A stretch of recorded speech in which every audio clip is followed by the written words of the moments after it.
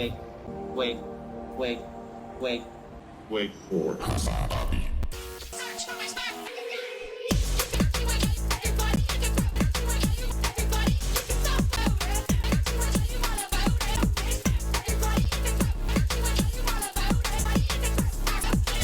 I would have never imagined this much of a fucking crowd at a college campus anywhere in solidarity with the Palestinians. This is what it's about, okay? I did not stop advocating for the cause, and now I don't feel lonely. I don't feel as lonely anymore, and that's because of you guys. I hope that you can continue advocating for the right things.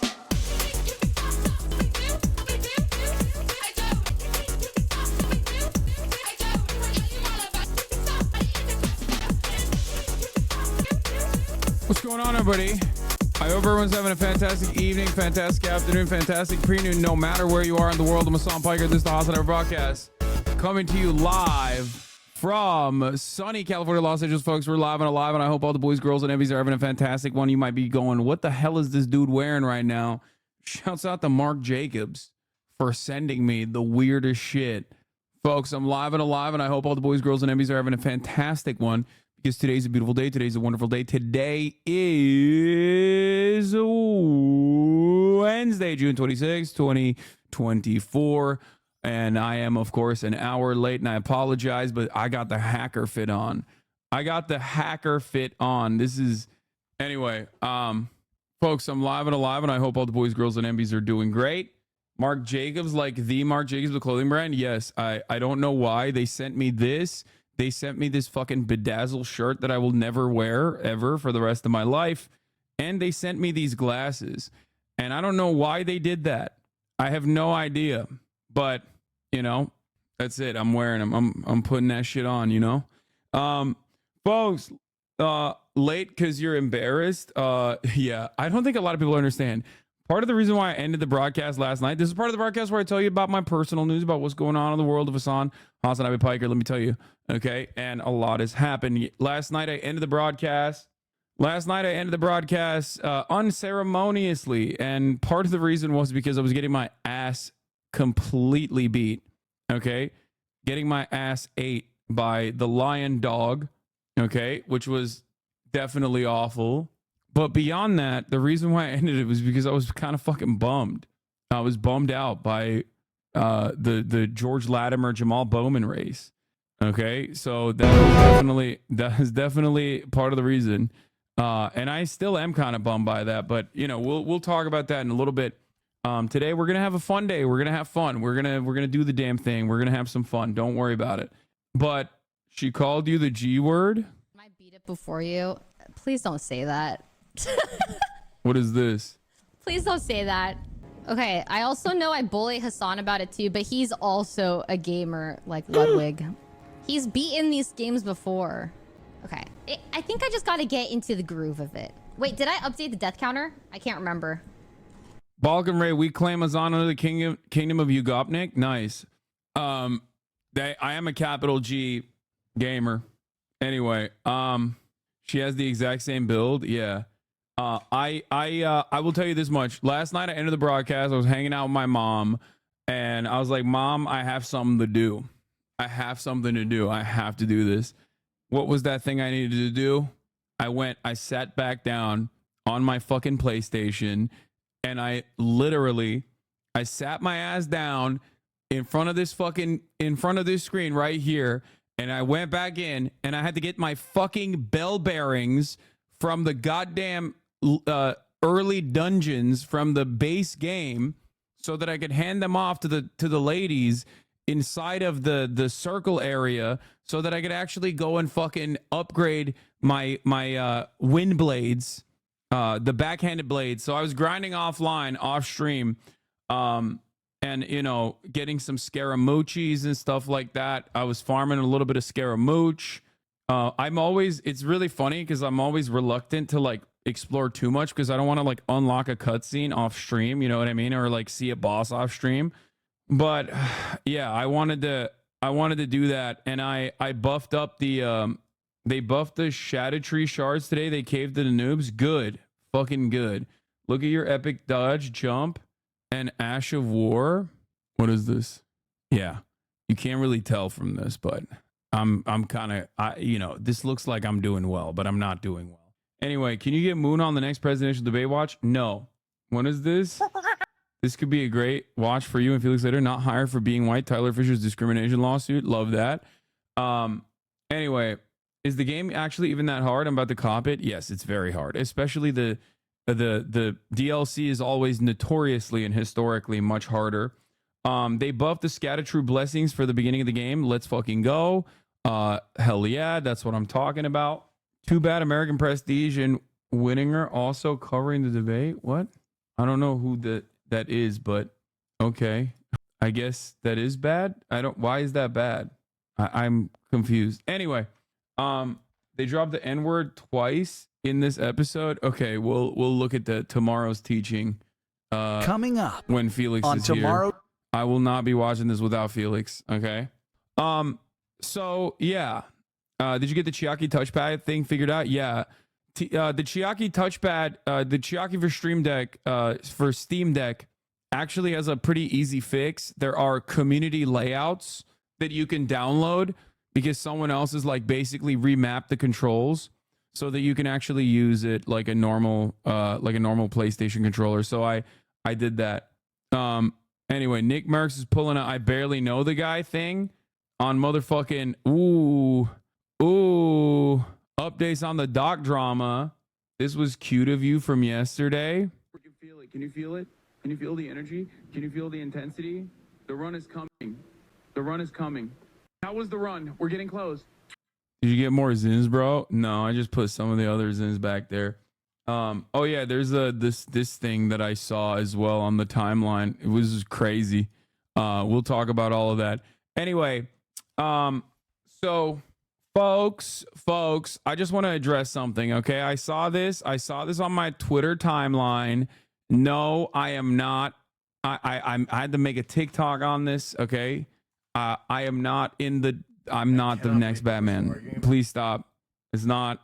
You know, I really want to address something really quickly. There's apparently a new Superman. He's got a Zoomer haircut, and some people are saying, and White Hassan, some people, Alex Press, she's a great labor journalist. Anyway, and you know, people have been making some jokes, so I want to clarify this. It's not me. Thank you for thinking I'm that handsome, but I don't know how to do this green screen thing. But that's not me. Okay, I don't know who that is. He's a very handsome man. It's not me though. Just wanted to address that. I want to address something really quickly.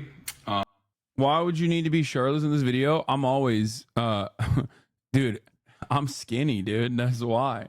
Are all your TikToks going to be shirtless? Because they should be. Yeah, maybe for the summer, for the duration of the summer. Oh my God, FanDuel is crazy for this. Okay. Yeah, I was shirtless, so you might be mistaken because you've seen like all the shirtless. You might be seeing all the shirtless people, you know, saying like, "Oh, Dr. Disrespect, we weren't that close friends or whatever." Like, don't worry, I wasn't gonna defend Dr. Disrespect on that.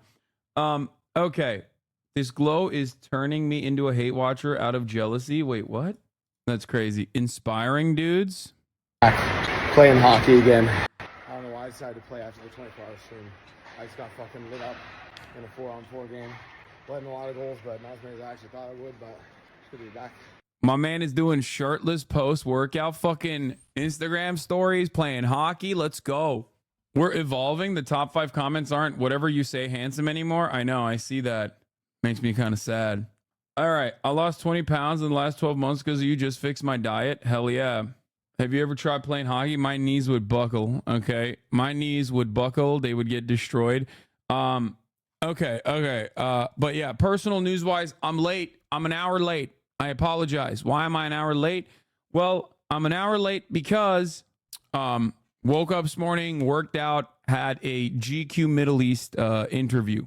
That's why. Okay, I had to do a GQ Middle East interview, and that's the reason why I am late. Okay, had a Kaya related situation, but she's fine. It's not a big deal.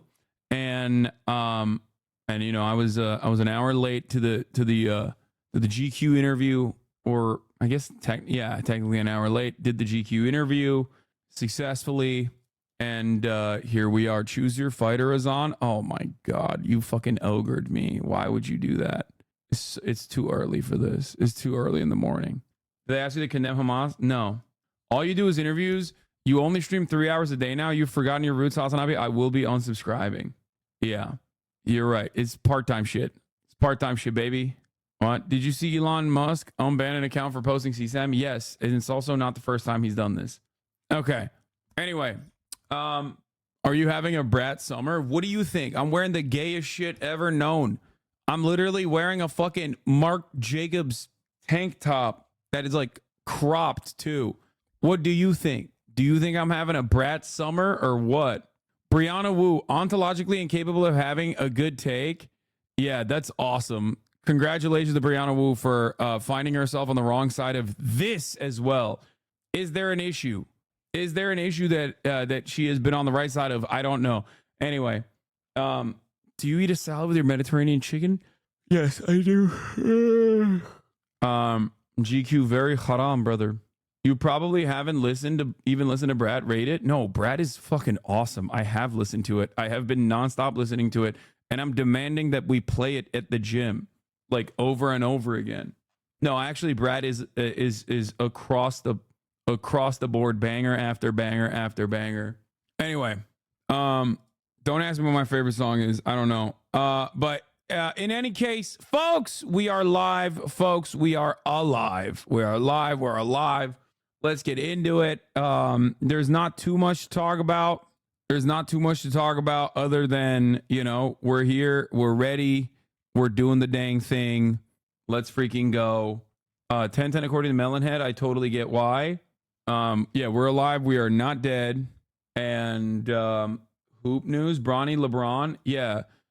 You guys want to know okay, you want to know something crazy? I saw a conspiracy theory on TikTok related to this, and I think it's pretty crazy, but like maybe it's real. There's I saw a conspiracy theory about like Bronny has only played with two teams, right? Lakers and the Phoenix Suns. And there is a suspicion on this conspiracy TikTok that LeBron James might actually take a much lower salary and go play with the Suns, specifically to play with his son, which would be super cool. I would hate that as a Laker fan. LeBron bailing on the Lakers after the Redick drama. I don't know. I mean, at this point in his career, why not? It's all about pumping up your son. Rich Paul said that ain't happening. Okay, I'm just saying. Celtics will draft him and send him to the G League. They will banish him. Are you really gonna make me do this? I don't want to do this. That's what cheaters have to do. $1,000? Why can't I just give them 10 or something? What is $10 going to get them? A Big Mac meal? It's like the thought that counts, man. I don't even have $1,000. I know that you have $1,000 because you just spent that flying to Colombia to cheat on me. Fuck no. Well, now that's $1,000 I don't have. Like, I learned my lesson. I don't want to have to do this. Oh, well, I didn't want to have to get cheated on. You know what I could do with $1,000? You know how many fucking V-Bucks? I mean, this is so fake, dude. Come on. Doesn't make much sense. As Bronny isn't anywhere. It's your fault. I know the new One Piece casting is out. I don't know if you guys know this, but like, I know the showrunner. Not to flex on you, but I will be flexing on you. Your community are the biggest ops. Oh my God. This guy took the time. What? Why are you sending me like 0 fucking like ass replies calling me a cockroach? What's wrong with you? My goal today is to chill at the level Kaya is at. She's chilling. Chilling big time. You can dance, just don't sea-walk. Why not? Your ears are so white compared to the rest of you. Wait, really? Anyway, listen, folks. Where the hell is my... I'm going to blast off. You guys are sending me too many goddamn memes right now. Hold up. Okay. Debate countdown. Will Israel invasion of Lebanon countdown. Felix in the building. Dr. Kid inspect updates. What else was I gonna fucking do? Dr. Kid inspect updates. Dude, I'm forgetting my AIPAC takes out BOWMAN. Trump VP picks. Okay. AIPAC takes out BOWMAN. We lost another Legend of those damn kids. Elden Lord later.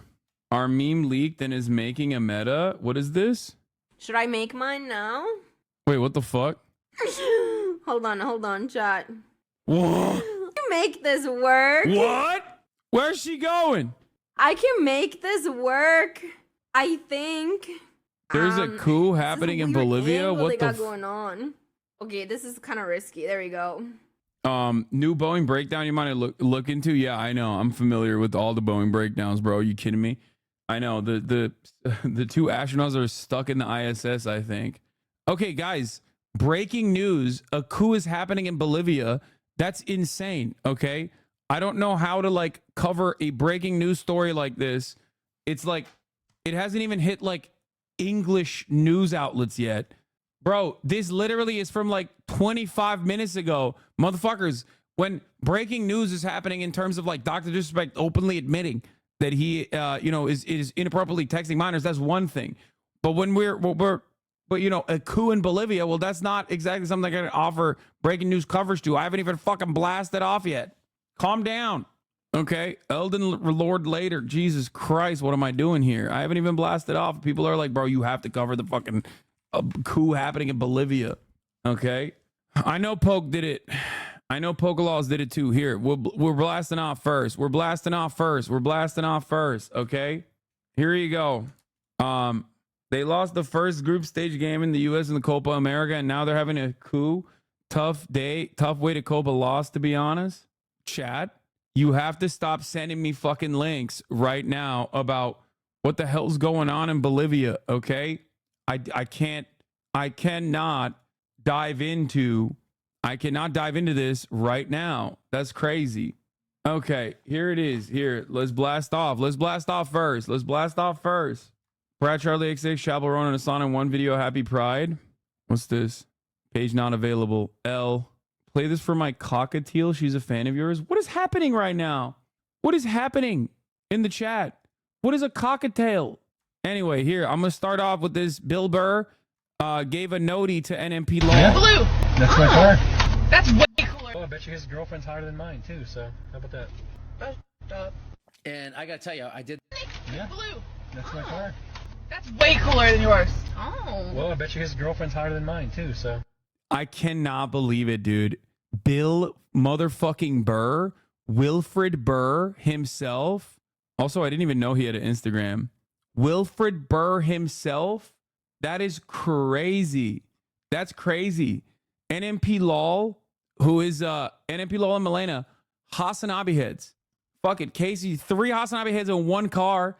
We are closer than ever before to a Bill Burr notey, okay?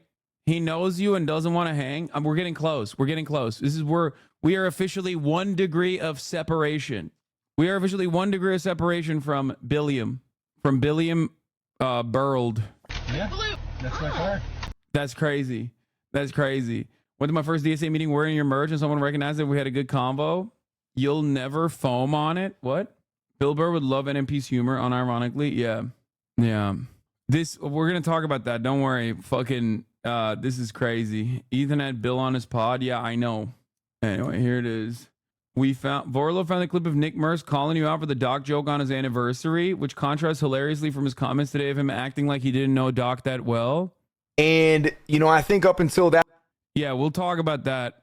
Here, I'll fucking repost it too. Fuck it, YOLO. 85K likes for defending Dr. Disrespect. Good thing that Twitch unbanned him. Who? Western culture is hilarious. If someone takes a 17 years and 11 months old, he gets jumped by the whole industry. But if that same girl waits for 1 month to sell her body on OnlyFans, she's celebrated by the same industry. 85,000 likes. Clown world. Yeah. I know why Sneeko is defending Dr. Disrespect. Are you going to ever comment on XU not going to Cutie's event but saying he was going? What? What is happening? Yeah.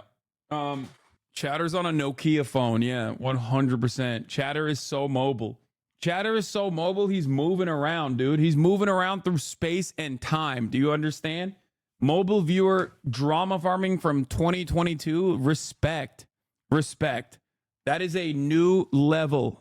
That we have not previously seen before. All right, we'll get into that. We'll dive into the Dr. Disrespect stuff real quick, okay? First of all, Nick Merce is now... seemingly like removing his associations with the doc here. We still don't know if he knew she was underage. Yes, we do. Yes, we do. He admitted that in his tweet. Yeah, people are still trying to defend what he did. I mean, even he tried to defend what he did in a really odd way in that tweet. Like, he said that he knew that she was underage and he would still text her. And the text, I can't remember how he put it in his tweet, but what did it say? That the texts would sometimes go a certain way? Yeah, he edited the tweet 3 times. Just so bad. It's so Jover, dude. Look, I mean, he's right. It's Jover. It's so bad, you guys. It's so bad. And look, what do you want from me, man? You know, I gave the guy the benefit of the doubt until we knew more. But look, it's unacceptable when you have just in any world that is unacceptable. You gotta be smarter. You gotta be better. You can't do shit like that. It's not only is it against the law, but where the fuck is your head and your heart at to do things like that? You know? He's right. What are we doing? Why are we doing stuff like that? So to act like I don't care or act like I'm not upset about the shit he did is crazy. You just have to remember that he was a friend of mine. So obviously I'm going to behave a little bit differently. I got some weird fucking, attachments to this, I do. He was a friend. Wait, I mean, he's admitting that he's a friend of his. What is happening? I thought you guys said he was like distancing himself. People think that we're like best friends, like we're hanging out. I don't even know the guy outside of a wig. Oh. We took one picture together, and newsflash, he was in a wig, and we talked for 8 minutes. Now I don't want to dumb down a relationship and act. Look, I don't like Nick Merckx, but this clip is clip chimped and uncharitable. Yeah, I'm unretweeting this clip, okay? Because I don't think that he is like. I don't think that he's distancing himself. I think he's like he's distancing himself now, but also saying like, no, like he was my fucking friend. I mean, hopefully he'll fucking change his perspective on like random reactionary takes that he has about like trans people. But like during that 8 minutes, they talked about his wife's anniversary date.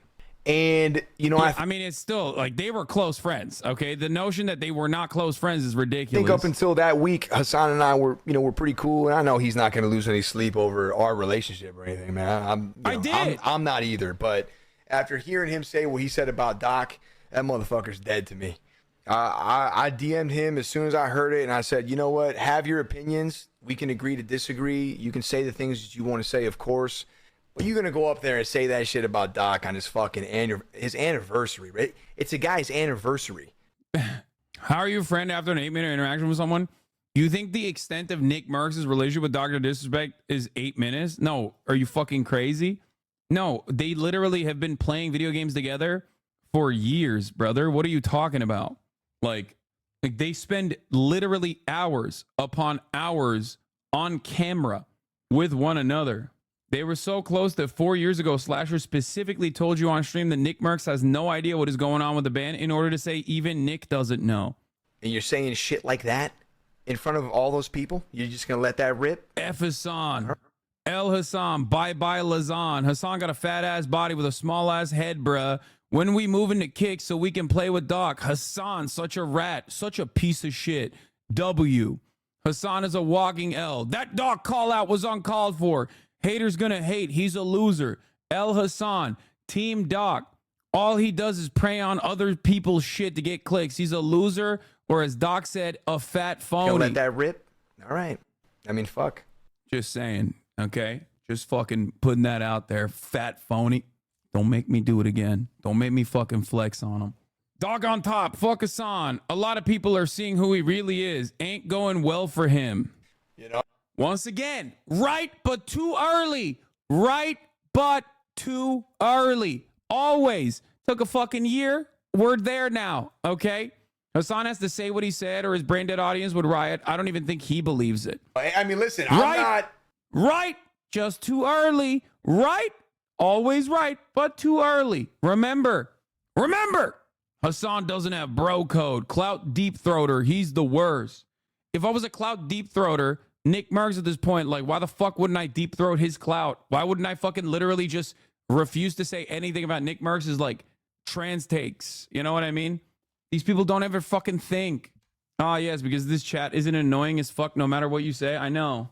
It's funny because, like, at the time, I was looking out for him. I was trying to be like, I was trying to be a good homie and be like, listen, bro, I see where you're going with this shit. It is not good. Please don't do this. Literally at the fucking time.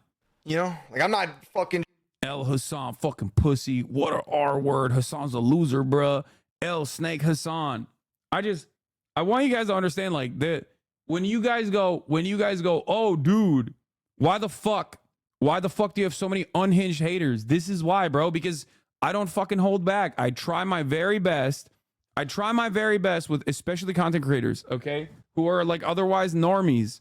I try my very best to try to like reach out to them in private and just like talk to them and be like, don't do this. This is not good. I promise you this shit is gonna like come back.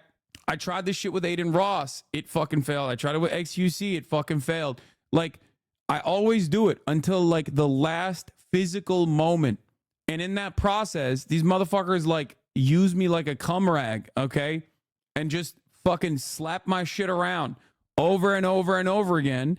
And then their fucking fan bases develop unimaginable resentment. I don't know if it failed with XG. It fucking definitely failed with XG. Your track record is looking bad. Instead of helping, you should consider actually sabotaging them so they end up doing the right thing instead.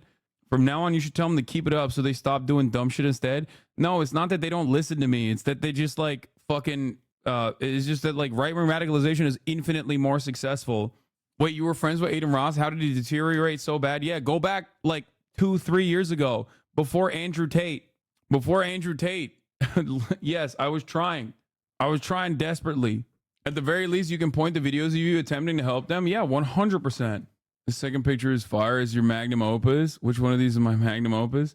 Yeah, I mean, listen, not every single one of these people is, some of these people have different cases.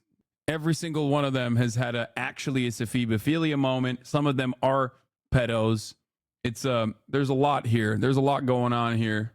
But, you know, they've all done some weird ass shit. Yeah, they will change up when they find out you're the next Clark Kent. I am not. Okay, I'm going to clear up this confusion one more time.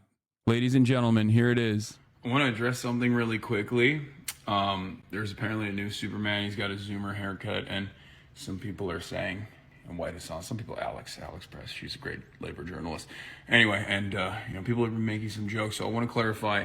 This, it's not me. Thank you for thinking I'm that handsome, but I don't know how to do this green screen thing, but that's not me. Okay, I don't know who that is. He's a very handsome man. It's not me, though. Just wanted to address that. I want to address... this is when he told Aiden... Let's talk about Aiden Ross for a second. He was on with DJ Academics at the Fresh and Fit podcast studio, and here's what he had to say about Kanye West. And I explained to him, like, yeah, like, you know, I was considering this... Yeah, I talked to him about this. This is like after... This is post, like, downfall. But even then, I had, like a direct line of communication with him where I was like, don't do that. That's bad. That's a bad idea. Anyway, you want to cover the full Nick Merck statement? He starts here. I can't tell if people are more upset with me because of my comments against transgender people and shit, right? Or if people are more upset like about the doc thing. I can't really tell. Like I'm looking. No, it's both, brother. It's both. You're saying protect the fucking kids, save the kids about random trans people, which is inherently transphobic. The assumption that like trans people are fucking grooming children is ridiculous. While simultaneously, you got a fucking literal pedo in your circle, in your closest fucking circle. That's crazy. Of course, people are going to see that hypocrisy and be like, what do you mean fucking save the kids? The fuck are you talking about? It's both. No one is more upset at your transphobia than your, than Dr. Disrespect, like trying to fuck minors, okay?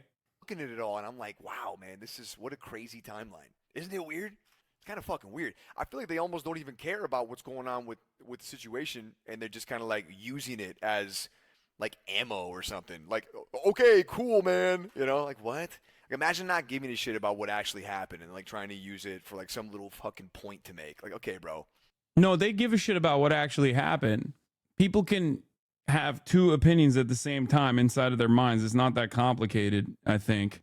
You know, these issues are ironically in line with one another more often than not, you know? Got it. Cool. Great. Yeah, I mean, look, and then the truth in this all is that, bro, like, people want me to just fucking destroy the guy up and down. I mean, he was a friend. He was a friend. I don't know what people want from me. The guy was a friend, okay? He wasn't my best friend. People were going around like, oh, he's your best buddy. You guys gamed every day. No, the fuck we didn't, you know? I mean, look, I will admit that he was my friend. And I had a lot of respect for the guy. You know, I didn't think he was the best guy in the world, right? The guy dude cheated on his wife. I mean, he said he was sorry. People can make mistakes, you know, but there's certain things that you do. And there's certain things that you don't do. And I mean, look, he fucking guy does a lot of crazy ass shit, man. I mean, this is crazy. Okay? So, what do you want from me? What do you want out of me, man? I mean, I said what he did is absolutely unacceptable. Anybody with a brain knows that. It's ridiculous.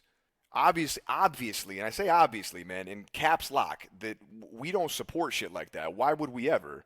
I mean, that doesn't make any sense. It's ridiculous. It caught everybody off guard, okay? I mean, you know, it's going to be hard. It's going to be hard all the way around, especially when you get hit with something like that. And prior to him putting out his statement, we didn't know what was what. We had a bunch of fucking dweebs on Twitter just spewing shit. But until we know what's good, I mean, we can't just say the guy's guilty of something like that. It's fucking ridiculous, man. You're not guilty until proven innocent. It's backwards. And that's happened a few times. Yeah, he wrote me off and said I was dead to him for making a joke about Dr. Disrespect's marriage, a joke that he himself has made. Not Nick. Dr. Disrespect has made. My point is, here's the thing. I was never, like, super close with Nick Merckx. That's why he said, like, oh, I'm sure he doesn't care.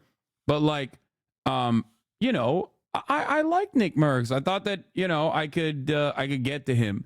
The point is, in my opinion, I think a lot of people personally think friendship means that you're supposed to unconditionally defend one another no matter fucking what. No, your friends are supposed to check you and you know, a person in your corner that has your best interest in heart is going to tell you when you're saying something fucking wrong. When you're saying some wrong shit that is also going to be obviously perceived by the broadest majority of the population as like reactionary sentiment. You can look to the entire landscape and go, well, there's more people out there that are saying I'm right. But like ultimately, clearly there is a standard. I don't know. I feel like a lot of people just basically think like, nah, you know, friendship means like you have to unconditionally defend one another across the board and just like be a sycophant. That's not a friend. That's a sycophant, you know? That's not a friend. That's a fan. Will you cover tomorrow's debate, Hasan? Abso-fucking-lutely. And it's been crazy. You don't want to do that. You want to wait for evidence. You want to wait for people to speak up or speak out. And then you're like, okay. Yeah, nobody's coming at... Now. Here's the other thing. Yeah, exactly. Nobody's coming at Tim or Ninja at the same way, even before their responses, because they're not spewing his multi-phobic shit that he's been writing for a year now. That's why. Exactly. Like, that's the whole point. Yeah, Ninja, even before Dr. Disrespect came out and admitted it, was like, yeah, this shit looks really bad. I don't want nothing to do with it. Tim the Tatman came out after the fucking statement that Dr. Disrespect made where he openly admitted to texting a minor inappropriately, texting a minor, which is the most like, that is going to be the nicest way to frame that situation, you know? Ultimately, the reason why people are fucking, the people are carrying a different kind of energy towards Nick is because like, he was almost gloating, you know? He was like literally fucking gloating all the way up and down until like the last moment where Dr. Disrespect openly admitted that shit. I'm glad that he's still not writing for him. Okay. Because he turned into Kick Merckx. Yeah. Like, but he literally was saying transphobic shit while talking about defending Dr. Disrespect a day ago. You know what I mean? Like, of course people are going to be like, what do you mean? Now we can properly assess things. And that's what I did. So that's where we're at. And the situation's fucking shit across the board. It's just a shitty situation. Bro, you responded in the best way possible. They wanted to drag you over coals because you wanted to wait for evidence. Screw them. I think that He didn't just wait for evidence, bro. He literally was like, oh, all these fucking attack helicopter, he, she, they, them, non-binaries are coming after me. Fuck them. Like, anyway, man, the dick riding in his chat is wild. I mean, dick riding happens in every chat, except for mine, where they fucking ride my dick in the opposite direction, where they talk shit about every little thing I say. But for most communities, it's normal. I think Kick is giving Dog a fat contract so he can now be bring an untapped audience there. Yeah, it's the same audience anyway. All right. of course, Sneeko is still understandably defending Dr. Disrespect, but that's because he has a different agenda, which is, you know, literally just the agenda of pedophilia and defending pedophilia. Here it is. He would make a great double date. I like you on the left, and I think Zerka likes the girl on the right. They're both on the left. What up, girls? I want to kiss you guys. How old are you? Oh, I got that white bitch smiling. Let's go. Stop. How old are you guys? Underage. Well, you just yeah. Like how underage though? Like your birthday's next week type shit? Like we can't go to Starbucks, white bitch? And I will be turning 15 in a month. Change my state of mind. Ladies and gentlemen. By the way, this isn't the only time where they've done this shit. This is like a kick special at this point, you know, talking to underage girls. But beyond that, beyond the kick special, beyond the fucking kick special, Sneeko is like, you know, openly said unhinged ass shit. And John Zerka too. I mean, he very famously defended Cuties and was like, oh yeah, Cuties is great. Anyway, I mean, he's just like, he's a ridiculous person, dude. He's just all over the fucking place. I don't think he has a consistent opinion on anything, really. He's just a perma-contrarian. Zerka got caught up in the heel mic drama. Bro, that's not drama. That is just illegal, okay? That is statutory rape, okay? That's not drama. That is crime. At that point, that's just news, okay? News of crime, of criminal activity. Anyway, here's Willie Mac Show says, pretty crazy to hear your haters are terminally online while you're the one admitting to get inappropriate with a minor and whispers. Brianna Wu responds and says, I feel like this situation is a lose-lose because no one can see the logs to make any judgment on how inappropriate what he said was. So everyone is just going to go with what they want to believe. So it's all going to do is make everyone dig in. Barbarism critic says ontologically incapable of having a good take, which is true. Brianna Poo, once again, just, you know, taking the absolute dumbest position possible on every single fucking issue. But yeah, Dr. Disrespect still getting cooked on the timeline on Twitter. Hell no, this motherfucker heard 40 minors. FaZe Banks came in hot with a funny ass take overall. Dr. Disrespect abandoned the persona entirely, dropped the act and ditched the costume, fire up the stream and play dumb, pretend like you have nothing to do with the Doc character and agree with the general consensus that he's a creep. Call yourself Mr. Respect. It's your only play. That's pretty... I'm afraid that's a banger. Brother Banks has done it again, okay? This man, he's done it again, okay? That's a banger. That's actually kind of funny. You know, you got to hand it to him. He knows what he's doing. Dr. Reformed. Oh yeah, we got the former Twitch staffer Relum. I saw that. So he says some wild stuff here. Where is it? Hold on, let me pull this up. So I don't know in what capacity he was working at Twitch, but I assume he was on the moderation side. But he says IRL streamer in Southern California, Twitch partner, former staff, Blizzard, and WoW GM, veteran CS player. Relum says the Dr. Disrespect situation. I don't think most people have any idea how bad things were behind the scenes of Twitch. I literally worked in the department that had access to most data and information. I saw private whispers, etc. It was literally my job to investigate daily. I saw things every single day that I wish I never had to see. I always advocated for being a good human. Always expressed with heavy emotion on my streams how Twitch let pedophiles run free every day, which is a crazy thing to say. I signed an NDA and afraid to get in trouble, but I have to say something. It's been bothering me so long. These sick fucks don't deserve to be free. Sorry, it's pretty vague. I'm literally afraid for legal and safety reasons. Apparently he was fired from Twitch. What? Okay, so next question, because I saw somebody ask it, is what happened with the whole Twitch situation though? Oh, bro, I can't really talk about it, but I can fucking burn Twitch to the ground easily. But I'm not saying shit because they're gonna ban me. They might countersue me. Bro, this dude Relum is a creep too. I've seen entire videos of someone exposing him using his power over female streamers. Yeah, NDAs can't stop you from exposing a crime, for the record.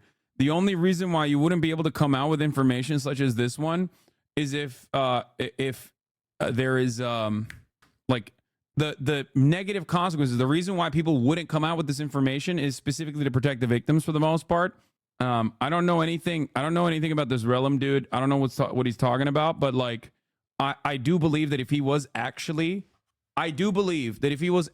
personally handling whispers and on the moderation team, he absolutely saw some fuck shit. I 100% believe that part. Because think about it this way. There are people in this chat that will constantly be like, yo, people are whispering me insane Nazi shit. And you report that. And obviously the trust and safety team sees that shit. So that is a consistent thing in every fucking social media platform, where in every single social media platform, the trust and safety team, the actual moderation team, the real human beings that have to see all of that stuff, see the worst things known to man. So I do believe that he probably saw a bunch of fucked up shit. Sorry, it's pretty vague. I'm literally afraid for legal and safety reasons. Of course, I reported everything I saw directly to the authorities within minutes. Yes, Facebook's moderation team became suicidal. Of course, I reported everything I saw directly to the authorities within minutes. It's also highly illegal to save anything related to these cases. Look up CSAM laws. Let's just pray investigation is complete and creeps are held accountable. Thanks for the support and weird people stop. What is this? It's wild, bro. I can't even talk. Can't even talk about it. It's so deep, you guys don't even understand. I was the guy who banned pedophiles, like stalkers, like all kinds of shit, right? Yeah. So these people would come at me all day long, like this part I do definitely believe, for the record. Like 100%. Like, dude, there are so many unimaginably fucking brain broken, psychopathic fucking losers out there. Relum is one of the Twitch employees Train gave $30,000 to. Oh, Jesus Christ. I have own family. I've been swatted like 8 times. You guys don't even know how deep this shit gets. I can't work there anymore. I couldn't handle it, bro. Okay. I had 3 therapists, mandatory. Okay, wait. Yeah, Okay, I believe all of that stuff 100%. If he was actually on the trust and safety team, I 100% believe that. Regardless of whether he was like weird or why he got fired, doesn't matter. Like, I 100% believe it. If someone is working on a trust and safety team on any fucking social media platform, but especially on fucking Twitch, you're definitely I 100% believe that they saw a metric ton of fuck shit. Why do I believe that? Because I'm a fucking streamer on this platform and I know the shit that I receive. Okay? Like things that I don't talk about. So yeah, I 100% believe that that he personally was getting a shit ton of repercussions for no reason, for doing the right thing, regardless of what his background is or why he left Twitch or if he was fired or not, or even if he got money from Train. That doesn't change that reality. Dylan Liu, founder of Tamu Esports, CEO of Uconnect app, says, just FYI, second part of the story still hasn't dropped yet. There are actually 3 parts of the story. Today was nothing new. It's just regurgitated news has already been released. I think a certain somebody will drop part 2. I don't know if part 3 will drop. It gets worse. I mean, this is ominous. This is vague. I don't know what the fuck that person is talking about. However, Rod has confirmed that there is definitely more to the story. As you guys know, I had a conversation with Rod Slasher Breslau yesterday. One of the investigative reporters on this that is, you know, that had a bunch of stuff, you know, that he was tracking down on the story. But I do believe that it definitely gets worse, for sure. I definitely do. I don't doubt that there's something more going on behind the scenes. Just saying that there's only one other streamer that is indefinitely banned for unknown reason. I was wondering what's going on with that. I'm not in the business of defending. I'm not in the business of defending Destiny in any capacity. But if that's what you're insinuating, no, that's not. I would go so far as say that that's not the reason. Like, he does weird ass fucking gross ass shit in general, but no, he is, dude, come on. He is a serial toxic, like, he's a serial toxic content creator who genuinely goes after every single fucking content creator that he chooses to have in his crosshairs with his incredibly passionate fucking fan base. Like, he is a, yeah, you're right. A malignant presence is a great way to put it. Like, there are a million different reasons. That I don't think is one of them. Like, I don't think he's like not getting unbanned by the platform because like he's done some shit like that. No, I don't think that's the reason. 5 videos on this quote incoming from D. Were you invited to the meeting XQC went to regarding the situation? He said they explained way more shit. What? No, I was not invited to any fucking meeting. What meeting? Twitch had a high-level meeting with XQC? What? That's odd. That is like, that's genuinely shocking if that's something that they did. Like, way more shocking than forgetting to run the top of the hour ad break. and then running it 14 minutes into the hour instead of directly at the top of the hour. You're being left out, my boy? Yeah, probably. It's shocking for so many different fucking so many different reasons. It's additionally shocking. It's additionally shocking because like XQC attending a meeting sounds really funny. Like, I don't think that motherfucker has attended a meeting ever in his life. Okay, like when has he ever when has he ever followed through on a fucking commitment? Anyway, all right. Yeah, he can't even attend the streamer awards. What are we talking about here? Here's a 3-minute ad break now. Okay, blammo. What is this? Hasan kisses his longtime partner Will Neff on stream for the first time in Japan. Wait, what? Oh, this is Austinox. I was like, Dixerdo? The fuck? Wow, Dixerdonox is back. Guys, I know some crazy stuff is happening in Bolivia, okay? I know. I am not going to cover it right now, okay? You're fucking crazy if you think I'm going to cover breaking news of a possible coup d'etat occurring in Bolivia. That is the nuttiest thing you've ever come to me with, okay? Austinox back to Twitter posting, but still behind on his editing? Yeah, I know. Too bad no more positivity year from Austinox. Hasan positivity year from Austinox. All right. Yes, I saw Bill Burr post a clip of NMP Law on his Instagram. We covered it already. You missed it. Okay. Imagine in a year we have chatters warning you of a coup being orchestrated. Okay. Let's get into it. Where the fuck were we? Let's start off. Where is the playlist? Oh, here it is. Let's start off with some bad news. New York incumbent Jamal Bowman has lost fierce congressional primary race. Now, why is this important? He lost the New York 16th congressional district primary elections. It's important for a multitude of different reasons. He lost by a pretty fucking fat margin too. Okay. Now I've covered how racist George Latimer was over and over again consistently. Not that it fucking mattered at the end of the day, because you, myself, the DSA, Majority Report, like, and a bunch of other independent leftist content creators are not going to be able to overcome $20 fucking million of sweet, sweet AIPAC money, baby. Okay? It's just not going to happen. It's not going to occur. That is not going to be, you're not going to be able to put up a fight. AIPAC spent through subsidiaries, without like ever even really mentioning Israel, mind you. Okay? AIPAC spent more than $20 million in this specific primary. And the reason for why they did that is because they wanted to basically, they looked at the situation. They looked at all of the congresspersons that are like pro-Palestinian. Okay. And they saw one that was weaker than the others. Okay. Jamal Bowman. Why was he weaker than the others? Because he had redistricted. He had been redistricted before, which, included a pretty white and wealthier neighborhood in his district all of a sudden. Okay. And ultimately they wanted to make an example out of one person. The other person that they're going after is Cori Bush. The reason why they are choosing these targets specifically to dump a shitload of money into it is because they have tried and failed with Rashida Tlaib. They've tried and failed with Ilhan Omar. They've tried and failed over and over again. And so they're looking at whichever avenue that they can tackle and make an example of, so that like other congresspersons will turn around and think twice before saying some shit about Israel, right? They poured a bunch of money into Summer Lee's race as well. Yeah. Premilla's sister, Sushila Jayapal, also lost due to AIPAC money as well. They're going after Ilhan Omar again. Yeah.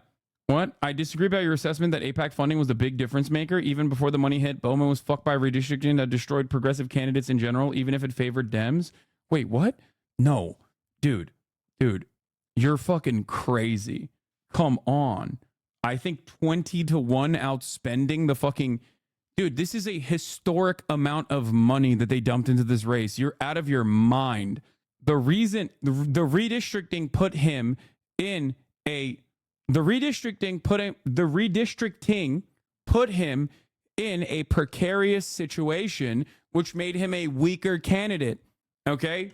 That already made him a weaker candidate. That's precisely the reason why they dumped a shitload of money. You're out of your mind if you think that money doesn't make a ginormous impact. What are we talking about? If that was the case, why the fuck did they dump $20 million into a primary race? This is a historic amount of money. This is a historic amount of money being spent on a primary by a right-wing group. AIPAC is a right-wing group. They are funded primarily by Republicans, okay? It was pretty clear that the redistricting was to defeat progressives over getting more seats for the Democrats out of the New York delegation. It's a major scandal that costed them control of the House of Representatives, yet none of the centrist Democrats seem to care that they gave national power to fascist Republicans. Centrist Democrats pretending that money doesn't matter in elections is hilarious. Co-op shows how far right they're becoming. Yeah. 14 million was the old number. I think it's over 20. It is 20-1. But you have to understand. You have to understand, like, they went balls to the fucking wall. They dumped millions of dollars into this race, specifically so that every outlet, every TV channel, every radio channel, every social media platform you went to, if you were in the tri-state area even, you were getting hit with like 3 attack ads on Jamal Bowman. And for the record, it's not like the attack ads were specifically being like Jamal Bowman hates Jews or whatever. No, just because it was AIPAC dumping money into the race doesn't mean that like he lost on the pro-Palestinian position. His pro-Palestinian position is the reason why AIPAC came after him. But of course, when they were running ads, they weren't running ads on fucking Israel-Palestine shit. If that was the case, obviously, it wouldn't be all that consequential. The ads were all classic attack ads, claiming that he actually is anti-Joe Biden's administration, for voting against the infrastructure bill that separated the infrastructure bill into 2, which was the right thing to do at the fucking time. The fire alarm, like silly shit. It used to cost like $300,000 to do an entire congressional race, including the general election. It was only $1.5 million back in 2014. The amount of money spent is more than the entire swing Senate races in previous years. The money is insane. Yeah. I work in New York City and play the radio at work. There were like 5 to 10 ads against Bowman on every day on every iHeart radio station. The thing is, these guys are smart. Okay? They're smart. They're going to run attack ads on whatever the fuck works. So of course, if they were running exclusively ads on like Jamal Bowman's positions on Israel, nobody would give a shit to the same degree that they will if they are diehard Democratic Party loyalists and they're being told Jamal Bowman is fucking up Joe Biden's agenda. Okay? And that's precisely the angles that they hit him on. They hit him on every angle. Here is Daniel Marin's covering Peter Beinart's, who's great, by the way. Peter Beinart is the editor-at-large at Jewish Currents. Notes that while AIPAC and co. do not target congresspeople of color because of their identities, their targeted candidates skew non-white because people who have a family history of oppression in the United States are more likely, not always by any means, but on average, are more likely to identify with the Palestinians because of their own experience. That's important. The third point I want to make about Jamal Bowman has to do with race. Now, it's not true that AIPAC opposes black members of Congress simply because they're black. Well, you know, which is to say, if there's a really, really pro-Israel black member of Congress like Richie Torres, they're thrilled about that. But it's also not coincidental that so many of the people that AIPAC tries to destroy politically are black or other people of color. And that's because people who have a family history of oppression in the United States are more likely, not always by any means, but on average, are more likely to identify with the Palestinians because of their own experience. They're more likely to feel, as Jamal Bowman did, a kind of moral obligation to themselves and their own ancestors to go and see what's actually going on to Palestinians who lack basic rights in the West Bank. And so when you go politically destroy people who care about Palestinians, you're going to end up destroying a disproportionate number of those people who will be black and or other people of color. And there's a whole history to this. It didn't start with Jamal Bowman. You can think about Andrew Young, Jimmy Carter's ambassador to the United Nations, who coming out of the civil rights movement felt that he had an obligation to have a concern for the Palestinians and met a PLO representative in the late 1970s. There was a big pro-Israel outcry and he was forced out of his job. This was a warning shot from AIPAC. And it's not like they hid this, okay? There was reporting on this for months leading up to this election that Jamal Bowman, due to redistricting, was in a dire situation in terms of his primary, and that AIPAC was looking for someone who they can make an example of. And that is precisely what they did. Okay. Now, it should be noted, AIPAC is a serial FARA violator. They are literally, it's a foreign lobby. I'm sorry. I don't give a shit if it's actually getting all of its money from American donors. Its goals, its lobbying interests are literally about a whole ass foreign nation.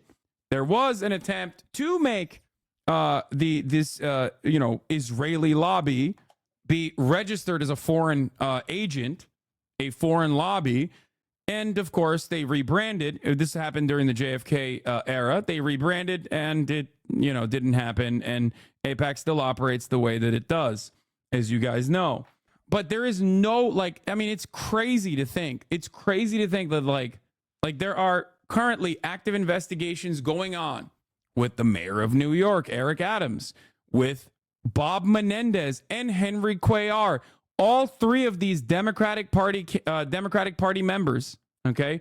Eric Adams being a mayor, the other two being in the House of Representatives and the Senate. Like, every single investigation is directly linked back to violations of FARA and getting money from foreign organizations in an effort to literally go in and argue on their behalf, okay? You need to understand something.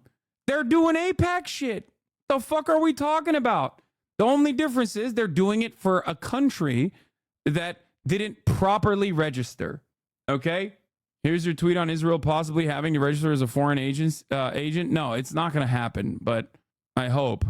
How does AIPAC make money to perform these campaigns? Dude, right-wing funding. That's it. That's it. They got deep pockets from the right. They got so many fucking rich right-wingers that are unimaginably invested in the Israeli cause for theological Armageddon justifications if you're an evangelical Christian, or for military contracts like military industrial complex contracts, financial reasons. Like Israel is basically a fucking American state. The Republican Party's largest mega donor, one of the Republican Party's largest mega donors was Sheldon Adelson. His wife is now the largest mega donor of the Republican Party and a close ally to Donald Trump. Sheldon Adelson has made it his lifelong project to have a permanent Israeli presence on all of the occupied territories. He was an ultra Zionist piece of shit, and so is his fucking wife. Sheldon Adelson was, because he's dead. Miriam Adelson is continuing his legacy. Anyway, Zionists, stop making anti-Semitic conspiracies seem real, challenge, impossible, difficulty. Yeah. Oh, yeah, he was so young. What is this? Have been quiet about Bowman, but here's my take. The redistricting was a much bigger problem than the AIPAC money. AIPAC spent that money less to tip a close race to make it appear that they can by blaming them for the loss. We're giving them exactly what they pay for. If someone is in a hole and you make it impossible for them to get out, how much blame do you deserve? AIPAC earned their credit, and I'm bothered by people de-emphasizing today what they did yesterday. Is the idea that AIPAC pro-Israel money is the only important if it tips a race 51-49 in the wrong direction? I'm genuinely perplexed by the chorus of actually from savvy politics knowers today. Yeah, I think people want to come across as like smart understanders of politics, and maybe that's the reason why they're coming across as like contrarians, because it seems like it's too simple of a narrative to be like, oh yeah, AIPAC dumped $20 million into a race. No, AIPAC has dumped a shitload of money into other races too, of course, and have failed. The reason why they've never dumped this much money into a fucking primary was because they knew that Jamal Bowman was in a dire situation for his reelection in terms of the redistricting. Okay? But of course, money matters significantly. Okay? It does. Of course it does. If it didn't, then there wouldn't be millions of fucking dollars being spent on these races. Come on. Like, I don't know what the latest data is on this, but I know from all the time I spent working at the Young Turks and whatnot that there are studies conducted on this matter. Okay, I believe it's like 94% of races back in the day, and that number might be higher or maybe a little bit lower, but 94% of races that have been won have outspent their opponent. Like, what are we talking about? Like, there is no world in which you can just like get secure easy dub. Now you might say, well, there's other considerations here. Maybe people don't dump a lot of money into a race that is going to be lost or whatever, and that this is a post hoc rationalization. But ultimately, money in politics obviously is so significant. That is precisely the fucking reason why it keeps growing and growing and growing. Money doesn't always equal victory, but it usually does. Sometimes contributions flow to the candidate who is already viewed as being much stronger than his or her opponent. Sometimes the money goes to the less well-known candidate and results in a surge in popularity. Even in wave elections, the candidate who spends the most usually wins. This trend is stronger in the House and in the Senate, but applies in both chambers. Like sometimes less, sometimes more, but ultimately, I believe that it's like the average comes out to like 90% plus. Now, what's really interesting about this, okay, is what's really interesting about this is what the media narrative will be after this victory.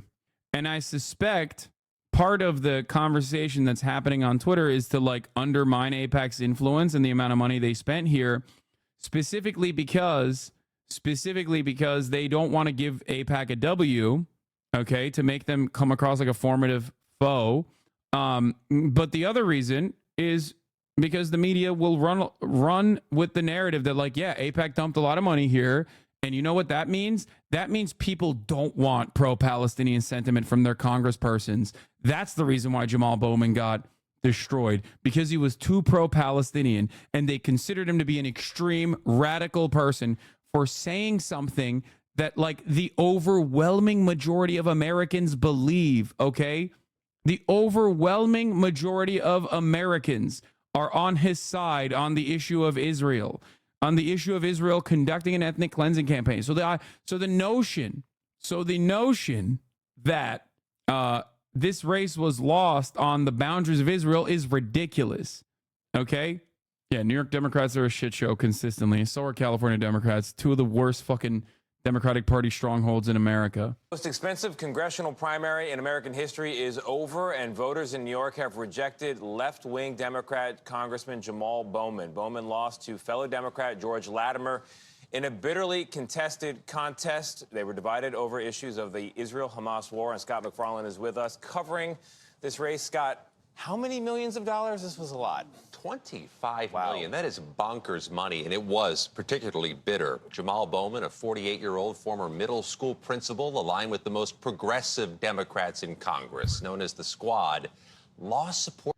It's crazy. It's like, dude, I fucking hate this so much because it is like everything that I despise about American politics coming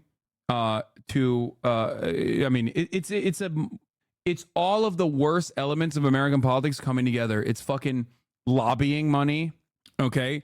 It's a centrist Democrat winning over a progressive Democrat. It is foreign interference from a genocidal apartheid state that is like openly dancing on American democracy's grave, basically. And it's so fucking frustrating. It's so goddamn frustrating, dude. Support from voters in his own party.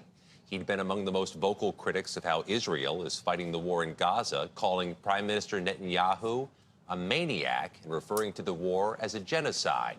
The challenger, Westchester County Executive George Latimer, was fueled by millions of dollars from Jewish American political action groups. This race really raises questions about the political impact for Democrats who are so outspoken against Israel. It could change some of the focus of some of the campaign. That right there, that's it. That's what they spent $20 million on. Right there. You see that? You see that shit? There it is. And the media, the loyal dogs that they are, will immediately start barking. Okay? That right, I'm going to run it back again. In terms of how much money in the attack ads went to talking about Israel, I don't know what the exact percentage is, but I promise you it is marginal. Okay? Did they go to Jewish districts? Certainly. Like Jewish neighborhoods? Certainly. But beyond that, the notion that this race was lost on the boundaries of Jamal Bowman's position on Israel-Palestine is an abject fucking lie. The only reason why Jamal Bowman's position on Israel-Palestine matters is because AIPAC put him in the fucking crosshairs due to his opposition to Israel. That's it. None of the attack ads were like Jamal Bowman loves Hamas and hates Israel because he's a Jew hater or anything like that. I'm sure there were ads like that every now and then, but the overwhelming majority of the attack ads were things that Democrats care about, lying about him, saying that he was actually trying to undermine Joe Biden's agenda. While ironically, this fucking dipshit was literally openly fantasizing about no new taxes on the wealthy. He is going to be a spoiler. He is 100% going to be another Joe Manchin type. Okay? Democrats.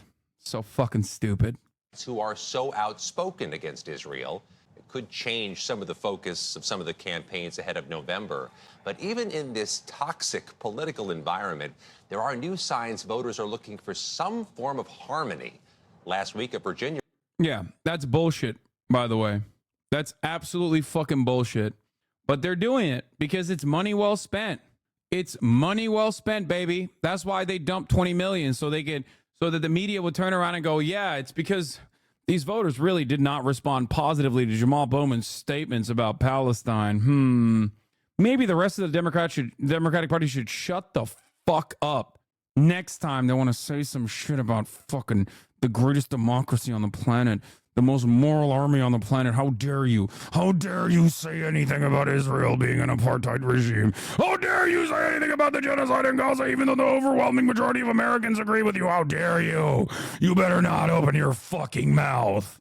Got to cover Jamal Bowman's insurgent campaign in 2020. I remember telling people about his energy, talent, and sincerity. It wasn't enough this time in the face of endless pro-genocide cash spent for Latimer, who will instantly become one of the worst Democrats in Congress. Okay? Here are some George Latimer's highlights. He compared the revelations about Andrew Cuomo sexually harassing women to Emmett Till getting lynched. George Latimer may have broken the law in the primary by failing to disclose his personal finances. In the 90s, George Latimer used his power as a county legislator to try and thwart a court-ordered desegregation effort. George Latimer gave his girlfriend, he's married, not to this person, a six-figure job under him as Westchester County executive. George Latimer was sued, and it may be still ongoing, over a 2017 car accident on a summer Friday. He was driving his staffer's car because he had so many unpaid parking tickets that he couldn't register his own vehicle. Very unappealing to look at as well. Yeah, he crippled someone in a fucking car accident. Great guy. George Latimer also said Jamal Bowman has an ethnic advantage. George Latimer also said Jamal Bowman is more interested in representing Dearborn, Michigan. And when people were like, the fuck do you mean by that? What the hell do you mean by he's only interested in representing Dearborn? The fuck are you talking about? And even also said San Francisco, which is supposed to be identical to the fucking New York 16th district. What are we talking about? Here's a 70-year-old AIPAC purchased George Latimer saying Engel lost the 2020 primary because George Floyd's murder had more black people voting. Also at Floyd on the night of Memorial Day evening. That came 1 month before the election. And that generated a tremendous surge in the black community's concerns, anger, whatever. And the incumbent... Are you allowed to say black? Capitalized. I'm sorry? Are you allowed to say black? I don't know. I grew up in a black neighborhood. So okay. George Latimer also came out. If you want to understand how fucking like racist or / racially insensitive he is, even in the moments where he was like trying to fucking thwart the racism allegations, he would say things like, oh, well, I got a black guy defending me, so what's up? Because he had that fucking dog, Richie Torres, come out and support him. I think it was Richie. Wait, no, it wasn't Richie Torres. It was what was it? Was it Richie Torres as well? I think it was God, I hate Richie Torres so much. It was Mondaire Jones that came out and supported him, and I think Richie Torres did too. But let me make sure. Yeah, here it is. New York Democrats divide over Israel erupts into feud. Isn't Mondaire Jones sort of progressive? No, not since like the last election. Not since the last time he was like he had actual shot at winning anything. No, Mondaire Jones sucks. Torres told Axios in a statement that he has a general rule of not weighing in a congressional Democrat who has not weighed in against me. But he added, but Bowman's gratuitous attack on my character might cause me to rethink that rule. Stay tuned. In a post on X, Torres took aim at Bowman for pulling a Capitol Hill fire alarm last year, adding, his opinion of me is worse than a rubber stamp. It leaves no impression, much like his legislative record. But it was, former Representative Mondaire Jones, once a close progressive ally of Bowman, now running as a pro-Israel moderate in an adjacent swing district, endorsed Latimer earlier this month. Xertonox deleted this banger. Yeah, Mondaire Jones sucks. Anyway, here's what Chris Hayes had to say about this race. At one level, the take New York 16 race result wasn't really about the fact that it was literally the most expensive primary in history is true and important in terms of lessons, but it's an absolutely crazy way to run a democracy. You truly cannot overstate how much money figures in the minds of people in Congress and running for Congress and how much fundraising dominates everything they do. To a first approximation, it is what running for office is. Yeah, Andrew Cuomo also endorsed Latimer on election day. That was a fun additional move there. The collapse of the previous bipartisan consensus and discursive limits is a catastrophe for Israel's position in the U.S. in the long term. AIPAC did not spend directly on elections until 2021. They didn't need to. Ben Davis with prescient analysis. But now that they want to fucking make it hurt. I will talk about Bolivia soon. Let's continue with this. A Republican who frequently defies his own party got close and is now at risk of losing his primary. And today it's Jamal Bowman, who voted against President Biden's initiatives in some way in the past 2 years, who lost Democratic support. That Bowman race wasn't even close either. It was a blowout. Pay attention to that. Yeah. So, Scott, let's talk about Colorado. Controversial Republican Congresswoman Lauren Boebert. She scored a big win in the district that she switched to. I don't think a lot of Americans even knew you could switch districts, but what happened there? She had a real small victory and a real big scare in 2022. And rather than run against the same Democratic opponent, she picked up and moved to a different, more rural Colorado district. She physically moved? She didn't have to move her home, but she moved where she sought the nomination. Yeah, his district was redrawn to exclude parts of the Bronx where he had more support. The new district also had Westchester, parts of Westchester are like wealthier white neighborhoods. Okay, that played a big role in his re-election chances, especially in the primaries. And then they immediately fucking shoveled this piece of shit George Latimer. And so some called it opportunism, but when opportunity knocks, she took it and she romped. And she is likely to win in November. I was one of those people, Vlad, when you said, I think most people don't know you could switch. Yeah, I was. Yeah, I thought. God, I didn't know you could switch. You had to physically move, but I guess you just got to stay in the same. And of course, Fox News, unsurprisingly, running a fucking pro-Latimer piece here in an effort to shit on Jamal Bowman, but also shit on the progressives. Once again, bipartisan consensus can always be found. Bipartisan consensus can always be found on issues that pertain to American foreign policy. Okay? Here's Jamal Bowman. People, what's happening right now with the backlash you're facing and what AIPAC is and the significance of them specifically going after you. So AIPAC is a pro-Israel lobby. As a matter of fact, Israel is their number one and only issue. I gotta pee. They want to make sure that the U.S. continues to support Israel with military and economic aid for all time. That's their objective. And so anyone who is critical of Israel, they target and lobby against. So, for example, when I first got into Congress, I signed on as a co-sponsor to a bill that just simply required Israel to give us an accounting of how our money is being spent when we send our $3.8 billion over there. And we wanted to make sure that money wasn't being used to detain women and children, without trial or without charge in the West Bank. When we signed on to this is a bill that didn't even go to committee for markup, didn't come to the House floor for a vote, was never going to even be sniffed to be passed. They sent over 1,000 letters to my office, forcing me or bullying me into standing with Israel, quote unquote. They shut down my office to the point where we couldn't even do our jobs. We couldn't even serve our constituents because of their letters, because of their calls, because of them protesting outside the office, et cetera, et cetera, et cetera. That's just one example, right? Recently, not only did I boycott the president of Israel's address in Congress, not only did I vote against a bill that said Israel is not an apartheid state, Israel is not racist, I had the audacity to call for a permanent ceasefire, right? And so they recruited someone in my district, someone, a county executive in my community, my district, to run against me. And they are spending more in this race, more in this primary race than they have ever spent in their history to get someone out of Congress. They have a 60-year history, and they have pledged to spend $100 million to not just get me out of Congress, but to get Summer Lee out, Cori Bush out, Ilhan Omar out, and me out. Summer won.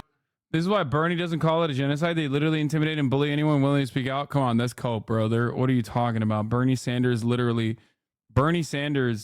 is not in like a remotely scary position, and neither is AOC. And AOC was popping off, and she won by like 80%. So is this why AOC cucked out the AIPAC? What are you guys talking about? AOC's also been calling it a fucking genocide. What are you guys? If you don't actually follow politics all that closely, please stop coming in here with shit that you saw on Twitter, okay? No, these guys say whatever the fuck they believe is the truth, okay? The difference is AOC is incredibly popular in her district. So is Ilhan Omar, pretty popular in her district, and has been in that district working in politics for a very long time. Rashida Tlaib, similar to that.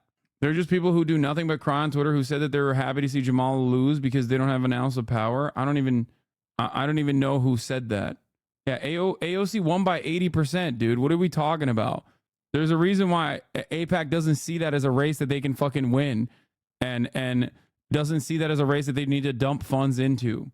There's a TikTok hit campaign against AOC right now for being pro-genocide. I think that this is what this is coming from. No, AOC has made mistakes in terms of like dealing with this situation for sure. But the notion that she is like pro-genocide is just wrong. Okay.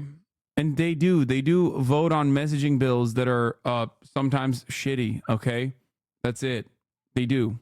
Glory to Turkey. Turkey a goal. Nice. Her race thing. Please Google Bolivia, big man. I'm going to fucking fly you to I'm going to fly you personally to Bolivia. Okay. I'm going to fly you there. I'm going to ship your ass out there so you can stop the coup from happening. Do you understand? Shut the fuck up. I'm going to cover Bolivia in a little bit. And God, she's incredible. I knew she was going to win. I'm next. And my election is June 25th, early voting June 15th. So we need everybody who's progressive, everybody who cares about human rights, particularly people of color, particularly. Why, when it's Joe, it's so easy to see the difference between his words and his actions, but when AOC makes mistakes, he gives the benefit of the doubt? Because I've never heard Joe Brandon fucking say that there's a genocide going on, unless you are trying to serve the top of the hour ad break here with the stupidest fucking take I've ever heard in my entire life. Because at the top of the hour, there is a 3-minute ad break. But if you're equating Joe Biden to AOC, you are literally the craziest person on the fucking planet. Dude, you do it all the time? Do what all the time, dumbass? Nothing about the ad break? You are a fucking freak? Are you defending Joe Biden here? What's happening? Are you making a comparison between AOC and Joe Biden? Give AOC the benefit of the doubt? No, I'm very critical of AOC when she does things that I don't appreciate, when she does things that I recognize as wrong. Having said that, however, I look at the broad scope of the commentary of an elected representative and I match it against the fucking average take in Congress. AOC clears that unimaginably low bar by a wide fucking margin. If you personally, however, consider AOC's sentiment, like calling what Israel's doing a genocide 4 months ago at this fucking point, okay? If you're comparing that to Joe Biden, who is like personally invested in the continuation of this genocide, you have literal brainworms. Do you think Joe Biden has ever said what Israel is doing is genocide? What is happening? You have to be the most schizophrenic chatter if that is unironically your position. If Joe Biden personally said a fraction of what AOC has said in terms of Israel, I would literally be probably singing his fucking praises right now about how unimaginable of a peacekeeper he is. What are you talking about? Because that would also accompany actions. Okay? Anyway, I'm running the 3-minute ad break regardless. I thought I gave him the benefit of the doubt. Man button skinny jeans, thinking that he wasn't just like the most insane person I've ever encountered. Yeah, there wouldn't be a genocide because Israel can't do it without Biden using the power of his office to do the genocide. Exactly. It's crazy. Anyway, what have been her actions to stop anything that's happening? Wait, this person is both anti-Biden and anti-AOC and making a comparison between Biden and AOC, saying that they're identical? Is that what you're saying? As a congressperson from New York, she has obvious limitations to what she can do in terms of within the boundaries of said limitations. She has done a decent amount of a decent amount in terms of bringing awareness, calling it a fucking genocide. Like, what are you talking about? Do you think that a congressperson that doesn't even have like a broad constituency, or not a broad constituency, but a broad coalition within the Democratic Party has the same level of power as the motherfucking president and the leader of the party? Do we need to do like, what? Okay, stop. Is that confusing? You think that more awareness needs to be spread? Who the fuck doesn't know about this? You know who fucking actually wants what Israel is doing to be called a genocide in Congress? Palestinians do. If a person doesn't know, they clearly aren't paying attention, and AOC might say it doesn't matter to them. Okay, brother. Yeah, I don't know what to fucking tell you about this. Okay? Brad left chatters look at the current U.S. Congress and go, you know who I fucking hate? AOC. She shouldn't be in Congress. Yeah. This is the same energy as like, I have to suspect that this is like either genuine mental illness in display, or it has to be like someone deliberately engaging in wrecker behavior. Even though nowadays I feel like it's more mental illness because the wreckers are coming for free. The infiltrators and the wreckers do it on their own for free. I'm asking what she has done, actions she has or will take. Great fucking question, brother. She's actually personally going in to Tel Aviv to with a strap with a suicide vest. Okay, that's what she's doing, brother. In a society where the broad majority of Congress do not reflect the values of the citizenry in terms of Israel's ongoing ethnic cleansing campaign, because it is our most valuable ally in terms of like the bipartisan consensus in Congress, calling what Israel's doing genocide is unimaginably outside of the fucking barrier that I'm placing, like the low bar that I'm fucking putting out there. Okay? Devolve into hyperbolic nonsense. That's clearly not what I mean. What are you talking about? Lesser of two evils is bullshit. It's not lesser of two evils. Morg Absolute. I already ran the 3-minute ad break. Stop trying to debate me with your tweet. Now you're fucking backtracking. Nah, the split going on between PYM and DSA is intensifying right now. I don't care, dude. I don't care about these fucking splits. I don't. Do you want to know why I don't care about these fucking splits? Because we are ultimately fucking powerless. And everyone needs to just shut the fuck up and do their very best. Prompt to suffering a major defeat. I'm just going to skip this, dude. Okay. I'm going to skip the Jamal Bowman Fox News article. Here's what Squirrel said. Also, this is very important to keep in mind, just so you don't get disillusioned or lose hope. This actually wasn't an ideal victory for AIPAC and the Israel and Zionist lobby. Yes, of course, they successfully destroyed Bowman, but they had to do it publicly and ostentatiously. They had to reveal themselves. Just 10 years before, they didn't. Any Bowmans that arose were quietly dealt with. No mass media smear campaigns, no flooding the district with clear AIPAC cash, thereby making it transparent for all to see what's going on. No, this shows their weakness, which is a testament to the power of those who are going to the streets and protesting and exposing their propaganda and lies on a mass scale. Yeah, not that long ago when Ilhan Omar said AIPAC money is what guides a lot of congressperson, people literally ate her up. The Democratic Party criticized her, said she was being anti-Semitic. Nowadays, AIPAC is a term that everybody fucking knows. Okay? That's pretty huge. This isn't the ideal scenario for AIPAC. Meanwhile, bro won by like plus 20. This feels like cope. No, there is truth to this statement, which is that AIPAC and other lobbying groups, especially AIPAC being like a foreign lobbying organization, can't make obvious moves directly in broad fucking daylight. Okay, because all of a sudden more people are gonna be like, what the fuck? What's going on with this AIPAC funding, with this AIPAC money? Okay, they have to operate under the radar, especially because they are lobbying the federal government. They're lobbying Congress at the behest of a foreign nation. That's huge. Obviously, for the record, you guys know what AIPAC is because you've been in here for a very long time. I talk about this shit all the time, but like for the rest of the politics watchers, the normies, they don't fucking know what AIPAC is. They've never thought about that shit.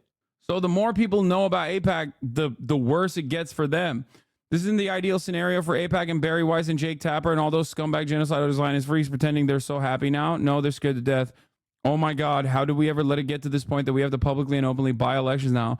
That is what they're really thinking. That is our collective victory. I don't know if they're thinking that because they're stupid, but I would bet most of those ads, yeah, no, they didn't do it with AIPAC. They did it through a subsidiary called like the Democracy Fund or some shit. Of course, but it doesn't matter because enough people are covering this as a AIPAC funded, because it is what it is, an AIPAC funded race. Is a double-edged sword, as it will also incite even more anti-Semitic rhetoric of Jews controlling U.S. elections type beat. Oh, abso-fucking-lutely. Zionism does almost as much work as fucking straight up Nazi fascists in terms of like creating anti-Semitic sentiment. 100%. Absolutely. Anyway, let's look at this fucking caveman. Israeli Prime Minister Benjamin Netanyahu, whom the International Criminal Court's chief prosecutor has requested arrest warrants against. Here's what he had to say. We've been through dire times in these months of anguish war. And during that time, I can say that Israel has had no better friend than Senator John Fetterman. Senator, welcome to Israel. I want to thank you for your courageous statements that show moral clarity and moral courage. And you just say it the way it is. Yeah, thank you so much, John Fetterman, for all of your bravery. It takes a brave man with genuine mental health issues, like genuinely a broken brain, to be able to defend Israel, to dick ride Israel in its most apparent iteration of its genocide and apartheid. And we appreciate this friendship at all times, but especially at these times. So welcome, friend. Welcome. Well, we stand with Israel through this, and I'm so sorry for what's been done to this nation, but I'm just an honor to be here today. Thank you. All right. And I look forward to visiting you in Washington. Thank you. Thank you. We've been through dire times. Oh, a guy who clearly has a good brain, okay? Don't ever say he has a bad brain. That would be a lie. He clearly has a good brain, a working one. Wow, they got the ogres from Sekiro to fight in the IDF. Oh my God, send him to the fucking front lines. Yeah, I did see Brace's. Israel has constructed a golem, and they did. They did it. Ay. Fetterman looks like me shaking my uncle while not wanting to be here. Anyway, Bloomberg. This is funny. Supreme Court accidentally posts what appears to be a draft of Idaho abortion decision. Reports that the court accidentally posted a document on its website related to its Idaho abortion decision. Now, it's important. We do not know whether it's a draft, the actual decision, or neither, but it appears to show the justices are poised to allow abortions in medical emergencies in Idaho. But again, the court has not yet rendered its decision officially. NBC's Yamiche Sindor is reporting on this for us. I'm also joined by Paul Butler and legal professor Mary Ziegler. Yamiche, what more do we know? Well, Chris, you said it. We are still sort of waiting to see exactly what's going to happen with this decision officially. But Bloomberg Law is reporting that the U.S. Supreme Court is poised to allow abortions in medical emergencies in Idaho. Of course, this was a big case that we were watching. This is, of course, according to a copy of the opinion that was posted briefly on the court's website. Now, that being said, NBC News reached out to the Supreme Court. We were told that a decision has not yet been rendered by the court. It was obtained by Bloomberg Law, which said it was temporarily posted in error by the court. Court. We do not know if this is a draft decision, the actual decision, or neither. NBC was also told the court's publications unit inadvertently and briefly uploaded a document to the court's website. That opinion, though, they were told has not been issued, and it will be issued in due course. So the Supreme Court is telling us there will be an issue in due course. That said, Bloomberg is reporting the decision would reinstate a lower court order that had ensured hospitals in the state could perform emergency abortions to protect the health of the mother. That's the big difference, because the issue here had been whether or not Idaho's law here was in contradiction to federal law. Idaho's law allows exceptions for rape, incest, and the life of the mother, but the health of the mother, meaning whether or not she was going to be very sick, whether or not she might lose her future fertility, whether or not she might have to undergo a surgery where she might have a hysterectomy and not be able to have other children if she was denied an emergency abortion. So in this case, according to Bloomberg, they're saying that the Supreme Court is siding with the Biden administration, though we are still waiting to see what the official ruling will be. But this is a big case that we have been watching and waiting for. A number of women, of course, in Idaho, especially looking to see whether or not they're going to be able to have access to that emergency care, because the Biden administration is saying right now there are women who might go into an emergency room, need an emergency abortion because they are dealing with complications of pregnancy, and might be denied that because of this near total ban on abortion in Idaho. Hey there, MSN. Yeah, ultimately, what's going on, ultimately what's happening, what's unfolding is basically here's a senior writer for Slate, Mark Joseph Stern. This inadvertent early release, according to Bloomberg, suggests the Supreme Court will dismiss the EMTALA cases as improvidently granted. Bloomberg says the decision would restore the district... incredibly... Sorry. The Supreme Court will dismiss it. Bloomberg says the decision would restore the district court decision, which had protected emergency abortions. If the Supreme Court does dismiss the EMTALA cases, it wouldn't offer a ruling on the merits, but merely allow for more proceedings in the lower courts. Such a move should not be misinterpreted as a decision in favor of patients' rights to undergo emergency abortions. They're passing the buck back down to the lower court system because they're probably worried about, Trump's reelection chances. As you know, the Supreme Court is obviously a political entity and absolutely operates on those boundaries. This is why I suspect that they made the domestic abuser decision as well, where they made a decision that was like pretty soft in terms of the domestic abusers not being able to fucking have weapons. It is because they want to, one, win back a little bit more influence and act like they are an impartial arbiter of justice and that they're seriously litigating these things. And also because they want to, they don't want to look like they don't want to hurt Trump's reelection chances. Okay. That's mainly the major reason. Okay. They're doing a little bit of PR. They're throwing a little bit of stake in the direction of the Democrats and the liberals. And they're more importantly doing this so that, Trump's reelection chances are not fucking absolutely devastated, because any kind of decision that is anti-abortion, which, by the way, some Republicans in the party still, especially at the state legislature level, are desperately trying to tank the Republican Party as aggressively as possible. It's Game of Thrones over there. Okay. But the Supreme Court recognizes that, that's not okay. Alex Jones, lol. It's Alex Jones level conspiratorial thinking to say that the Supreme Court of the United States has always been a political entity, an instrument of whichever party dominates it in majority. What else is Alex Jones level conspiracy theories in your mind? Like saying things like money in politics obviously sways elections, or that, the American government has a bipartisan approach when it comes to funding the military and, whatever foreign policy goals that we have. Do you have any other good ones? Classic lull user, by the way, every time.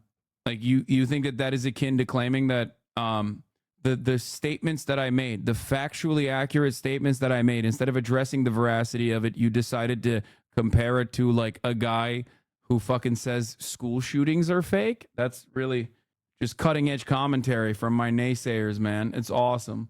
You sound like Alex Jones, bro. Yes, of course I sound like Alex Jones, because you're a fucking baboon. Like, yeah, you're stupid. of course, to a stupid person who fancies themselves to be a fucking liberal centrist, yeah, obviously I'm going to sound like I'm conspiratorial. That's not my fault. Read a fucking book. Yeah, I'm just laughing. Lol, I'm laughing. Yeah, it must be a conspiracy that institutional trust in the Supreme Court is at its lowest fucking levels as a direct consequence of the Roe v. Wade decision and many other decisions that came that were like unimaginably undemocratic, with very little justifications, very little legal constitutional justifications for it. Specifically, in terms of all of the latest appointees openly lying, that and also all the fucking money that they get that they haven't disclosed. Yeah, it's I must be an Alex Jones level conspiracist for saying that there is very little institutional trust in the Supreme Court. In order for the Supreme Court not to be fucking like dramatically overthrown or whatever, they need to maintain this level of impartiality. And as a consequence of that, they have to fucking make certain decisions. By the way, you know what's really funny about the Alex Jones take? That's not just my approach to it. Here is Agnes Williams, sequencentennial professor of law and politics at Georgetown Law, author of Congress's Constitution, saying this exact same thing.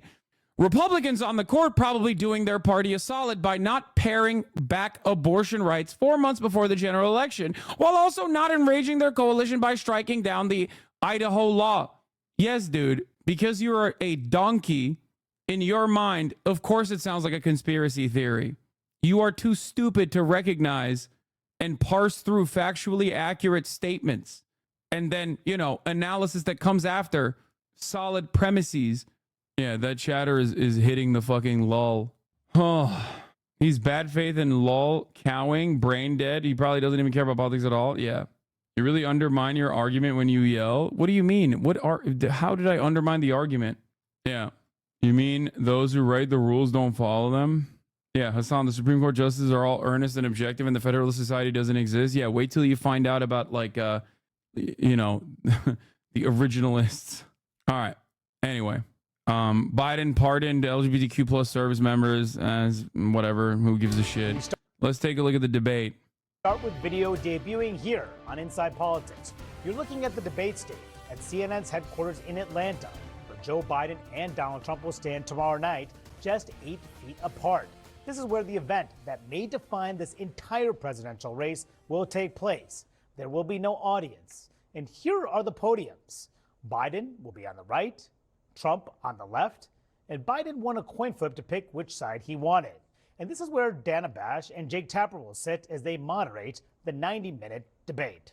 And CNN's Jeff Zeleny is in Atlanta. Are you going to talk about Bolivia? No, I'm holding that conversation hostage because I secretly am a CIA agent who doesn't want to cover the truth about Bolivia and the coup that's going on in Bolivia. And not because it's a fucking breaking news story from a foreign country that, like, I don't have enough information on. And I fear that it would be, I mean, I don't know, a little irresponsible of me to fucking react to that. When breaking news is occurring in fucking Israel, it's a little different than breaking news of another coup in Bolivia. Okay? Atlanta, of course, getting ready for the big night. So, Jeff, the stage, as you see there, literally set. It's almost go time. What are you hearing? Manu, the stage is set and a history-making one indeed, but the history books have little guidance for what we are going to see tomorrow evening. The 45th and 46th presidents of the United States making their case to the American voters and indeed a global audience for why they believe they deserve a second term in office. Of course, so much has changed since the last time the two men were in the same room together on the debate stage 4 years ago this fall. Of course, there is the invasion of Ukraine, war in the Middle East, here at home, of course, inflation front and center. Voters, of course, will have their eyes on all of this. We know that President Biden has been hunkered down at Camp David, taking debate preparations very seriously. Donald Trump also taking debate preparations more seriously. This is going to be the lamest debate in American history and will probably cause millions of Americans to lose hope in the American project. I mean, neither of these candidates look good on camera, off camera. It's not going to be great. Okay. We'll talk about the Bolivian coup in a second after this coverage. I don't know who the fuck would have hope at this stage for American democracy and its prospects because shit is not looking good regardless. But, oh, Fuck, did I forget to order? God damn it. I still don't think it'll happen. Last minute cancellation? No, that's crazy. Seriously than he may have been letting on. Also trying to expectation set along the way. We've been talking with some voters who, of course, are going to be tuning into this. It's also in battleground Georgia, a key battleground state that Donald Trump narrowly lost to Joe Biden 4 years ago. Kelvin King is a conservative Republican, a longtime leader here. He said he has his eye on this. It's not just a president's perspective or a president's perspective versus a prior president's perspective. That's not what this debate is about. We're looking at all types of things from the physical characteristics, the movements, the pace, the types of word, the grammar. Like we're paying attention to every nuance of this debate. Oh, and also policy too. Also policy too, of course. Policy will be front and center, and they are very distinctive. But it is the style and substance and how these two presidents come across that certainly could change the trajectory of this race. So here in battleground Georgia and other battlegrounds across the country, and indeed the entire country, voters will be tuning into certainly the biggest moment of this presidential race so far. No question about it. Jeff Zeleny from Atlanta. Thanks for that. And I want to turn now to CNN's Arlette Saenz, who is live at the White House. And Arlette, you have some new reporting on how Team Biden wants to pay Trump tomorrow night.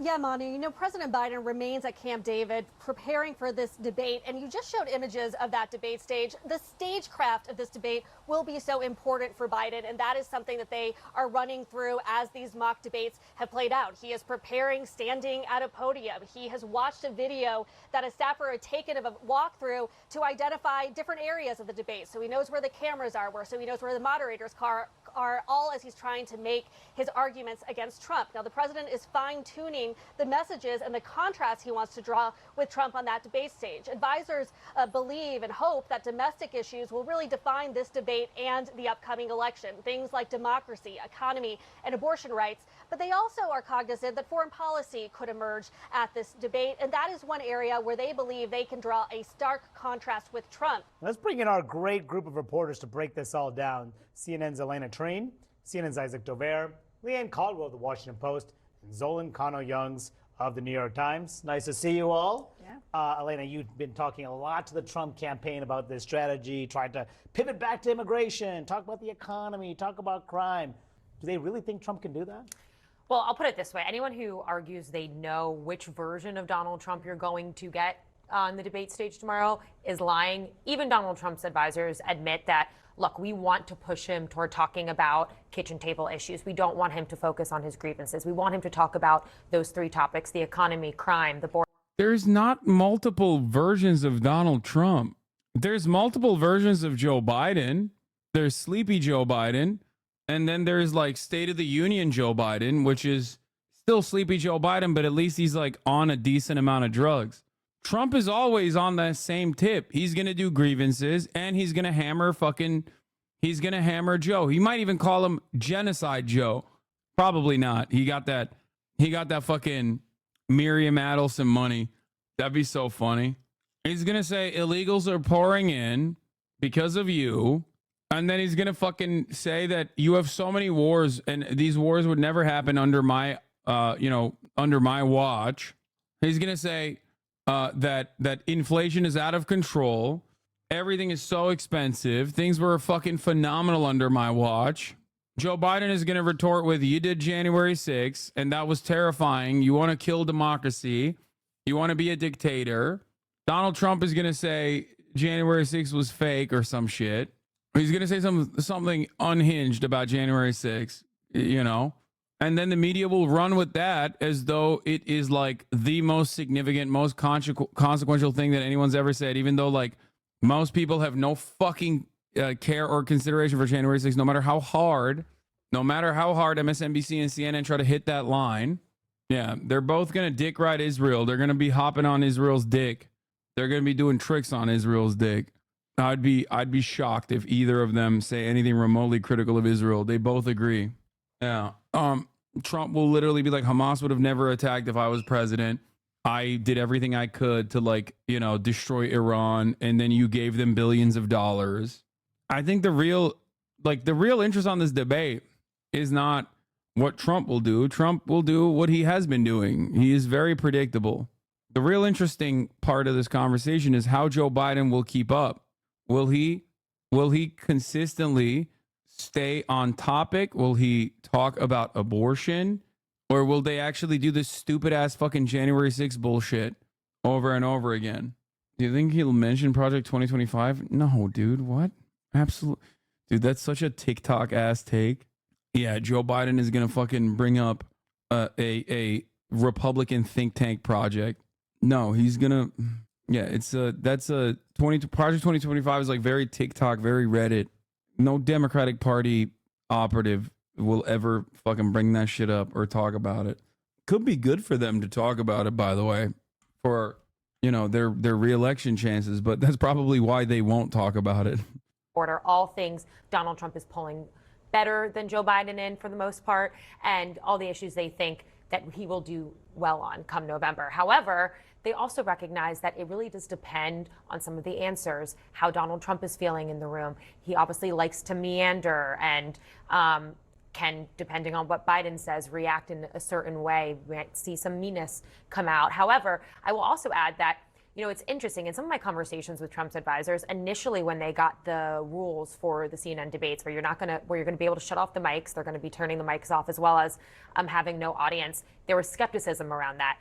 Now, in recent days, I've actually been told that they think those rules may actually help Donald Trump. One is with the mics. We remember back in 2020 on that first debate that they had between Biden and Trump, Donald Trump repeatedly talked over Joe Biden, wouldn't let him get a word in at some points, and we saw Donald Trump fall in the polls shortly after that. It's something Trump himself remarked on the other day. With the audience, he also likes to feed off a crowd. And so some of his advisors and people close to Trump have argued, you know, maybe without the audience, it can actually help him stay on message. So that's kind of what the discussion has also been about behind the scenes, how to try to rein in some of that rhetoric and make sure he's in the right place so that he does a good job on the debate stage. You know, with those podiums are 8 feet apart, I'm sure, you know, they're muted. Perhaps if someone's speaking loudly, it could be picked up on someone else's mic. What do you think? What are you hearing from the Biden team about if Trump does not go down the path of what he attempts to do, petty grievances or trying to talk over and tries to be more sober-minded and turns to immigration, to the economy, to crime? How will Biden deal with that? Well, Biden's going to try to rile him up, clearly, and push him to defend some of the positions that he's taken on these things, while contrasting it to his record and saying, I'm the sober, competent one. You're the one who had all these wild things go on while you were president, or proposing even more wild things now. But this is a tricky thing for Joe Biden. You know, we, for all the fanfare about the debate, all the prep. I love that they have the fucking countdown, like presidential debate in 32 hours, 51 minutes, and 0 seconds. Preparations, everything. Standing up there on stage, even though Joe Biden has debated a lot of times before, and he's debated Donald Trump twice before. Shit's going down in Bolivia. As of now, shit is no longer going down in Bolivia. It seems like shit has actually officially gone down, and we're in the aftermath of the shit going down. I've been monitoring the situation in Bolivia. I'm going to talk about it. Everybody needs to fucking calm down, okay? I don't know why. In 2020, after that first debate, which was intense, if we remember, even before we knew that Trump had COVID, Biden walked off stage, and what he said to his aides, the first thing he said is, that was embarrassing. Mm-hmm. And he felt bad about being in the middle of such a mess of a debate. Mm-hmm. He was saying I couldn't get a word in, and talked about how he thought he had done badly, and had to be reassured by aides that actually most people thought. Here, let's hear it from Telesur. Let's see what the fuck's going on. In the service of the people. Thank you very much. Action against the democracy of the people. This happened amid a full room of people who showed their support to the president to defend the stability of the country, and likewise will respect the authority of the government and the state of Bolivia. We are still seeing live images, live from La Casa del Pueblo. One of the chiefs that have been newly appointed is set to offer statements.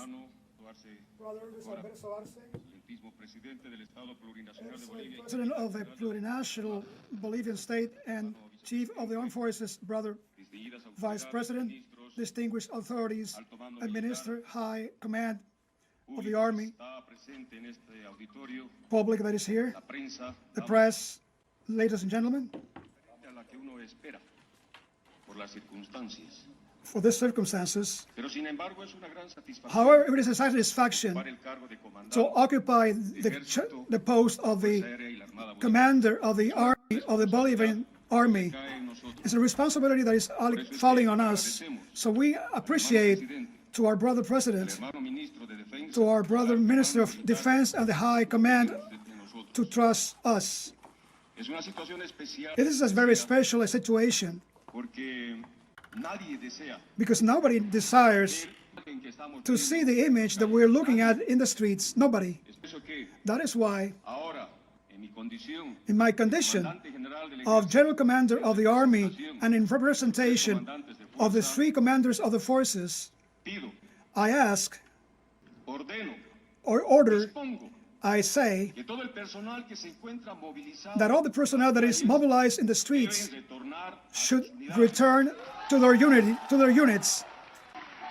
The military mobilized in an irregular manner. They stormed the fucking presidential palace. Evo Morales called on the people to fucking plant a popular resistance against this illegal coup.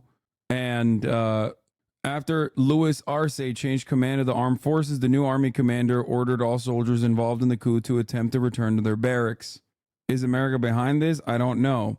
But here's what was going on. Bolivia's General Zuniga says there will be a new government cabinet. For now, we recognize President Arce as Commander-in-Chief of Arms. This, that's what happened earlier.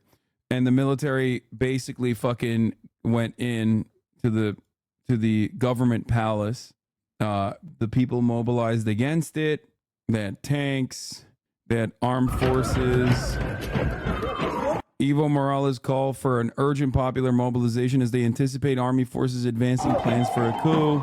And it seems like as of now, it has subsided. Hello, everyone. So straight to the point, there is presently an ongoing, very serious military coup attempt in Bolivia. It has been denounced as a coup attempt by the vice president in a statement that he made on Twitter, and the president himself has denounced unauthorized military mobilizations in La Paz, the administrative capital of the country. The context for this is that yesterday, Jose Zuniga, the commander of the Bolivian armed forces, made a statement to the media where he said that he may order the military to arrest ex-president Evo Morales if he runs in the MAS party presidential primaries next year. Evo Morales running for president again is something that would be completely legal, so this statement cannot even be spun as just the military trying to enforce the law or anything. It was quite simply the chief of the armed forces declaring his possible intent to interfere in democracy if things don't go the way that he likes. So President Luis Arce, who is currently in something of a conflict with Evo Morales for the MAS party's presidential candidacy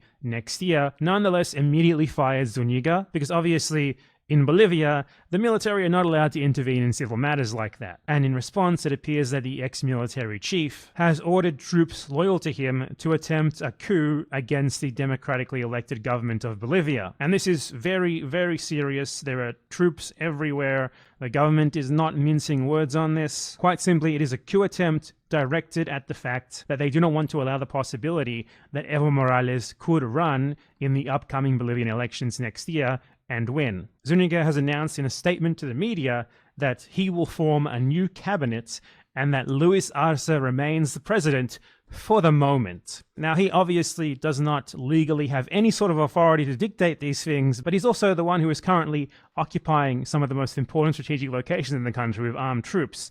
So perhaps what he says will nonetheless go. But this is still a developing story, and yeah, by the time you watch this, things may have changed, but I just wanted to get this out as soon as possible.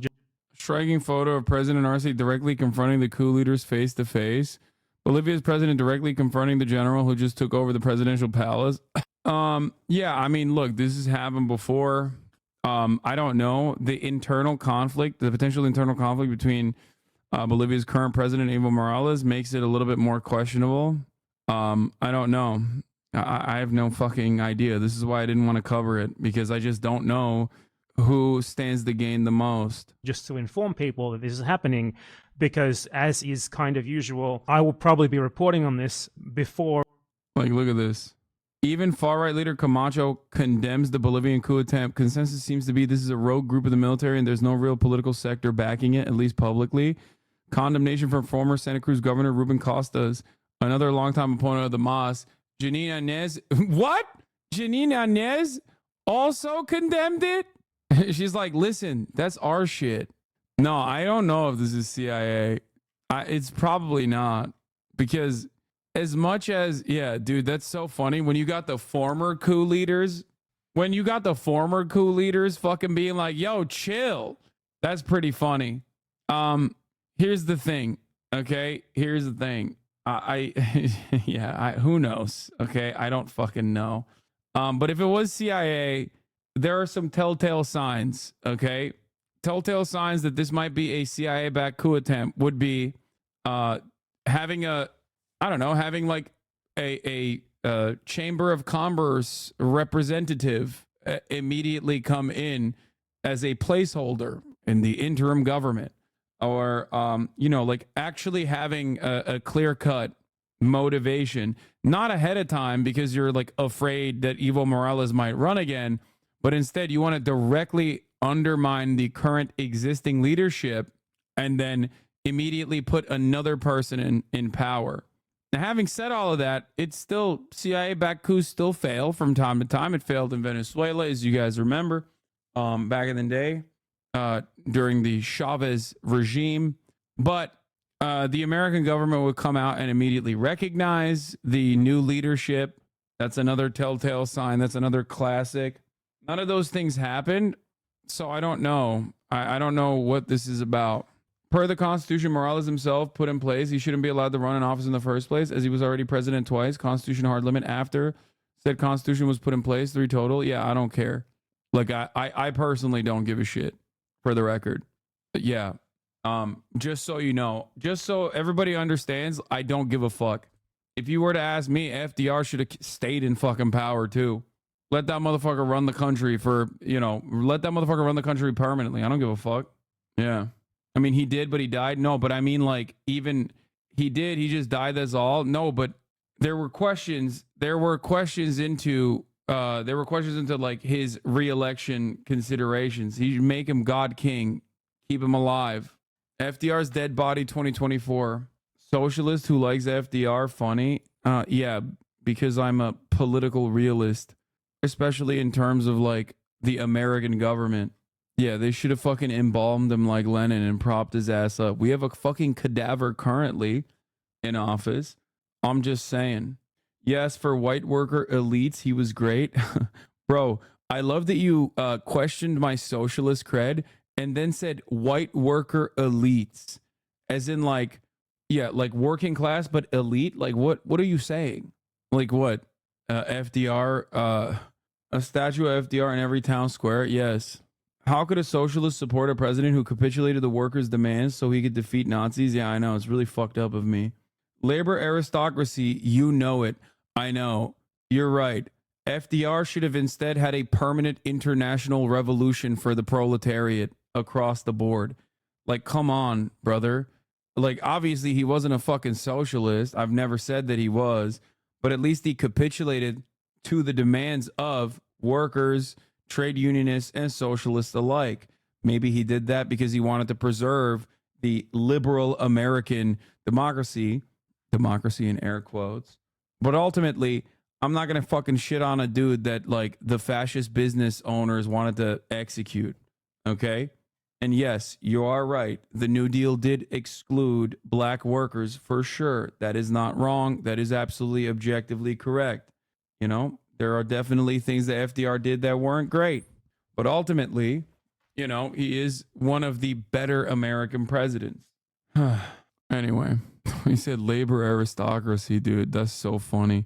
Yeah, it was a real labor aristocracy move to fucking fight against Nazi Germany. He should have been caring about, instead of going to war, instead of doing World War II, what these motherfuckers should be worried about was like, you know, I don't know, arming the Maoist rebellion in the Philippines or something.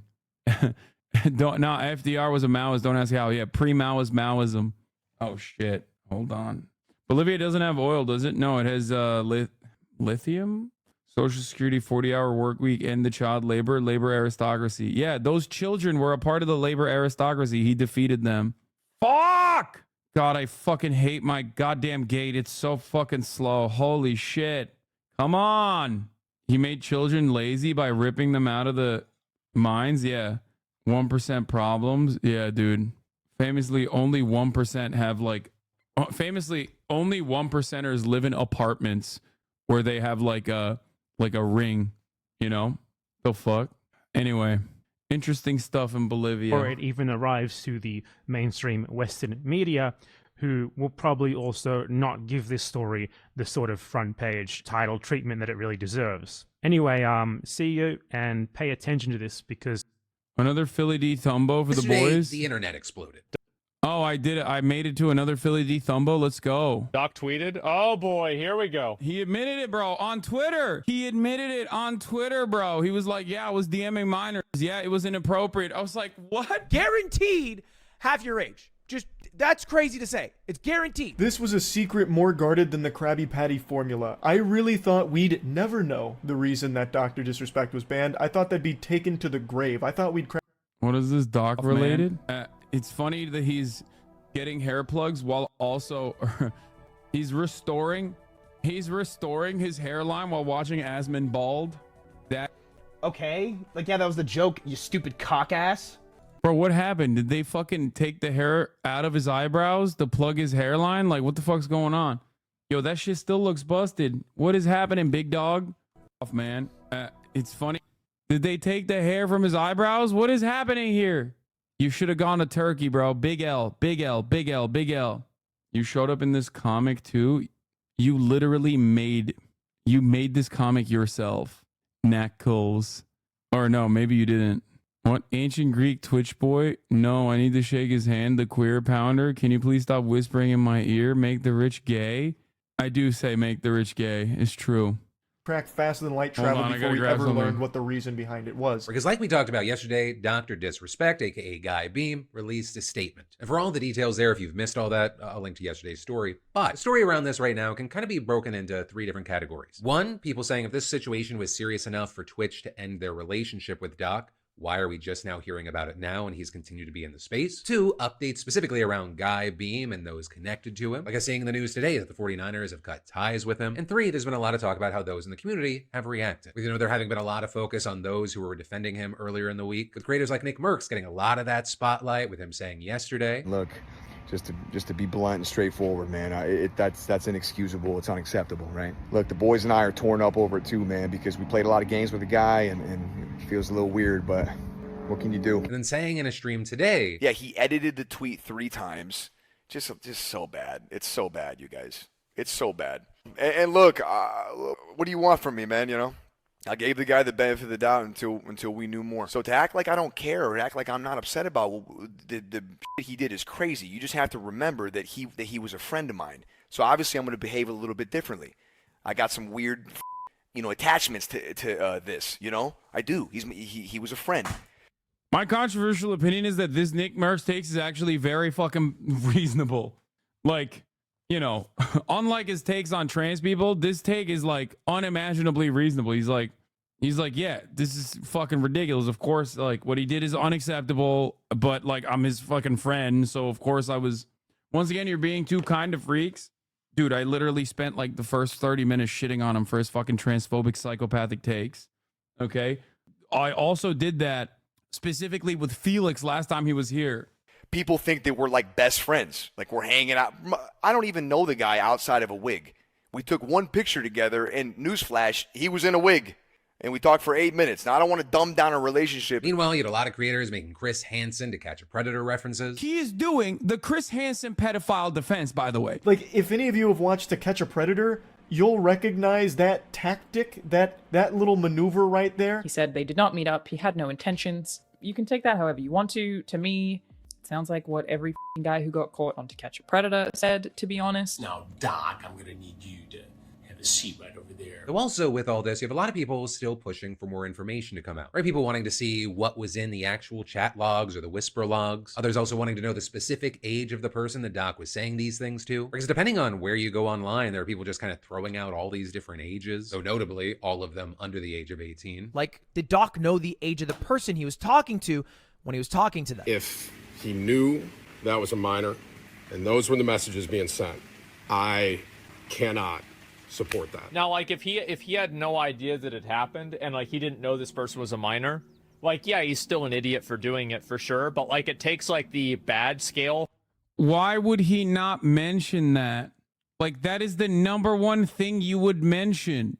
If he literally didn't know the age of the person, then yeah, of course he would mention that in his defense, bro. He literally said, personally, I fucking messaged inappropriately a minor. You think you wouldn't launch a defense against that immediately by being like, yeah, but I had no fucking idea how old she was. And that's precisely when I stopped the conversation, when I found out. I just don't understand how you can even say this. Like, genuinely. Y'all seriously watch Dr. Respect? Yeah, that's the new guy. Dr. Respect. This was before the tweet? No, it wasn't. All of these statements are post the tweet. From like, I don't know. Like, it takes it down a number of notches to me. Now, what's not clear and what a lot of people are coping with is that maybe Dr. Disrespect didn't know the age of the person he was communicating with. But I truly feel if that was the case, Dr. Disrespect would have mentioned that, saying that he had those communications with this person that he believed was of age but turned out to be a minor. You know, ultimately, that is where we are with this, as all of this continues to play out both in the court of public opinion and as others wait to see if more information could be coming. And then we need to talk about Georgia State Trooper. Right, so that is how long it took Georgia State Trooper Jake Thompson to shoot unarmed 60-year-old. What? Maybe Doc was tricked about the age? Wait, no, he wasn't. There is no maybes there, brother. What are you talking about? Brother, if there was a maybe there, he would have fucking stated it. You're crazy. You're so crazy. You probably think that at the top of the hour there isn't a 3-minute ad break. You know what I'm saying? Speaking of which, by the way, we were just talking about the Bolivian coup, and obviously I have to mention Elon Musk. Megaphonics don't bust the fucking load, especially not at the top of the fucking hour when there's a 3-minute ad break. If you no longer want to see those ads, all you need to do is subscribe for $5 or for free with a Twitch Prime by connecting your Amazon Prime account to your Twitch account, where you get 1 free Prime subscription a month. Use it on your favorite broadcaster. Hopefully that shit is me. Okay. Here is the 3-minute ad break now. Elon Musk famously once said, another government stimulus package is not the best interest of the people, in my opinion. You know what wasn't in the best interest of the people? The U.S. government organizing a coup against Evo Morales in Bolivia so you could obtain the lithium there. We will coup whoever we want. Deal with it. Now, he said that. You know what else he said, though? The people were promised Felix. The people demand Felix. Shut the fuck up, dude. Okay? Felix is going to get here when he feels like it. And he's supposed to get here around 3. Suck my fucking dick. Like, what do you mean? Well, what is this? Shut up. Stop complaining. He's coming. Anyway, Elon Musk, once again, the defender of CSAM, child sexual abuse material, an account was suspended. Visegrad24, the fucking, the fascist Polish account. Okay? And Elon Musk was asked about being... Elon Musk was asked about being fucking this account being banned, and he responded. Okay, he posted a picture of that poor kid in Afghanistan being sodomized with a stick, which triggered an automatic child exploitation suspension. Account will be restored soon. This is now not the first, but the second, and perhaps won't be the last time Elon Musk has personally unbanned an account posting child sexual abuse material. It's weird that it's happened twice. Very weird. Anyway, same thing Iron Man would have done. Oh, for sure. All right, let's get back to the fucking CNN presidential debate stage. Trump had done badly. Yeah, I mean, and Biden, perhaps Trump always ridicules people for being low energy, but he may need to be low. Being low energy for him this time may be what his team wants him to do. Yeah, it worked in that first debate in 2020, actually. Yeah, this is obviously going to be high stakes for both of them. The Biden campaign is very well aware that this is an opportunity where a large swath of Americans are actually going to see them together for the first time in 4 years, perhaps potentially now just paying attention to what is going on. But everything that Trump is doing leading into the debate has been quite predictable. It's the same tactics that he used in 2020 and 2016. I was speaking to a person close to him yesterday and said, look, none of this is shocking. This is the exact playbook about attacking the moderators or saying that Joe Biden is going to have to be on drugs. He did that in 2020. He did it in 2016 with Hillary Clinton as well. And so it's an attempt, a strategy to discredit the entire process should he not do well. Speaking of discrediting the process, before you jump in, Zolan, about the unsubstantiated claims that Joe Biden will be full of drugs come Thursday. That is what Trump and his allies have been saying across the airwaves over the last several days. Bro. I expect he's going to be up on energy drinks or whatever. Bro, come on. Like, saying that Joe Biden's going to be hopped up on some shit is not that ridiculous, dude. CNN, like, I get it. You can't say that, I guess. But, like, these are unsubstantiated rumors. How dare he say that? Like, really? Like, what president isn't on some shit? Where they're going to give him. And he did. He was overly aggressive at the State of the Union. He jumped right over the introduction because he was so hyped up. Yeah, bro, they're going to fucking put Trump on a stack too. Like, let's be real. That's the Sudi boy himself. He gets that good British Sudafed. I expect that's the Joe we'll see at the debate. Many of the doctors in Congress felt that he was on some type of stimulant, whether it was Ritalin or steroids or something else. So we anticipate that for this first debate, he will be on something. He's probably going to be filled with Adderall like he was at the night of the State of the Union. Again, there's no evidence at all about any of this. And even, Marianne Miller Meeks, who's a swing district Republican, going as far as saying, oh, these are the doctors believe he was on something in the State of the Union. We're seeing a little bit of a shift here, too, when it comes to the messaging here. I mean, it wasn't too long ago that I remember former President Trump saying that Joe Biden was the worst debater. Now we're hearing, oh, he might be on stimulants, again, without any evidence. We're hearing he might. Yeah, because it's dumb as fuck to, like, literally allow your debate opponent to have the lowest bar possible right before a debate.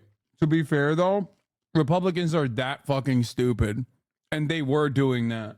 And then they realized, like, oh shit, the State of the Union, we set the bar so low, and we made fun of Joe Biden before he actually performed. And then everybody's expectations were so low of Joe Biden that he actually cleared that low ass bar. Might be a worthy debater. It seems like as we're getting closer to this actual debate, we are starting, one consequence of these statements is you're starting to see the bar lowered a little bit, as well with, some of the kind of misleading videos we've seen on social media as well of Biden, as particularly at the G7. Come on, you have bro. to wonder if they're. Oh my God, those videos are. Oh my Lord. Okay. There's anxiety as well when it comes to the Trump camp and Republicans that the bar has now been lowered as well for President Biden, particularly here as you see this shifting message. But this is one of these where we say, oh, it's unsubstantiated. They're saying without evidence. They're not. They're just making it up. Yeah. They're saying it's not. It's red meat to the right. base. This is not like some belief that they have, like maybe they'll be a movie star one day, right? This is made up, and it's made up with an intention. Look, in 2020, remember there was the whole thing, was Biden wearing some kind of listening device that was feeding him, looking at the creases in his shirt? It was the rosary that his late son, Beau, wore. Like you said, the drug stuff has come up before. This is intentional, and it's to make it part of the conversation. But that Marianne Miller Meeks, she's a doctor. Yeah. And doctors usually don't diagnose without examining the by patient. sitting in the audience and saying, wait a second, maybe he was. Yes, that's typically not what you do as a doctor. I'm not here to call out his lies. Everybody knows he's a liar. Will you shut up, man? Listen, who is on your list, Joe? You're the worst president America has ever had. Sure. Graduated last in your class, not first in your class. Bro, he doesn't have this fucking smoke 4 years later, by the way, which is kind of wild. And he was old as shit back then, too. Bro was old as shit even then. Keep yapping, man. The people understand, Joe. That's extraordinary. It's extraordinary to think that 73 million people were watching that and hoping to get some answers about which way they should vote come November. It's Tuesday, the 29th of September, 2020, and Donald Trump is about to face off against his Democratic rival, Joe Biden. The debate takes place in Cleveland, Ohio, with just 5 weeks left until Election Day, and Donald Trump is trailing in the polls. There are accusations that he's mishandled the coronavirus pandemic, which up to this point has cost the lives of more than 200,000 Americans. Someone actually brought something really interesting up. It's a little bit of a lib take, but the fact that Trump didn't visibly age during his tenure shows how much he cared. Not a lot. I kind of agree with you. Like, am I crazy? I feel like you watched Obama perish. You watch every president literally in the 4-year sequence in the first 4 years, like genuinely become tarnished, right? Like you watch the soul get sucked out of them. Donald Trump, on the other hand, kind of fucking, he was just kind of chilling, dude. What is that? Nah, compare 2015 to 2020 night and day. Maybe. Hit me with the old ass video, chat. Give me an old video from like 2015, 2016. He did fucking golf a lot. Like he golfed so much. This motherfucker wouldn't read the press briefings in the morning. He's like, no, I'm good. Yeah. Problems. And they're bringing those problems with us. They're bringing drugs. Bro, this shit's not that different, bro. Bringing crime. They're rapists. And some, I assume, are good people. But I speak to border guards, and they tell us what we're getting. He looks skinnier now because I think he's on that Ozempic, but cast as we are starting. Here's your video on the 2020 debates. Yeah, look at that fucking stack. You guys are going to watch it on your end, right? On C-SPAN. Yeah, with Osita Nwanevu, Ryan Grimm, David Weigel, Austin Show, Moon, 80,000 people watching. Fuck, man, those were the days, baby. There were definitely moments in the 2020 election, though, that like where Trump was not all there, for sure. Like in the 2020 re-election cycle, like I remember him, like, not to pull a David Pacman here, but like there were certainly a lot of instances where he just did not look like he had he had his shit aligned. You know what I mean? Like he got COVID. Like he was definitely fucked up. Having said that, however, the difference between him and like 2015 is not all that significant with how he is now. I mean, he has like some moments, but that is kind of crazy. I guess it does kind of prove that he just did not give a shit about being president at all. Like, he just did not do any of the fucking job requirements. In March. I don't know. Did I hold a rally? I'm sorry, I hold a rally. Did I hold a rally? The threat of the virus looms over this event. It takes place without a public audience, just family members and campaign staff. There are no handshakes, and the podiums are staged a safe distance apart. Why should the American people trust you more than your opponent to deal with this public health crisis going forward? In this case, the question goes to you first, sir. 2 minutes uninterrupted. The president has no plan. He hasn't laid out anything. He knew all the way back in February how serious this crisis was. He knew it was a deadly disease. What did he do? You should get out of your bunker and get out of the sand trap and get in your golf course and go in the Oval Office and bring together the Democrats and Republicans and fund what needs to be done now to save lives. If we would have listened to you, the country would have been left wide open. Millions of people would have died, not 200,000, and one person is too much. It's China's fault. It should have never happened. You didn't think we should have closed our country because you thought it was terrible. You wouldn't have. Oh my God.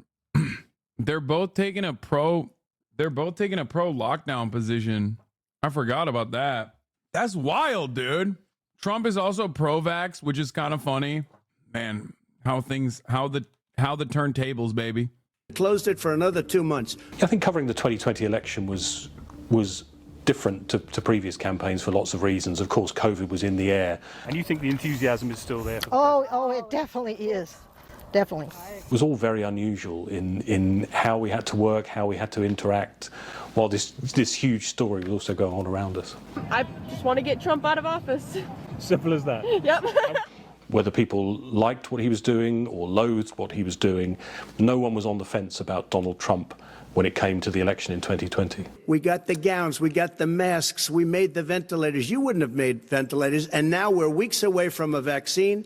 They're going to be delivering. This is the same man it's who all told set you up. by Easter this would be gone away. By the warm weather, it'd be gone. Miraculous, like a miracle. And by the way, maybe you could inject some bleach in your arm, and that would take care of it. This is the same man. That was said sarcastically, That was and you him. know that. I think there was a definite sense in the campaign and in the debates that Trump saw the potential. Damn, Brandon cooking his ass, bro. He had COVID here, by the way. Isn't that crazy? He had COVID right here, didn't he? He had the COVID secretly, which is wild to consider. God damn, dude. Dude, our elections are fucking crazy, bro. Trump looks worse nowadays. I mean, he just kind of, I feel like the deterioration is nowhere near as significant as Brandon's. For the pandemic to be an existential threat to his presidency. The suggestion that he downplayed the risks of COVID. Coronavirus, right? Kung flu, yeah. It's going to disappear. One day it's like a miracle. It will disappear. Looks like by April, you know, in theory, when it gets a little warmer, miraculous. It was so fucking funny when you think about it. Because, like, at the time, Republicans were making it seem like if you say Kung Flu and just, like, shit on random Asian people in America for doing COVID, like, that's the best way to combat COVID. Like, they literally were holding on to that shit. Like, they were defeating COVID by just, like, yelling at Asian people. He goes, oh, I hope that's true. For Biden, there was an opportunity because if the more Trump suffered in the polls, the more Biden would profit from that. I know how to do the job. I know how to get the job Well, you done. didn't do very well in swine flu. H1N1, you were a disaster. Your own chief of staff said you were a disaster. 14,000 people died, not 200,000. There was no economic recession. Sir, you made a there was no recession. You made a point. Let him answer. And there was we didn't shut down the economy. This is his economy he shut down.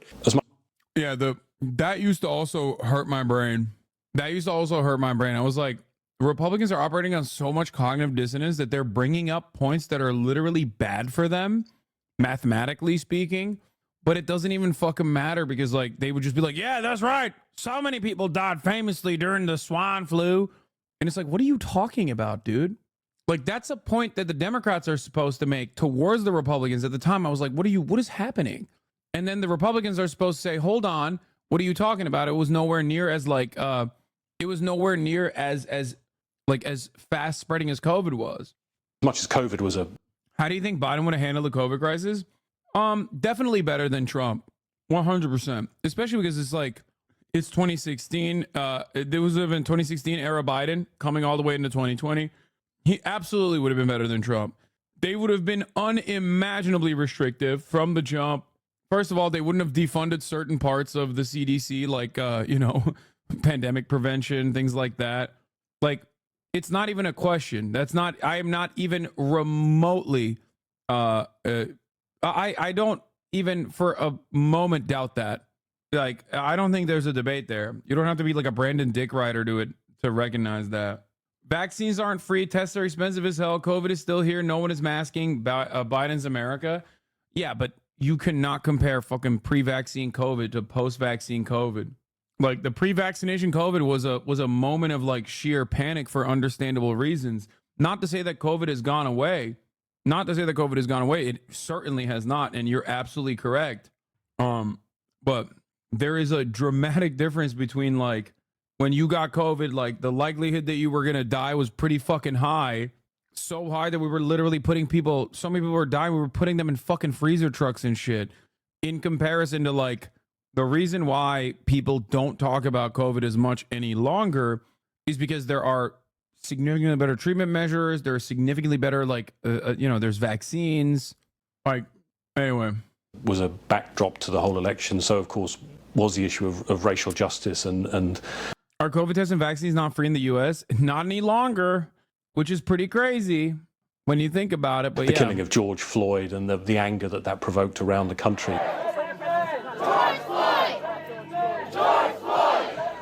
It was an issue that both candidates had to face up to.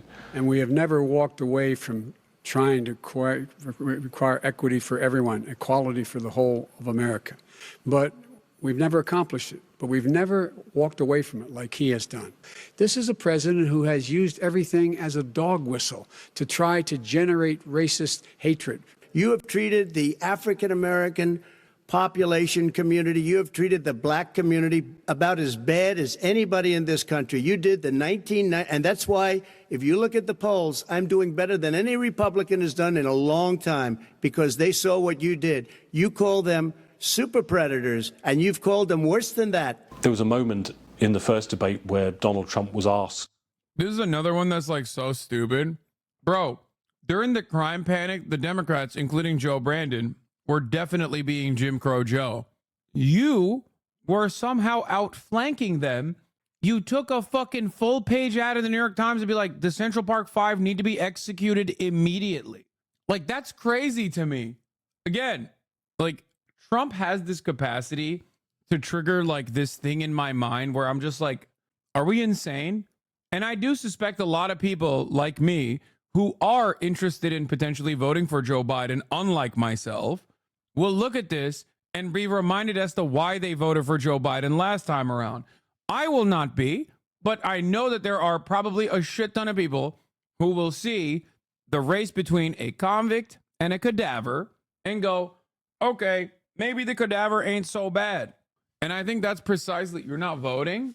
I didn't say I'm not voting. You should always vote. I love voting. Voting is good, especially for your local candidates, your state representatives, ballot measures. And there's a lot of good shit to vote for. Yeah, convict and cadaver is genius. Thank you. I came up with that this morning. Yo, shit's looking like a fucking DND campaign, okay? On the one side, dude, necromancers are holding him up on both accounts. You got like, this is some like Elden Rings type shit, like a 700-year-old like molester versus a 750-year-old also molester. To condemn white supremacists, and he managed not to do that. Are you willing tonight to condemn white supremacists and militia groups and to say that they need to stand down and not add to the violence in a number of these cities, as we saw in Kenosha and as we've seen in Portland? Sure, Are you I'm prepared willing to do specifically that, but do it? Well, go ahead, sir. I would say almost everything I see is from the left wing. What do you want to call them? Give me a name. Give me a white name. Supremacists and who would white you like me to condemn? White supremacists and right Proud militia. Boys, stand back and stand by. But I'll tell you what. By suggesting they should stand back and stand by, what many people saw as a call to arms for white supremacists, which was an extraordinary moment in a country going through what it was going through at the time. So you said you went to Delaware State, but you forgot the name of your college. You didn't go to Delaware State. You graduated either the lowest or almost the lowest in your class. Don't ever use the word smart with me. I think Trump, in everything in his presidency, worked on instinct. I don't think there was much preparation for this debate. Folks, absolutely agree. Folks, do you have any idea what this clown's doing? Do you have any idea? Trump likes to believe that he can think on his feet and get out of any scrape, but he also wants to have the last word. Well, People forget that who gets voted in gets to appoint up to 3 Supreme Court justices. Do we really want the court to skew Republican even harder? Dude, it's already a super majority. It's so Jover. What do you mean? When people say that, I'm like, are they seeing something I don't know? Like, do they know some shit? Are these motherfuckers dying or what? I can't wait for a potential Biden re-election where the Republican Party actively stops him from appointing Supreme Court justices because it's his second term. Oh, that'd be so funny. Chris, can I be honest? It's a very important question. Try to be honest. He stood up. No, the answer to the question is no. Ukraine. No, sir. With $1 billion, if you that get rid is of absolutely you know what, you're not true. You're doing it. You're going to Not have true. Gentlemen. It tells you a lot, doesn't it, about this kind of playground atmosphere and the teacher there, Chris Wallace, trying to keep control of these 2 toddlers talking over each other. The country would be better served if we allowed both people to speak with fewer interruptions. I'm appealing to you, sir, to do that. Well, and him too. Well, frankly, you've been doing more interrupting that's than all he right, has. but he does plenty. Not surprisingly, when you looked at the views that the American people had, having sat through that, it was largely negative. Disappointed. Crazy. Comical. Train wreck. Horrible. Thank you, and good night. In the hours that followed, a poll of debate watchers found that Joe Biden had won the first debate. This wasn't good news for President Trump, who needed a strong performance to reshape the presidential race. Days later, Trump announced that he and the First Lady had contracted COVID-19. As a result, the second presidential debate in Florida was called off. You know, it's My most controversial opinion on the matter is that Donald Trump getting COVID right before the election legitimately carried Biden over the finish line. And I think a lot of people keep telling me that I'm wrong for that. And that literally is like, I think that that was the Hail Mary.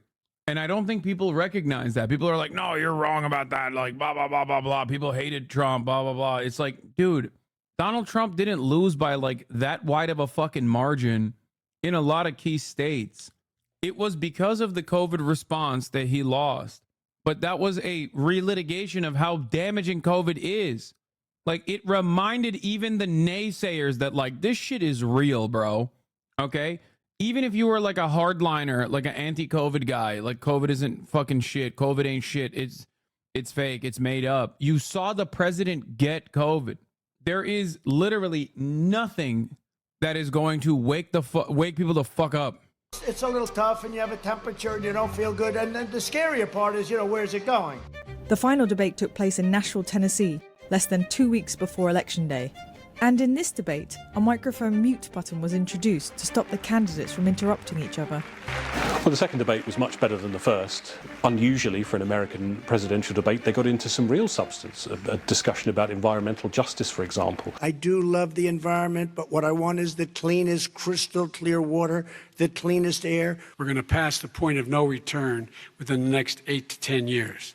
4 more years of this man eliminating all the regulations that were put in by us will put us in a position where we're going to be in real trouble.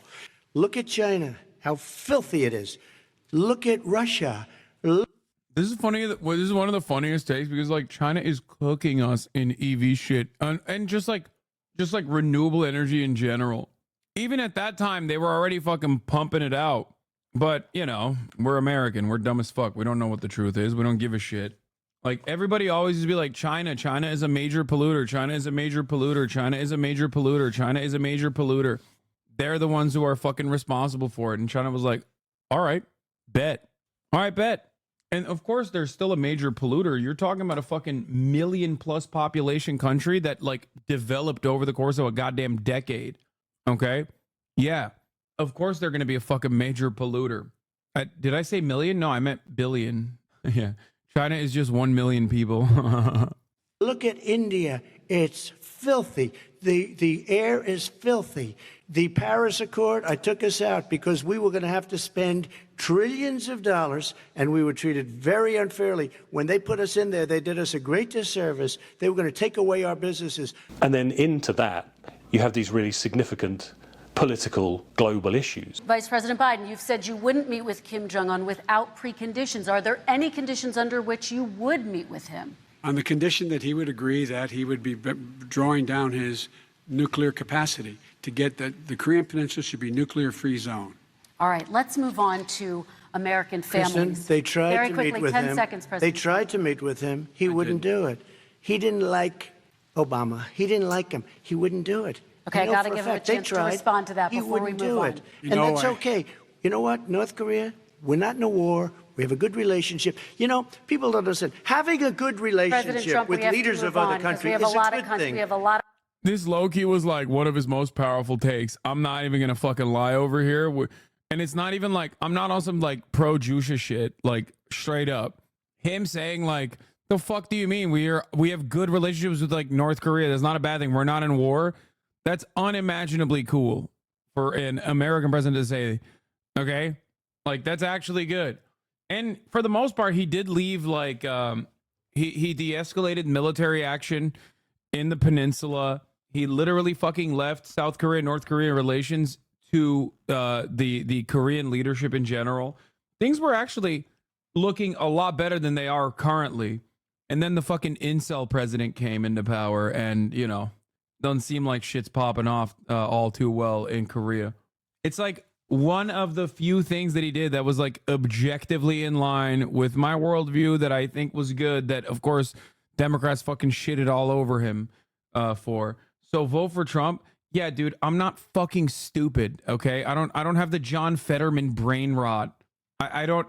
You're so stupid if you like, that's one aspect of his foreign policy the entire rest of his foreign policy was unimaginably bad. There's nothing that will quickly make me sound off like I'm fucking Rachel Maddow than coming in here and being like, you should vote for Trump. It is the stupidest, you are the dumbest person on the planet, dude. Okay? Straight up. Straight the fuck up. A lot of questions to get to. Not Your like response. saying we had a good relationship with Hitler before he, in fact, invaded Europe. Oh, God, I hate you so much, you fucking cadaver, you dumb fuck. Bro, compared Kim Jong-un to Hitler, dude. Every one of our enemies is Hitler. All of our allies are the best. All of our enemies are Hitler. Come on, dude. You are so fucking stupid. The rest of Europe. Come on. It was clear that the Democrat Party felt that Joe Biden was the man who could beat Donald Trump. If you're a middle-class family, you're getting hurt badly right now. You're sitting at the kitchen table this morning deciding, well, we can't get new tires, they're bald because we have to wait another month or so. Or are we going to be able to pay the mortgage? Or who's going to tell her she can't go back to community college? By the way, this is the classic case of using the existing awfulness that Americans are experiencing on any given basis against the person who is responsible, that all Americans will think is ultimately responsible for. This is no different than Donald Trump turning around and being like, you did Ukraine and you did Israel. Okay? That's basically it. Because like some of the stuff that he's talking about in this situation are like logistical hurdles, right? And that's not something that Donald Trump could have fucking dealt with. Like he's talking about how like there's not enough tires for people. They have to wait. There's like wait lists. And it's like, there's literally nothing. What the fuck was Trump supposed to do? I mean, yeah, he could have taken COVID seriously. That part is 100% true. But it is funny to be like, yeah, no, people are waiting in line for tires because there's not enough tires coming in or whatever. That's not what he's saying, lol. A big part of the reason why prices went up during COVID were logistical issues. Let's be real. They're the decisions you're making in the middle-class families like I grew up in Scranton and Claymont. He'd come from a working class area in the northeast of the United States. He had that heritage. He would win in those Rust Belt states. They felt whatever doubts people may have had. Chat, I know what he's saying. He's saying that people can't afford shit. Middle class families can't afford shit. And it's like during COVID, at least, like there was legitimately logistical issues. Those logistical issues were literally just oil companies gouging prices to post record profits. What are you talking about? Dude, I'm not defending Donald Trump here, but you're absolutely wrong. What you're talking about is the Biden presidency. Under the Trump administration during COVID, there wasn't a lot of travel happening. I don't know if you remember. Oil was free 99. Had about his age, for example. And then he looks, the family, around the table, everything. Just a typical politician when I see that. Let's talk. But Biden went into these debates ahead in the polls, ahead in the fundraising, with a much better chance of winning that election, whatever happened on the debate stage. I certainly think Trump didn't do himself any favors with the undecided voters. There will always be those who love Donald Trump and will vote for him, whatever. But in terms of the undecided voters, I don't think anything there would have won him votes. And when you look at what happened in November, that was pretty much borne out in the election result. Let this grim era of demonization in America begin to end here and now. Certainly, the handling of the pandemic by Trump was a major factor in the whole election campaign and in those debates. And Biden's decision to look like the grown-up, following the scientific advice, rightly or wrongly, certainly had an impact on how that election turned out. Who are you pre-calling to on who's gonna win the debate? I have no fucking idea, dude. We're in a very cool area right now. We're in a very cool era in general, where like either of the candidates could potentially die. You know what I mean? Like that's kind of awesome when you think about it. Like, oh my god. Okay. The rest of this is lib shit. Oh, he fucking didn't concede. Whatever, dude. It's because he won, okay? It's because he's the real president, you bitch. Also, whichever candidate dies and replaces someone new will win. Also ironic. Hossie, I'm begging you consider this emote. What? Kamala versus Mike Pence. I don't know where the fuck Felix is. Yes, chatters, I did cover the Bolivia coup, okay? Let's do a Johnny Harris video. How Japan lost its empire map. This region, the Pacific, recently it's heating up. And now is probably a good time to rewind and remember what this region looked like back when there was a war happening out here on these islands, a war between great powers. Let's start right here, at the end of the 1800s, when Japan is expanding fast, conquering territory, taking the resources, becoming a powerful empire. By 1940, their empire looks like this. It includes hundreds of remote islands out here in the Pacific, and Japan uses these colonies to extract resources that fed this growing conquest. But they don't have everything they need yet. They still rely on the US for the most vital of resources, oil and metal. Now, the US doesn't necessarily like how aggressive Japan is being in their region, but they tolerate it. That is, until Japan allies itself with Nazi Germany, and then continues its expansion into a French colony and threatens to completely cut off the US from its ally China. So the US, along with Britain and the Netherlands, cut Japan off of oil, gas, iron, and steel. You hear that? These are vital resources, so this is a major blow to Japan. They calculate that they only have 2 more years before they run out of this vital energy. They must act quickly. So they start looking further south, to land that is known to have a lot of oil. It's true. The U.S. was a line. That's not a joke. It was real. There was a moment where even for a brief moment, there were not just nationalist China. There was a brief moment where there could have been an allegiance with even communist China. Historically, could have been crazy. Mostly nationalist China, but the problem for Japan is that this is all controlled by European empires. The U.S. deserved Pearl Harbor. Say it. Dude, if it wasn't for fucking Pearl Harbor, America would not have joined World War II. So yeah, like it was literally for the betterment of society. Pearl Harbor low-key kind of fucking kicked shit into high gear. Like, yeah, it was bad, but also like think about it this way. Infinitely better than it. Wait, what? Hello? Oh, I'm unlocking it. Hold on. Felix Biederman is here. What's worse, Pearl Harbor or 9/11? What do you mean? 9/11 was so much worse. Pearl Harbor, for the most part, was like attacking a fucking military base. And Pearl Harbor was attacking a military base. Hawaii wasn't even a fucking state at the time. What are we talking about? Also, not even close to comparable to Hiroshima and Nagasaki. Yeah, of course not. What? Yes. I don't think that anything is comparable to Hiroshima and Nagasaki. It is literally, it's the worst atrocity. What are we talking about?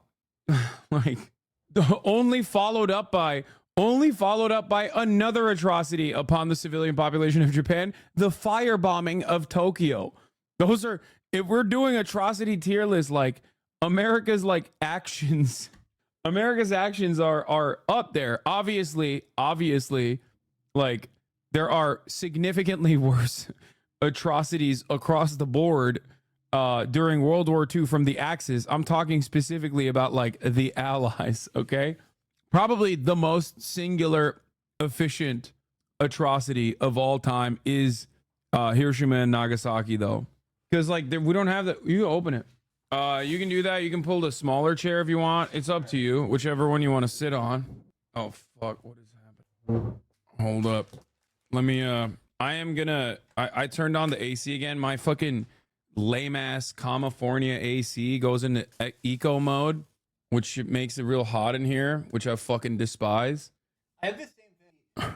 You have central air here. You got to speak super into the microphone, by the way. Hold on. And the microphone is like kind of busted, and I don't even know how to fucking fix it. I'm so annoyed. I have a spare one of these if you want. I have like 8 of them. I just hold on. All right. I need the arm. That's the real problem here. The fucking mic arm. But we gotta move it in. Like it is. One more. Yeah. The problem is it also like there we go. Okay. But it doesn't move more in that other direction. I'll do it. No, I mean I'm gonna fix it. Ask Felix what his top 5 war crimes in terms of atrocity scale. So many to choose from, dude. So many good ones. Bro, this is like held together with a vice grip, dude. Look at this. Feel this. Try to unscrew that. Impossible. You need like Baki level grip strength. Did you do it? You can't get enough. He's saying you can't get purse on it. You can't grab it enough. Felix. Yeah. Kaya, watch out. It's over. All right, you're just gonna have to, talk into it in a weird angle. That's fine. This works. I'm cleaning up. Anyway. Is it a cable issue? No, it's just like it's just stuck, so I can't move it. So the angle is weird. Anyway, we were literally watching Johnny Harris talk about how Japan lost his empire mapped, but there's a bunch of bangers that I have ready, locked in. Black kid drowns in pool. You won't believe it. Oh no. And also, this is another one. This is another banger. Not hired for being white. Tyler Fisher's discrimination lawsuit. Joe, I've talked about it a million times. It's so fucking annoying. That used to be Joe Rogan used to be the best show to watch crackpots on. You had Graham Hancock who would come on and be like, the aliens came here 70,000 years ago and they gave us fucking Gulfstream 6s. They give us mushrooms. Yeah, he had the most insane people in the world, and it was terrific. And maybe once every month he would have a guy on who was like, I was a former Navy SEAL and I learned a new way to drink milk. And it was kind of boring, but it was like, okay, that's 9 great episodes, 1 bad one. And now it's only like right-wing media guys. It's like Ben Shapiro. It's not even like, you don't even get Alex Jones most of the time. It's just like a normal Republican guy. No. I was saving this till Felix got here. My account of the day from M HUD that's not real. No. No. It has to be. No. I love you and stand with you, Doc. I love and forgive at Dr. Disrespect, follower of Jesus Christ, Stephen Atkins. Join November 2023. I don't know. I mean, that like Gut's telling me it's real. This is like a Tom on Here parody, bro. This is like so too on the nose. Yeah, this is the exact sort of profile picture Tom would do too. This makes me so sad, man. One of my inspirations talking to a minor inappropriately, KMT. You have a wife and kids. Do better, says KSI. This is literally the last thing he needs. If for all of you dickheads to attack him, pathetic. He made a mistake. Forgive the guy.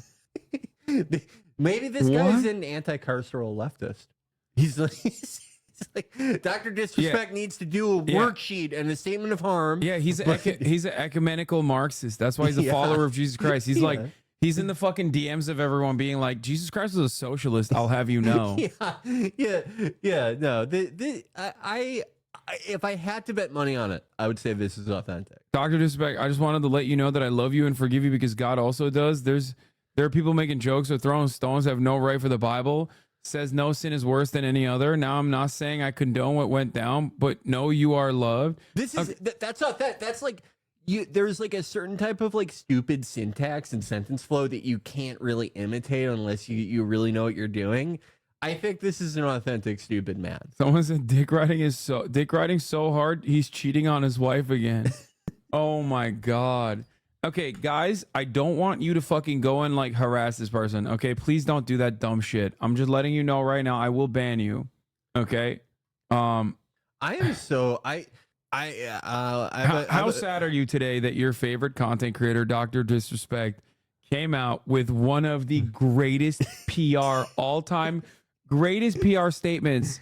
Like I never thought this would such a thing would happen where a prominent content creator would come out and be like, yeah, I was trying to fuck a minor, but please don't call me a pedophile. I hate pedophiles. Yeah, I sent that statement to a close family member who works in like PR just to give them a panic attack. It's one of the like most incompetent displays I've ever seen, because like he didn't realize that the edits are visible. Like you can go back and look at like the edited versions of and it's like because you can go back and look at the different versions, you can like sort of get inside his stupid internal monologue when he's writing it. Like the first version, when he doesn't say minor, when he's like an individual, he sounds like a cop. The first version he does say minor. Oh, the second version then he deleted minor and was like, oh sure, okay, no. I was talking to an individual style human being who was a certain age, and then but like I just like you can get his stupid internal monologue because he first writes minor. And then he's like, wait, that doesn't sound good. Yeah, technically she's an individual. I mean, we're all individuals. And then he puts that, and then he realizes, wait, no. look, I'm Dr. Disrespect. I don't sugarcoat shit. I did this. Dude, I love that. I love that. He's like, gloves are off. That's right. I try to fuck a minor. How he's like, did it verge in the direction of inappropriate sometimes? Yes. Would I have actually done it? Fuck no. I'm so mad you would suggest that I would do that when I was asking this minor her itinerary at TwitchCon. Let's cut the bullshit. All right. Yeah, let's cut the bullshit. I am a pedophile. But I hate the term pedophilia. Actually, it's a phebophilia, okay? He does my favorite thing that like stupid people do when they fuck up, which is they do something that's like so fucking stupid and so singular, like very, it takes like a really like stupid and delusional mind to do whatever they did, whatever it is. And then in their apology or explanation or whatever you want to call it, they go, I'm not a perfect person. And it's like, no one thought that. Like I get that like in entertainment, no one wants to like be the actual thing they are, but it's like, your job was like being a buffoon who like wore a wig, said he was the champion. No, like dude, no one ever thought you were like perfect. I don't like 3 years ago. I don't think I would have like assumed he did this like out of nowhere. Yeah, I mean, I thought it was like, I thought he was being like weird and a sex place was like adults. I didn't think it was like with a minor. Yeah, no, I like, God, I remember too when he got banned, there were people who were like, they were saying like, I actually know the reason why it happened and it's really bad. And at the time I thought, okay, yeah, right. Like, oh, I know the reason, I just can't say, but I'm telling everyone so I can look like I'm in the know. There's just so much of that goes on. It turns out those people were right. Maybe by accident. But like, I like how Nick Merckx and Jim the Junkman got naked to disavow him. Dude, that was the hottest. That was great. That was the hottest sequence of events. That was the fucking move of the summer. Take your shirt off. Definitely don't show your neck. And just like do like the it is the most like car guy type way of filming when you're just like, yeah, just like the worst angle possible. It's like, yeah. It was so sick. It was so sick. I love in the Nick Merckx video how like he's walking around like a sim in his backyard. Yeah. And he's like, oh, look, I'm fucking disgusted. We know this isn't fam. When you're fam, you can't go below a certain age. That's not positive. And then his wife is like, calling to him. And he's like, hold on, honey, I gotta do this. Like, what do you tell your wife in that situation? Hold on, everyone's okay. Remember when they made a Call of Duty guy for me? And then I said all that stuff, and then this like professional buffoon defended me? Well, he did something bad, and I've got to address it. I'll come help you in a minute. Can you tell Felix I think he looks handsome? That's what Bussy Angel said. Bussy Angel thinks you look handsome. Thank you. I'm like, hold on, honey. I'm disavowing my pedophile friend. Give me a sec. Let me clear this up real quick, okay? Yeah, she's like, she's like asking for help for like, one of those wife things. Like, oh, we need to change the living room cushions. Like the bullshit furniture accessories that wives love. I need to make another bowl meal. I don't know, that type of stuff. And he's like, I have to address the Dr. Disrespect situation. I do love like personally all of the fucking weirdos that come crawling out of the woodwork to like defend him though, after he literally verbatim said, yeah, I inappropriately talked to a minor, but I wasn't trying to fuck her or nothing, and I'd never actually end up successfully fucking her. Like, and there's still motherfuckers who are like quartering. You know who that is? Oh my, I love him. I love him. Firm handshakes. Firm handshakes, Slick Daddy Club. Me and all the guys who work at ADX Florence fuck with you, Dr. Disrespect. Yeah. We want to see you on joystick. I like the people who like were going, these are like, they have the same brain as Alan Dershowitz. but have like a sub like 8th grade education, and so they're trying to do like torts, but like the dumbest version of it. I saw people going like, we don't. He said individual. We don't know if it's a girl, and we don't know if inappropriate means sexual.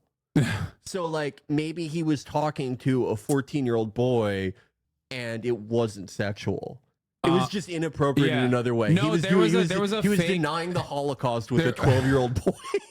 There was a fake. Better than grooming, dude. There was the fake email going around that like proved all of the accusations were actually completely unsubstantiated.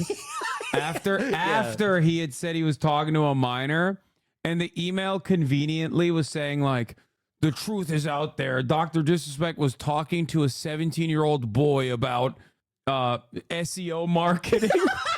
That's really inappropriate. But Twitch chatters, Twitch moderators wanted him banned for any reason, and it's like the absolute dumbest fucking guys you've ever met in your life being like, see, this raises a lot of questions that Dr. Disrespect answered, by the way. Yeah. It's like I can't, it's hard to get inside anyone's thought process. I don't really know what his was. Again, like I think it may have been something like generally along the lines of like, you know, I'm Dr. Disrespect. I don't sugarcoat things. I mean, that's what he said. But like, if I just fucking take this head on, everyone's gonna respect it. Yeah, but I don't. Like he did it in such a way, like that. Like his dumbest fans trying to do like black cube shit doesn't work. It's like the dumbest fans doing that, and then also like the absolute worst, like out and about defenders of pedophilia coming out and just like trying to get a couple of the dumbest fans on their side, I guess, like Sneeko and shit. I saw the one guy that like surprised me a little bit was Steven Crowder. Like came out against him. Steven Crowder. Yeah, I expected Steven Crowder to, I don't know. I mean, it's like everyone saw those tapes of you trying to like give lead poisoning to your wife or whatever, like just a horrible shit, you know. You were trying to give your wife like dog chemotherapy so she would die or something. You're insane. Like everyone saw your videos. You're a crazy person. But he did come out against it, and I think he's the only big name conservative guy who like did who like fully. Yeah. But he was engagement farming. He's been engagement farming a lot lately since the tapes. Dude, I haven't been seeing anything of Crowder. I feel like he fucking fell off unimaginably, dude. Fucked up the $50 million bag so publicly, got owned by like the worst losers, like the most annoying losers on the conservative. Jeremy Boring. Yeah, Jeremy Boring owned you, dude. That's like, you can't come back from that. Yeah. And then like even fucking Tim Pool couldn't like rehabilitate his image because he was like trying to do the whole like, well, let's listen to what he has to say. It seems like he wanted to have free speech, and it seems like maybe the Daily Wire didn't want to have free speech. Like, I mean, his instincts are the absolute worst in general. Tim Pool's. Yeah, it's fucking incredible. I think like the thing that was like death for Crowder and his audience was, it's not like actually doing those things, because for that audience it like generally doesn't matter, right? But it's more so that like he was talking to his wife like how he talks on his show. That was that made me feel insane when I saw it. When his poor fucking wife is like, you know, you're psychotic, why are you torturing me? And he's debating her like she's a woke college student. Yeah. And he has the same like annoying intonation he has my on mind. video. Yeah. You need to go get the dog medicine. Change my mind. Words have meaning or they don't. I'm going to kill myself because you don't love me. It's such a like just a bad confluence of personality types. I think that was the end for him. There's just you can't come back from that. Yeah. It doesn't work for me either. If you love me, you'd fucking go like get our dogs a high cut fade. You'd go like to handle this like depleted uranium I have in our backyard while you're pregnant. Yeah. He just wants his children to be certified conservatives. That's what it is. Yeah. That's the one surefire way to do the John Fetterman approach. Just like John Fetterman's trying to kill his family. Or at least give them the same brain that John Fetterman has. We need to know more about the car accident. Dude, okay. It's fucking, man. I heard, wait, I don't know if this is a meme or not. This might be like a classic Felix, I heard this while playing CSGO moment. But I remember hearing somewhere that John Fetterman's driving is so bad that his family takes separate cars now. I can believe it. They let him drive, but like they're like, okay, sure, you can drive. It's not like your brain is gonna get worse in the event of a car accident. Maybe it'll fix you. Maybe the second car accident will fix your brain. Maybe. You know what? This sounds real. We should. Okay, chat. If we're wrong about this, if this isn't true, we heard it on the DCS forum. Yeah, it's not our fault. Blame Eagle Dynamics. If this is not true. Let me see. I don't think they're in a separate. I mean, she was in the car crash. That is one happy looking couple. She cannot believe her luck. Look at all that happiness in her eyes. Yeah, she's like, I'm with a stud. Yeah. God. He put a suit on for this. Where's he going? Correspondent. All right, Todd, thanks so much. We are learning more about a car crash involving a Pennsylvania senator that sent a woman to the hospital. Yeah, this happened on Sunday morning on a highway out in Maryland. State police say Senator John Fetterman was driving with his wife and in a vehicle. Oh, his staffers don't ride with him any longer. Okay. Yeah. Oh, those bloodless sociopaths. Yeah. Even they were like, this is a bridge too far. You know, his defense of Israel is fine. Okay, we're fine. We're careerist pieces of shit. But I'm not trying to die for this man. Do you remember he hit when an that SUV? Backbencher GOP congresswoman from Indiana accidentally killed herself and 3 staffers in a car accident last year? I don't remember that. Man, it was I'm not gonna say it's funny that she died.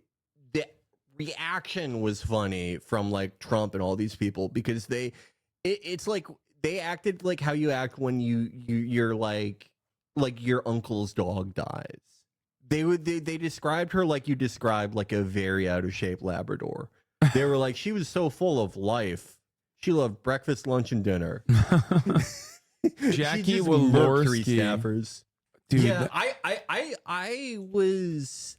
That's crazy that you. Oh my God, yeah, dude. Don't remember this? No, I don't even remember. It was crazy. They showed how far away from Illuminati level she is because it's how are you dying in a regular car accident? Yeah, she got owned. Yeah, it's it's extra sad for her staffers because they're fucking staffing for Jackie Walorski. Their career was so cooked. Think about that. Your last thought on this earth before you die is yeah, this kind of sucks, but maybe if I really put in work and I really get myself known, I can get molested by Matt Schlapp. I could get molested by Matt Schlapp, or I could work my way up to working for Dan Crenshaw. Oh God! And then instantly you're fucking that's right. dead. Getting molested by Matt Schlapp is highest level of Republican staffer territory. Yeah. You're getting a fucking bag. They're throwing a bag at you after that. That is the payoff space. I love that he just keeps going. I love that everyone knows what these lawsuits are about and everything, and his wife's like, nah, you're not gonna cancel my hubby. Yeah. It's yeah, that's what's going on. Dying in a car accident as a Republican is terrible because it means you're a broke boy that couldn't pay for a driver. I mean, a lot of those guys, they're in it for the thrill. They're thrill seekers. Jackie Walorski was a real fucking racer, you know? Yeah. She was a thrill seeker. And she was like Racer X. Yeah, she was doing crazy. She was doing tricks on that fucking Prius, dude. Those were her last words. When I'm in a Toyota Yaris, everything just makes sense. Then it exploded. Oh, Jesus Christ. Okay. MHUD really wants us to finish this video because apparently there's a junkyard owner that is really funny. Yeah. No, I know what he's talking about. Yeah. Yeah. There are not a lot of details that were given out by officials, but our media partners out in Pennsylvania did speak with people who hauled the senator's car away from the scene, and they got some more information.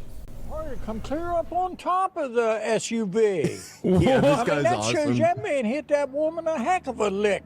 Wait, what is that accent? Pennsylvania's got guys like this? It is real Pennsyltucky out here. Yeah. Rural Pennsylvania is literally Pennsyltucky. It is crazy. It's you go deep enough into Pennsylvania and you hear accents that like haven't existed since like Scooby-Doo was an actively running series. These are Scooby-Doo ass accents. That's Maryland.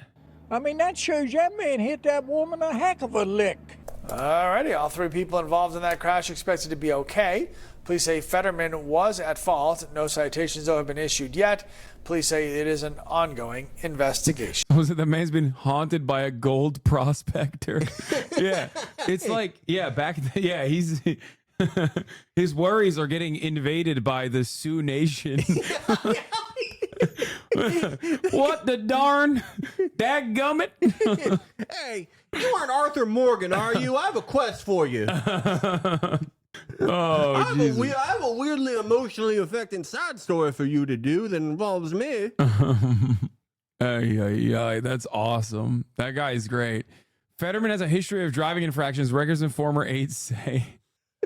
This is the one where the aides are like, we don't want to be in the car no more. The accident did not come as a surprise to some of his former staff members who said Mr. Fetterman was a notoriously distracted driver who often made video calls and read news articles on his phone. What news articles? Bro, is he can't even speak. What are you talking about? News articles is covering for him so bad. It's like no, they're not like. He can't even single task. What do you mean multitasking? He's just so smart. He loves the news so much that he's a danger to himself and others. Yeah, that's what's going on.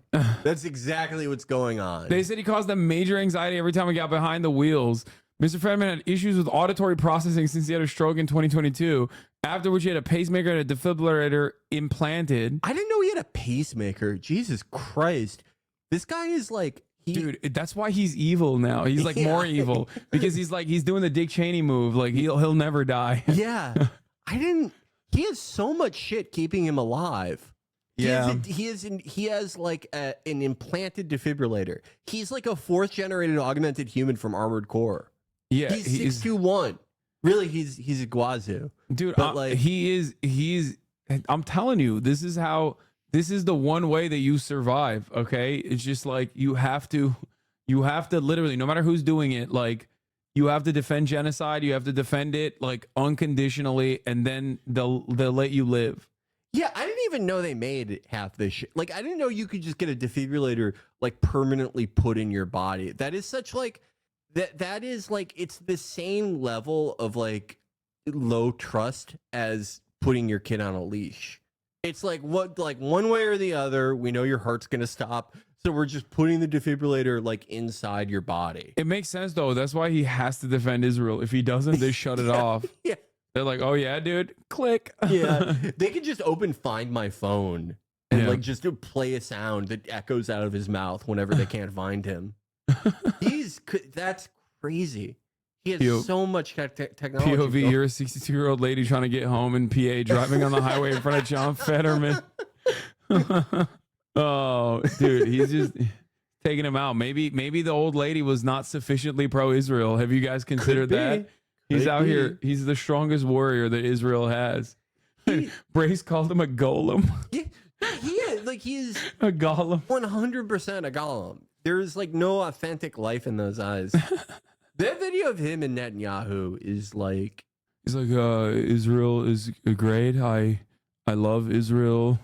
It's my favorite. It just, like, if I was a guy from, like, South Dakota or something, right? And I only knew of Jews, like, theoretically, you know what I mean? And I saw that video, I would probably, the next day... I'm like going on LinkedIn and starting to become Hitler too. BB's making him hold his hands in the same way. Look, yeah, dude, that's like, dude, seriously, like, it's just like I've been talking about this a lot, but it is like so, like Israel is personally looking at the fucking blood libel list and going like checking it off single like point by point at this point, like. Everyone is Polish now. Yeah. in terms of how anti-Semitic Americans can get potentially. Yeah. Like I don't know what to say about this. Yeah, it just like looks so bad. It's like, okay, here's the evil president of Israel with this stupid like semi-conscious like white golem basically movies, it's just so optically bad. I mean, it's yeah. like, If I'm a white guy in Arkansas, okay, and I don't know anything about anything, I see like a dude that looks like one of mine held captive by the fucking evil Jewish prime minister. I'm gonna be like, what the fuck is going on here? Exactly. He even got the Carhartt on. If I was a fucking Idaho guy or Dakota or any of those, I see this, I'm like, oh my God, the Jews are making us into pets. Let's go to Dick's Sporting Goods and start the Fifth Reich. It literally takes like one of those like those like fucking Goyim Defender accounts or whatever to just like post that classic Nokia Motorola Razr phone clip of the Kahanis in like literally New Jersey or whatever, being like, yeah, we're gonna make all the Goyim our slaves, and then it's over, off to the fucking races. You're permanently anti-Semitic from that point on. There's just like no coming back from this. This is like being spanked a certain way as a kid, and now you have to like be put into a PVC box and farted on. It's the same thing. It implants into your psyche. It's just, oh God, it's the shame. And during that time, I can say that Israel has had no better friend than Senator John Fetterman. Senator, welcome to Israel. I want to thank you for your courageous statements that show What the moral fuck is clarity. Fetterman doing with his hand? Is he trying to do the merchant pose? He's like, oh, they like that. Oh, that's an ancient hand move their people do, and I love it. Why is he in Israel? Like, what the fuck is happening? It's just, like they're not even like giving him like a medal. They're not. I don't know what awards Israel has. Look who's calling right now. My God. Bro. Wait, I'm live right now with Felix, and they can hear you. Yeah. And also, where's Taft's, bro? Where is the episode? That's what I'm calling you about. I'm working on the edit right now, and I was wondering if you want to see a string out before we post it, or if it's just chill to No, just post whatever. I don't care. I trust you. Okay, cool. We have like 6 going on at once right now. It's kind of a mess, but Okay. They can hear you, by the way. Everyone can. who's them? Oh, okay. Oh, hi everyone. How's it going? Yeah. All right. Wait, like you think the debate's gonna be cheeks tomorrow? I mean, I'm excited for it. It's just, I like seeing two goats thrive, and they're going to be in action. No one cares about the like this used to be the best show on TV and no one cares anymore. Well, because it's like nobody likes a rerun, Adam, It's a known quantity. It's a dead guy versus the goat. Yeah, the goat, exactly. I mean, if someone's pitched that in a meeting, you'd be like, "That's the best show of all time." Felix, how's my boy?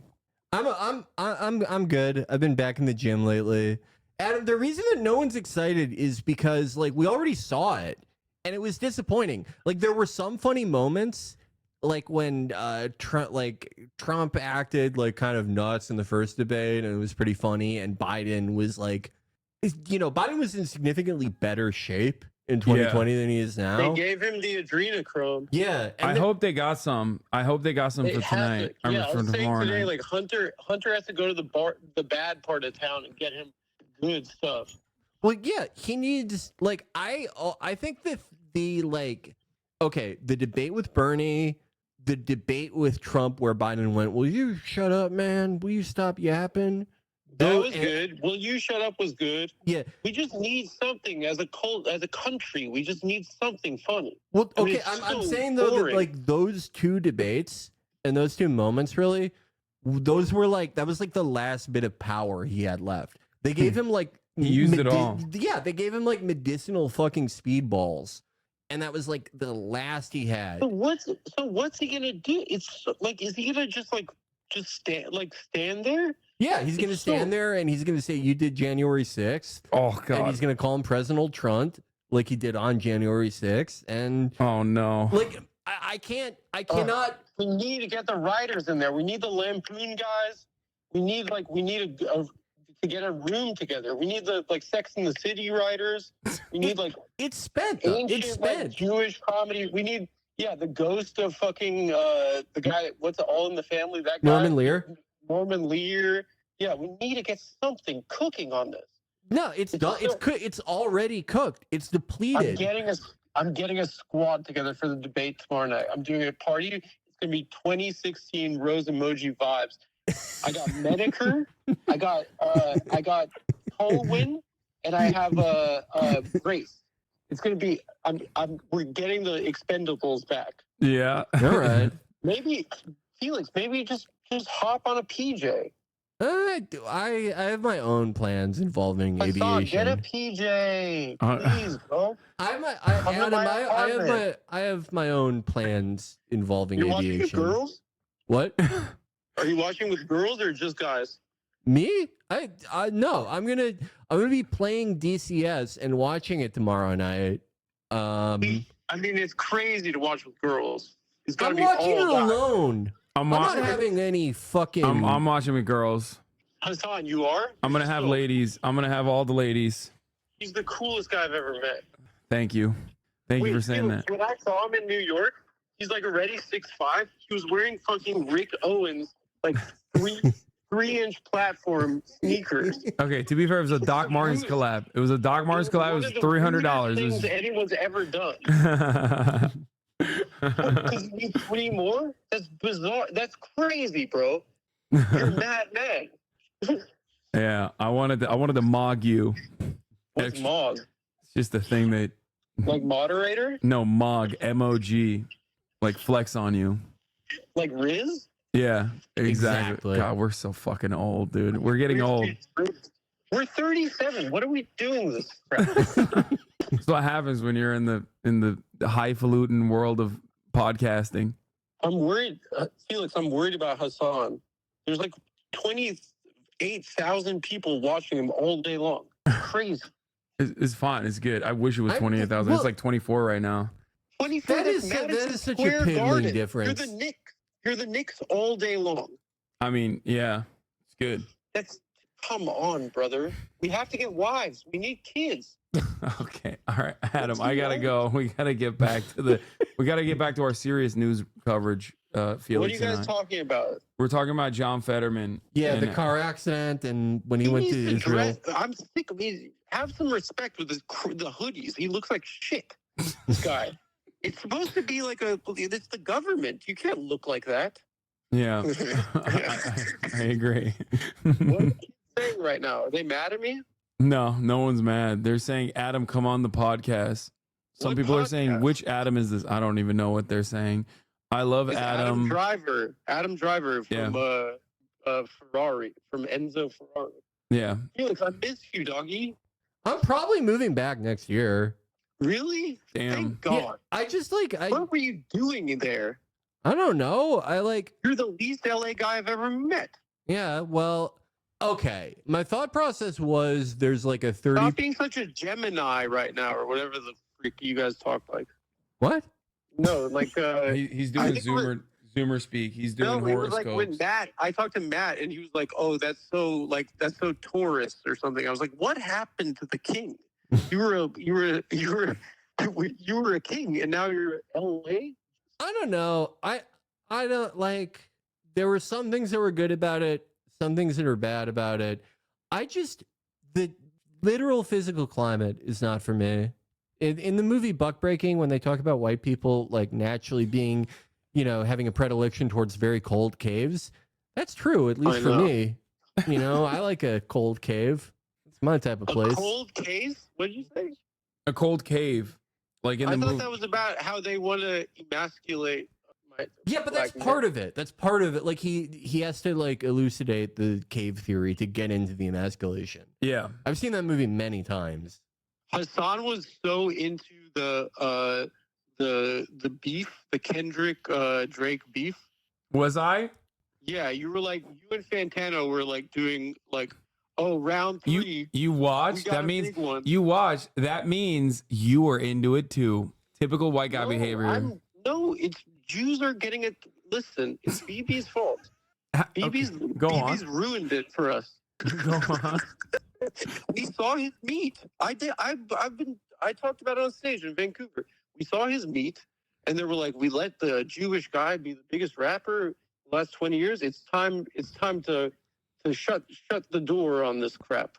Well, to be fair, I think the BB assassination theory holds because what do you mean? Drake was Drake pushed for a ceasefire, and like Drake was one of the first major artists to sign the ceasefire in Gaza. Yeah, but still, they not like us. They. Oh. They. Felix. Felix. They. What do you mean they? Could mean Felix anything. doesn't like Drake. He likes like King Von and violence and stuff. Just like Drake really isn't. It's not for me. What do you mean? But like, what has a girl ever said? Put on that new Kendrick Lamar. I don't.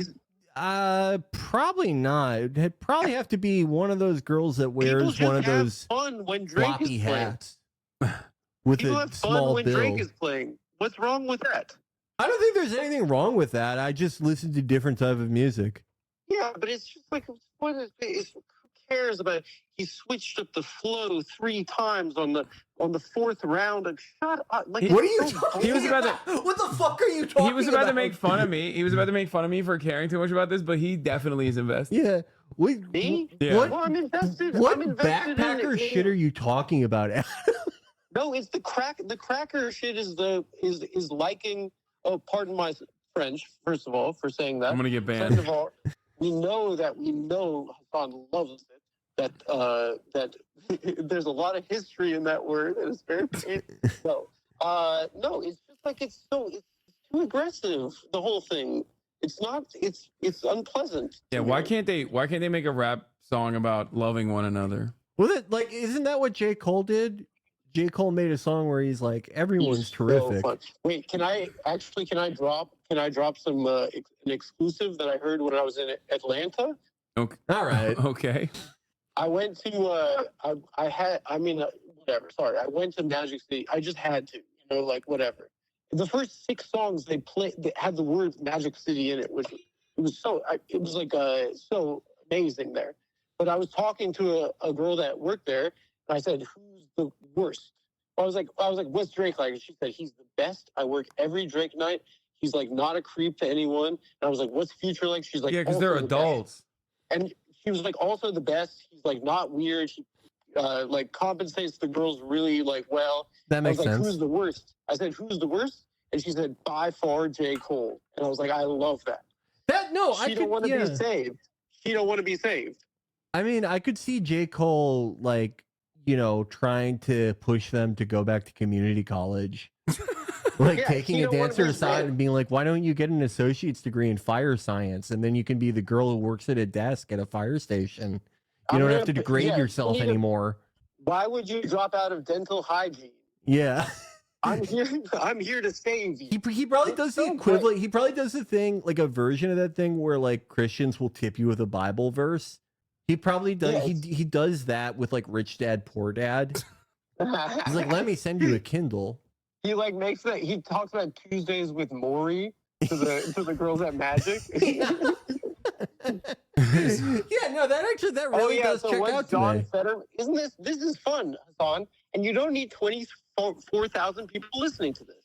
It could just be the 3 of us hanging out, no phones, living in the moment, and just no girl, Just guy shit.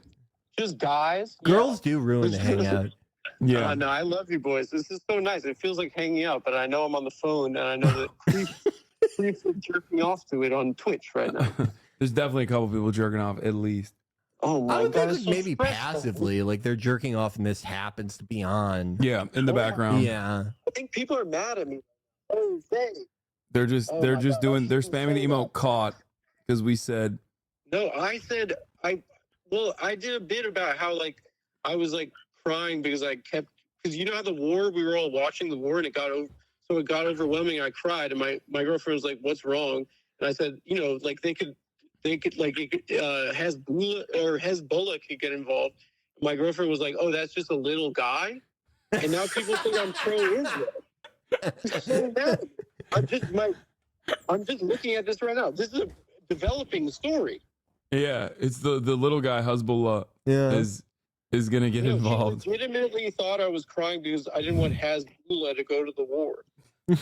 Girls are so funny. All right, Adam, we got to get back to our serious news coverage. Wait, tell them that this isn't a pro-Israel joke. Adam is It's pro-Israel. probably all the guys listening right now. Yeah, Adam is pro-Israel, chat. No, shut up. As you guys know, Shut up. famously. Whatever, dude. Shut Yeah, up. Man. I don't know if you guys know Don't this, say but yeah, no, Taft's is BDS. We're doing BDS to the Adam Friedland show. that. No, I'm not. You know, I'm a live and let live Christian. What are you talking about? All right, I love you guys. Bye. All right, bye. So tell them that I'm a good guy, please. Okay, I'm gonna There's tell more them. guys probably writing this. Oh my God, dual loyalty? I'm not dual loyalty. I'm an American. All right, bye, Adam. Bye. That was Adam Friedland of the Adam Friedland Show. That is John Fetterman's new legislative director. Yeah. One Mr. Adam Friedland. And he will get in the car. He's not afraid. Yeah. That pro-Israel joke made me feel real uncomfortable jerking off. Is that why you can type again at least? Have you talked about the recent Bolivia coup? Yes, I did. I did talk about it. And it ended before I could even get to it. That was a pathetic coup attempt. Yeah. That was really That was bad. so bad. I don't even think it was the CIA at this point. Yeah. Unless the CIA is like in filth. Like DEI, woke CIA, genuinely fucking ruined. They fell off. It could be like when they had their C team on the Turkey coup. It could be the same thing. I don't know how, like, if they did this, if you're a CIA guy and you have a coup attempt that doesn't even get a Wikipedia page, which, like, this one shouldn't. Well, the It other should one not is get a Wikipedia page. like the one in fucking Congo. Yeah. Like the fat guy and the fat guy and the sun. They were not even trying. Yeah, what the fuck was that? They were not trying. But like this one was pathetic. But yeah, no, if you're in the CIA and your coup attempt doesn't even get a Wikipedia page, you should have to like pay the taxpayers back. You should have to like pay your salary back to the government. That's Yeah. humiliating. Venezuela was pretty bad too. Like they just have so many flubs. Yeah, dude. No disrespect to my goat Chris Murphy, but he was right when he said we're trying to do a soft coup in Venezuela and Trump ruined it. But it's like okay, well, Trump's not there anymore, and like this was just as bad. I don't think he's the problem. Yeah. No, yeah. We've had a lot of blown ones. Yeah, so this should not get its own page. This is way too bullshit. It's not happening. No. Wikipedians assemble. Get rid of that. Hi, see, I got here. Was too busy jerking in and leaking the Fetterman defibrillator codes. I can't say that word. Can't multitask. Okay. Anyway, so yeah, John Fetterman. Oh, dude, this is funny. Dr. Disrespect fans are throwing away their Doc costumes. I don't feel like you should tell the world that you had that. Oh man, dude. Fuck off.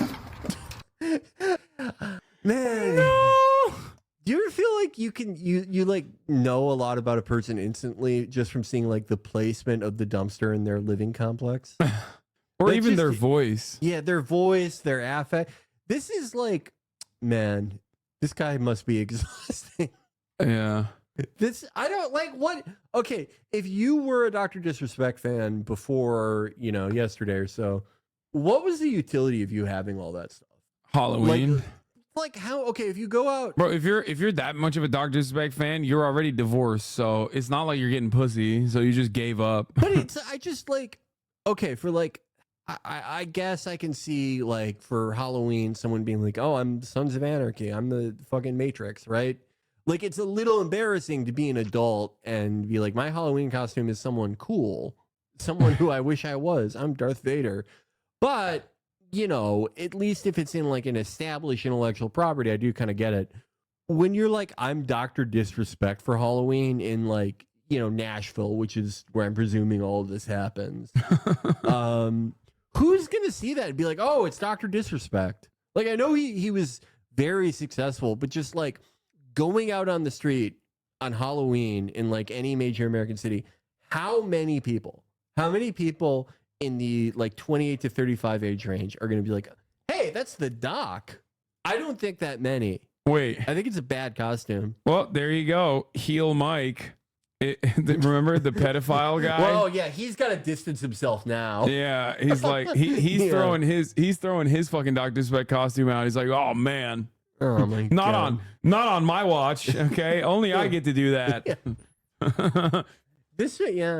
Yeah, that makes sense. Has he said anything about about it, or are they like? He's in Costa Rica with he's in Costa Rica with the doc. That's what he's doing. Oh man, it's so mean to make a woman dress up like Guy Beam. That's like, it's not as obviously not as bad as the other stuff that this guy's done, but it's pretty bad. You know, that should be a new law. Oh, this was awesome. Brianna Wu had a take on this. This was fire. Yeah. I feel like this situation is a lose-lose because no one can see the logs to make any judgment on how inappropriate what he said was. So everyone is just going to go with what they want to believe. So all it's going to do is make everyone dig in. What does that mean? Like, she is such a brilliant mind. I love when the person who's like supposedly working at Rebellion PAC, which is supposed to like unseat centrist Democrats and put like progressive Democrats that aren't in the pocket of like mega corporations and lobbyists, is openly celebrating Jamal Bowman getting fucking absolutely destroyed by AIPAC with like a $20 million primary race. So sick. I mean, like, what PAC she works there, you know, neither here nor there for me, because, you know, I've explained how I see her in this world, you know, like, you could tell me she worked anywhere and that wouldn't change it. Oh, Brianna Wu works for, I don't know, the particle colliding people. She works for that laboratory in Illinois. Doesn't matter. She's still a crazy person. It's more so, it just like, what does she mean by like, this is going to make people dig in more? Is she saying that like the doctor disrespect like pedophilia issue is too polarizing? Yeah. And we should like come together. There should be a compromise. No, she should fucking 18-year-old. Like the girl who just turned 18, that should be the compromise. Yeah. What the fuck are you talking about? She's such a permanently centrist brained weirdo that she's like, no, both sides are in the right here and in the wrong in every situation. Yeah, what if we have a girl who is born on a leap year and have him fuck her? Yeah. Then everyone can get along. What? New doc tweet? I doubt it. Okay, dude. All right, yeah. It's like stale. It's stale. Like Dr. Disrespect is Jeffrey Epstein is like, it's like stale. Oh my God, we're memeing here. Dude, Me and all the I'm serious. 43-year-old memers. I'm serious. Like I think it's like the new internet shit, but like we just burn through shit so fast.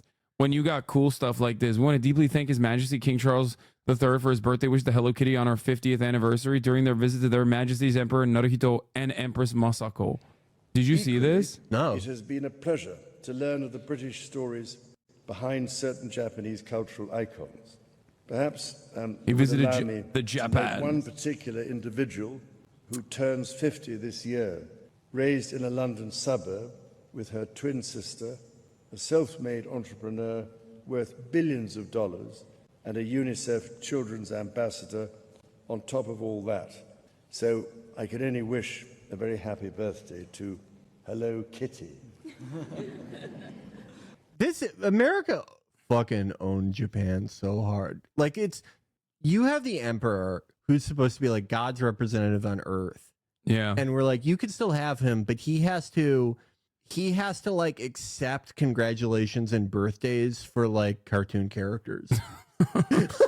What if we made the president do that? By our second string island that we sent over there. It's not even like we sent fucking Rahm Emanuel there. Dude. Yeah, that's how little we think of Japan. We're like, yeah, whatever. Fucking. When they sent Rahm Emanuel over there, I was like, they should do the plot of Splinter Cell Chaos Theory. They should like start a war and remilitarize. Like, I'm not in support of that, but like for sending Rahm Emanuel over there, kinda like maybe. This is just, I don't know. I shouldn't feel bad for the Emperor of Japan. I know, but it's just like, I would feel like a fucking asshole. You know that thing of like, I got into this way too late. I screwed my timing up in life. That's how he has to feel.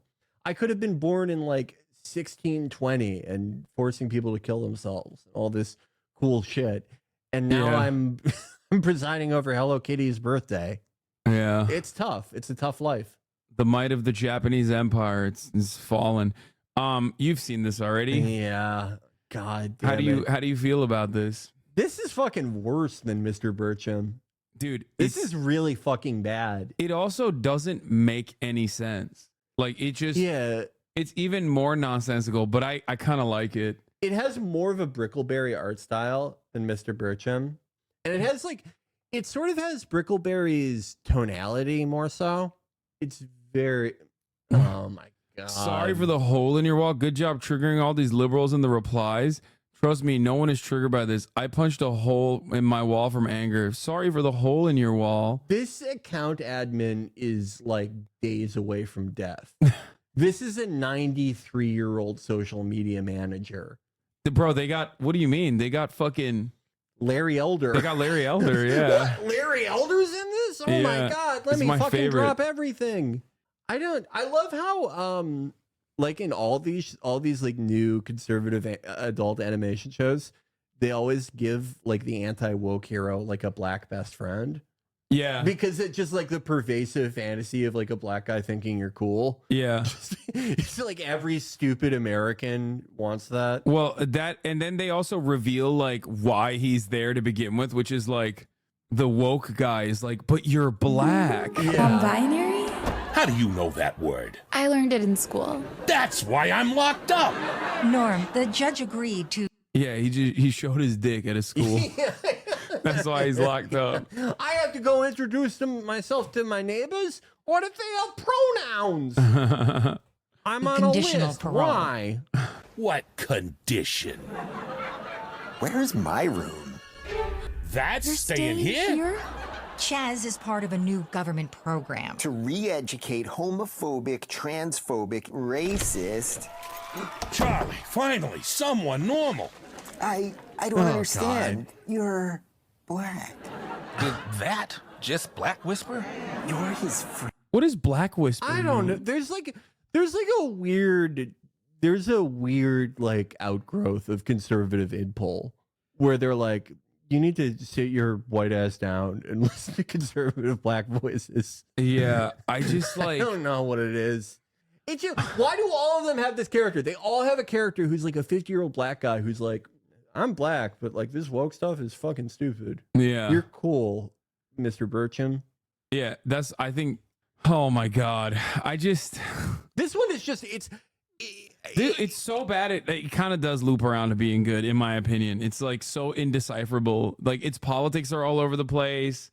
Like it feels like you have to be like a Facebook induced schizophrenic who's like at least 48 to be able to enjoy this. You know what I mean? It's like, oh, those are the references I understand. Like, I don't think a normal conservative is going to sit around and watch this. Like, this is specifically for like all those all-in podcast listeners, you know, like the VC guys, like the I'm a Republican in a liberal enclave type people. Yeah, this is like, it's for people who wish that the Republican Party was more like a European style hard right party, but they're like too stupid to express that.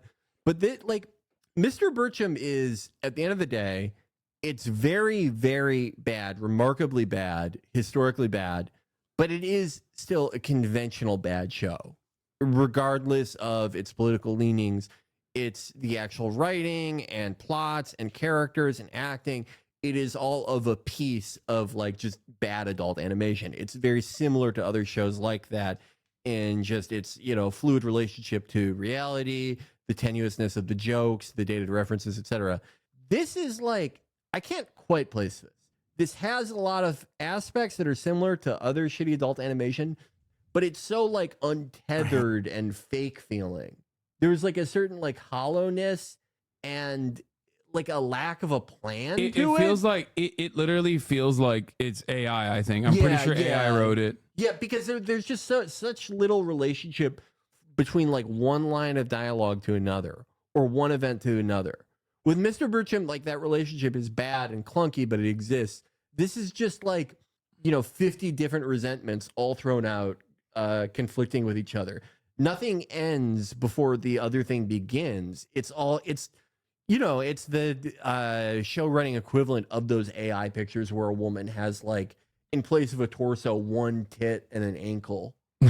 And like a belly Like a bunch of old people in the replies like, oh, I'm so lonely. Yeah. No, it's the same thing.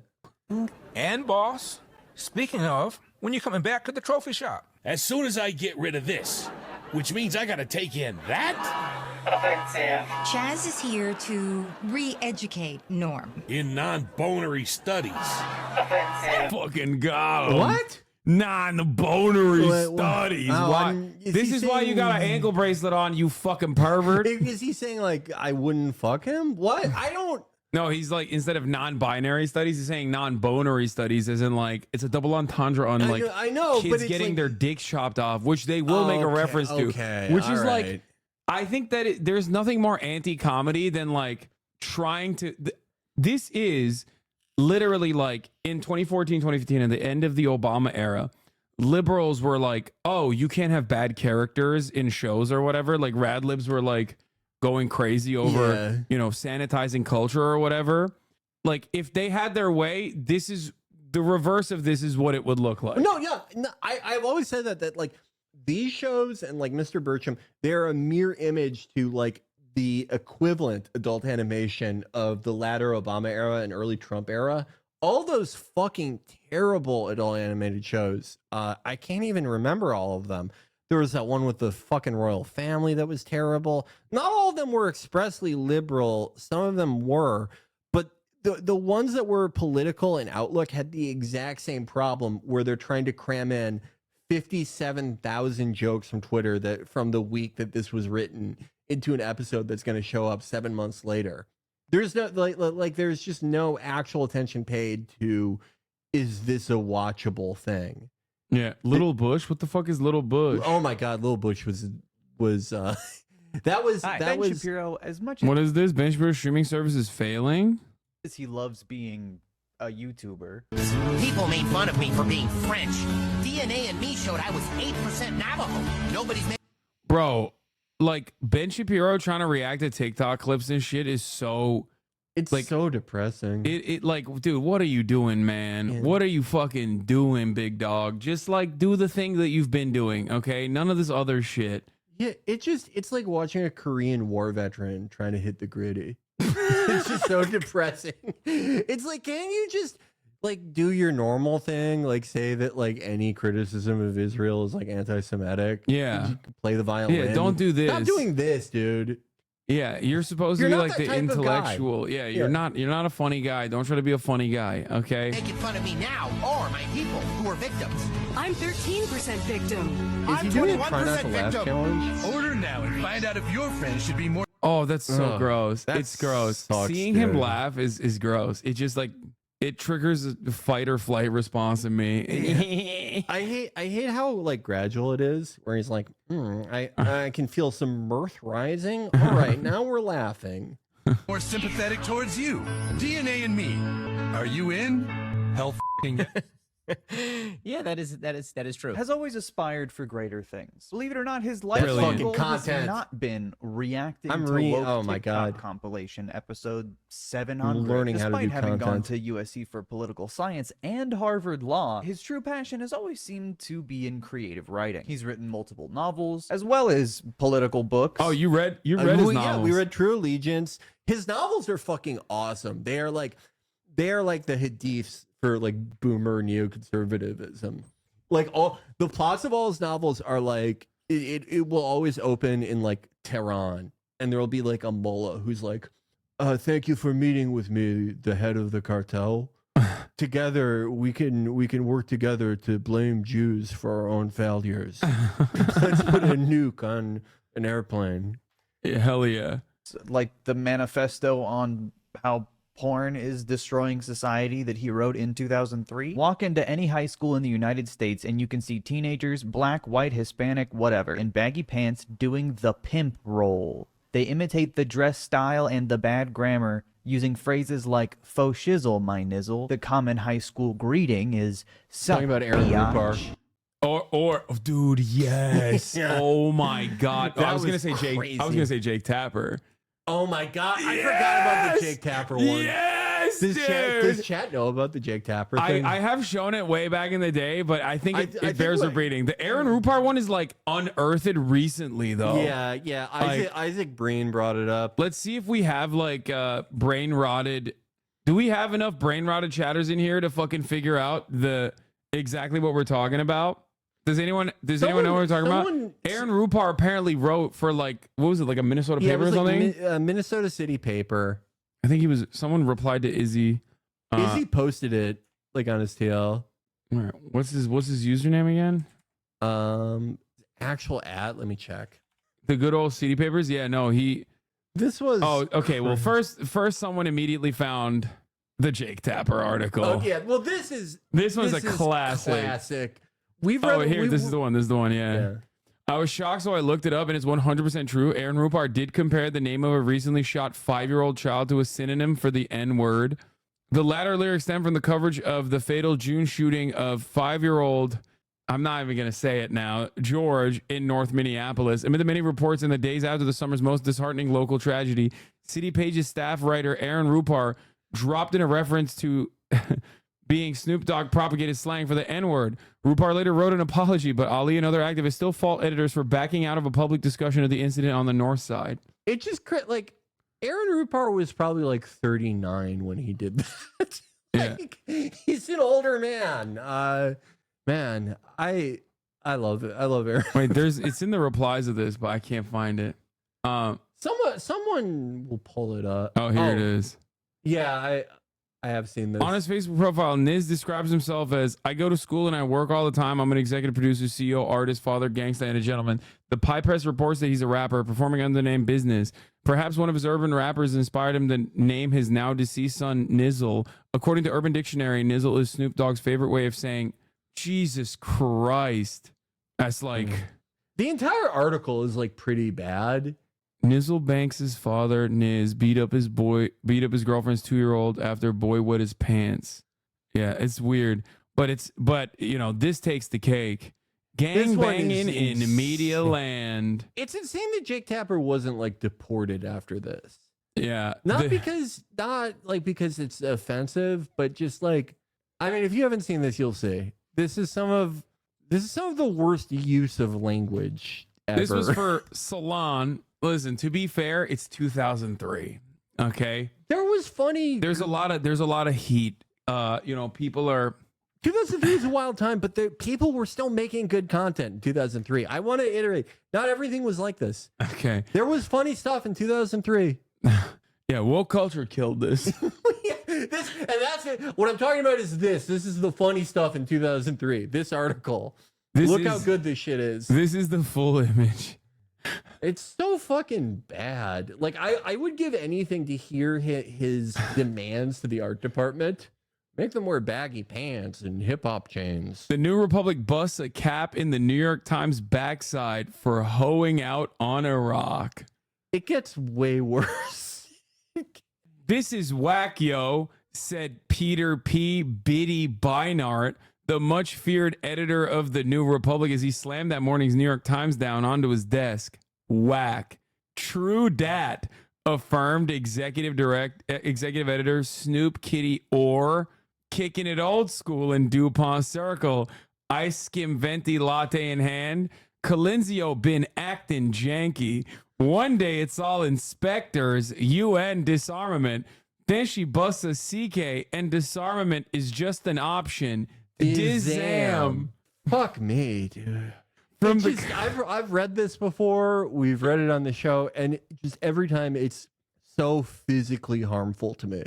I fucking hate this so much. If America was not a white supremacist nation inherently, Jake Tapper would have been exiled for this, okay? Yeah. They needed to banish him to an island, like a faraway island. Yeah, not even for like... How are you going to look at this and say re-education camps are not good? Yeah, like, I'm against like hate speech laws because of like what they would be in practice in America, but it's like, we need something for like this. I don't know if like it would be persecution under hate speech laws or like crime against language or just what, but like you should have to like you should have to go to one of those prisons where you break one big rock into smaller rocks for like 10 years. Yes. If you fucking write this shit. Dizam! Has anyone in history ever fucking said Dizam? This is so much worse than saying like jive turkey. Yeah. That's how black people speak. Yeah, like the first time I read this, that's what I thought it was going to be. Like it would just be dated, but it just like, no, he's just like wholesale. Yeah, no, he's just making up shit. Yeah. He's like, here's what they sound like to me. This is like you are like you have surgically removed yourself from proximity to blackness and black people in general so far that like you have never even encountered a black person by accident. That's the only way you can write an article like this. It's just like, is he capable of like internal monologue? Can he like use his mind's eye to imagine someone saying these things and then be like, oh wait, now that I envision it, this sounds idiotic. Like no one would ever say it.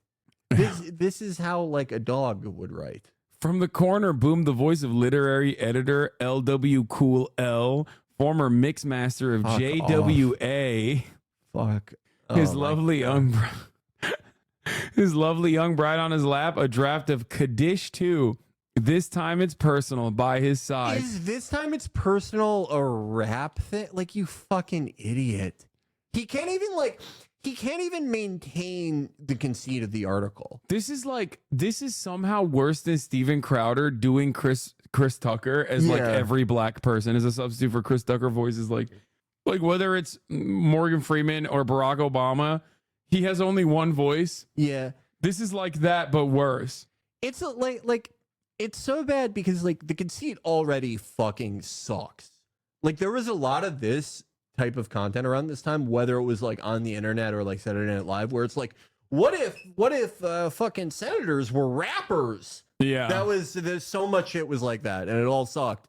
But like he's not even competent enough to keep that conceit up. So like he says this time it's personal. Brother, I'm only talking about hood people exactly as the streamer is referencing. What? Fuck 'em uncivilized goons. What are you talking about? Are you talking about Jake Tapper? No, he read this. Here's the one guy who read this and was so racist that he's like, yeah, black people do talk like this. Yeah, black people in the hood, they talk like this. Yeah. This is what all these... He's looking at like a 45-year-old white man who's never been around a black person. And he's like, yeah, he knows. Hotch. Yeah. Sneered Snoop. How you want to carry it, Nom saying? He asked. I mean, what is with these homies dissing my pearl? Why did the old gray lady got a front? B Hatch sneered Snoop Kitty. Does he just think that like... Bro, I'm telling you, like, it's not as bad as just straight up writing the N-word, but like it's like it's close. It's like close. It's close. It's like a similar amount of bad taste. You're taking the long way home in basically saying the N-word at this point. We're coming up on one of the worst sentences of all time. From the doorway strode the impressive silhouette of senior editor Lil Coddle in full bling bling. Like that's bad. That's not the one I'm talking. What up, shorty? Asked Snoop Kitty, her B Hatch. But little Coddle was serious. Bust an op-ed in its ass, yo. Oh my God, Jake, you're so fucking creative. The op-ed is like a gun. It's like rap. Oh my God. How it like... A few hundy miles north on 43rd Street. Hundy? That... Yeah, no, that's popular slang. Hundy. Everyone hates saying 100. More like Jake Rapper with his ass. It's fucking so like. How do you spell Hans Blix? A copy editor inquired of Reigns. H to the Izzo. Fuck off. Fuck you. God damn it. Reigns began. But before he could finish, managing editor Gerald Boyd ran breathlessly to his side, memos a-flying from his pockets. Holla at me, Reigns instructed. I can't do this. I'm done. So fucking bad. I can't like finish this. He can't. He either doesn't have the frame of reference or the capacity to like formulate a full conversation. So like he'll have like one half of an idea, which is like, oh, she should say, I'll bust an op-ed in their ass, or like, let's do a drive-by debate. But he can't finish the idea. So his rejoinder to his initial shitty idea is just like, oh, it's another thing I've heard in rap songs. Yeah. Oh, whoop, there it is. That's so good. He's a killer, dude. It is like, but man, remember, we've been doing the show since 2016. We've done it a very long time. We've read so many fucking articles. None of them like upset me that much. And it's not like it's so offensive it upset me. It's just like it is some of the worst use of language, one of the worst attempts at entertainment ever. It is just so fundamentally infuriating. Yeah. But Zenny Jardin, I mean, she's the GOAT. Yeah. This is my GOAT, you know? Y'all who are not from Los Angeles don't understand what Nancy Pelosi's doing to Donald Trump is. She's gangsta checking him. Ask at Snoop Dogg. Did he reply to this? He's failing. No, of course he didn't reply. No, I thought he would. I thought he'd be like, She's yeah, like, no, you're at right, Snoop Zenny. Dogg. I love how her real name is Jennifer Ham. Wait, what? What? Her name is not Xylitol Jardin? She gave herself this like fake Stargate name, but her real name is Jennifer Ham, which I think is so funny. Oh my God. I mean, I knew she was white, but I didn't know like that. Homie, what set you from? She was gangsta checking King Puig. God. Oh, dude, it's so fucking good. Anyway, we got here because Ben Shapiro was talking about how the teenagers in 2003 at the same time Jake Tapper was writing it. Maybe he just read the Salon article. Yeah, I mean, they have a similar sensibility, these two. Yeah. Ben and Jake. Yeah. All right, let's continue. These are ridiculously stupid phrases popularized by criminal/thug/rapper/actor Snoop Dogg. A not insignificant amount of this book is dedicated to talking about how rap is influencing America to be more sexual. The book really does read like the transcript of a Ben Shapiro video, which is why it sucks. Sup, biatch? Rap is an art form, more appropriate to the prison yard than the schoolyard. Yeah, normal. He has always been the same guy, I'll tell you that much. Fun fact, Ben Shapiro almost got a writing slot on CBS's The Good Wife until someone found all the like a few years older and than my older homophobic stuff brother. he says, and has been saying for like 20 years. Shouldn't have written about how much you hate gays and Arabs. 20s when he wrote this. Besides, I don't even know what Ben Shapiro would have to 2003. offer a show like The Good Wife anyway. Maybe if it was called The Dry Wife, he would know a little bit more about that, and he could write for that show. The Dry Wife. Listen, Disney Plus is bad and woke and communist. This has been extensively documented by the Daily Wire. So obviously Ben Shapiro's hands were tied. He had no choice but to start making the first anti-woke content for families and children. I mean, I can't think of any more meaningful political action Has anyone seen than this video producing before? right-wing Do they know- Bluey as quickly as humanly possible and as cheaply as humanly possible. Has anyone seen this video before? And do they know if by failing he means they're making bad content or that they're financially failing? It's called Red, White, and Bluey, but everyone is white. No but for idea? as Well, I guess just we'll go fuck charming and myself. endearing as all the folks on the Daily Wire are. I mean, all your favorites are here. Michael Knowles, the 14-year-old in a trench coat on stilts, desperately trying to seem like a real adult. Joe Biden made even more unpleasant headlines for himself over the weekend when he nuzzled the Pope. However, I found it kind of wholesome and endearing. Matt Walsh, the guy who justifies underage pregnancy and just shows up to parent-teacher conferences with no kids. What's up? Are you guys doing woke? I'm just checking. COVID poses almost no risk to our kids at all. 4.2 million children have tested positive for COVID. A total of 0.008% of them have died. Overall, 0.00... You got Ben Shapiro, obviously for the sex appeal. Be horrid! I mean, the gang's all here. Except for the one that got fired for trying to say that the Jews killed Jesus or something. She's out. She's been sacrificed to extend Dennis Prager's lifespan an extra 20 years. But you should all be thrilled to know that they are not just making awful movies like Lady Ballers and the school shooting one and the Gina Carano. Making bad content with bad reception. Hi, hello. Thanks for watching, you guys. Big fan of you both. Okay, bye. No, I was still in the room. Sorry. I was. Don't worry. It's so sad that we both walked away. Like, we're just like, yeah, fuck this video. Felix asked what I meant by the title.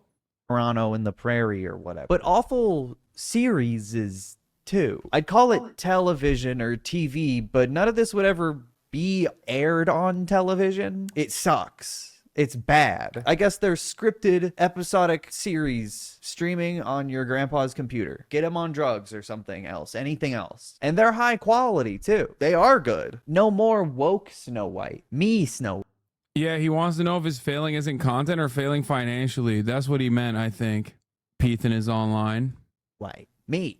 Brett Cooper. Isn't that better? You don't want Judge Judy. She's too feminist. Now we have Judge Matt Walsh. Finally. A racist judge. And he also has the humor of a lobotomized accountant? Well, sign me up. I'd pay $1,000 for that kind of content. Don't mind that these people tried and failed to work in woke Hollywood before. It was actually the woke left that got them fired. It was definitely the woke left and not their terrible work and awful minds and souls. And of course, Hollywood's woke anyway, so they don't even want to work there, even if they did have any qualifications or skills. So the Daily Wire Plus has had a number of shows for a while, but only recently are they actually investing in shows with, you know, similar premises to real shows versus weird documentaries that suck ass. Candace Owens investigates, what if vaccines actually give your children autism? Or if that's not up to your taste, maybe, you know, Candace Owens investigates, what if the guy from the Netflix one is actually guilty? What if... Candace Owens investigates what happens at the top of the hour to those who are unsubscribed. No need for an investigation. At the top of the hour, there's a 3-minute ad break. That's right, folks. And if you no longer want to see those ads, all you need to do is subscribe for $5 or for free. This is probably one of the funniest HasanAbi has, like, which is shocking. I didn't realize that someone who could be a community member for so long could also have humor in their body, in their soul. So much respect to Ethan's online. It's shocking. Here's the 3-minute ad break now, by the way. The criminal justice system actually works. What, you're telling me no one has that much interest in that documentary? That's weird. Like, now they're actually investing in sets and hiring extras, or at least having a studio audience come in to watch this nightmare. For example, Judged by Matt Walsh. Miserably unfunny. Horrible show. But they have a whole set and a bunch of people watching as a couple of Craigslist actors do what I think is improv back and forth with Matt Walsh, the least funny man in the world. I just, But there were, yeah, there I don't want to belabor the point, but I do want to establish that that this is a substance that you're injecting into your face, that you're buying from Korea, which is a place that doesn't exist, by the way, and then it's being sent to you in a language you don't speak with instructions you can't read, and you're injecting it not only into your own face, but into your friend's face. The entire premise of the show is that Matt Walsh is a shallow, judgmental, uninformed piece of shit. Okay. How did y'all meet? We met through a group of content creators where sometimes we collaborate. So this was a content creator meeting? Like a meeting, yeah. Meetup? Mm-hmm. Don't take this the wrong way, but I would rather be thrown into a vat of acid than go to a content creator meetup, than be surrounded by content creators. Not if you came to Although if I had a vat of acid, I could probably suggest they all throw themselves into it for content and they would do it, which would solve a lot of our problems. Like a... Damn, dude. Fucking got him. Like I get the energy, okay? Like, even then, like, the premise is supposed to be funny. But, I mean, first of all, bro's a content creator himself. Secondly, it's just like, why is he such a fucking boomer? Bad substitute teacher. And this show does try to do what I think they believe is humor, but it's not humor. It's humor for aliens. Bailiff, do this math. He makes $1,700 on a video that has 19,000 views. How much money would he make on a video with 1 million views? Buku. I think we could say a lot of money, I think. A lot. There's also Mr. Bircham, which I'm currently caught up on, unfortunately. It's animated in Spain for $13, and you can tell. The show is about a woodshop teacher who's Actually real not conservative in animated this Spain. crazy... If anyone heard our Mr. Bircham episode, Ben Clarkson, the very talented animator we worked with on a bunch of things, did some extensive research. I think it's actually animated in a Baltic nation. Yeah. Dude, own that fraud. Ethan is online with your fucking bullshit investigative reporting. He's in the chat right now. No, I don't think that's like a major error. No, own him. Own him for his... I think the video is good. I just... Own him for I his... make mistakes like own him that for his too. lack of journalistic integrity. I wanted to tout our own original reporting that someone else did that I didn't do. Yeah, that's right, dude. That's right.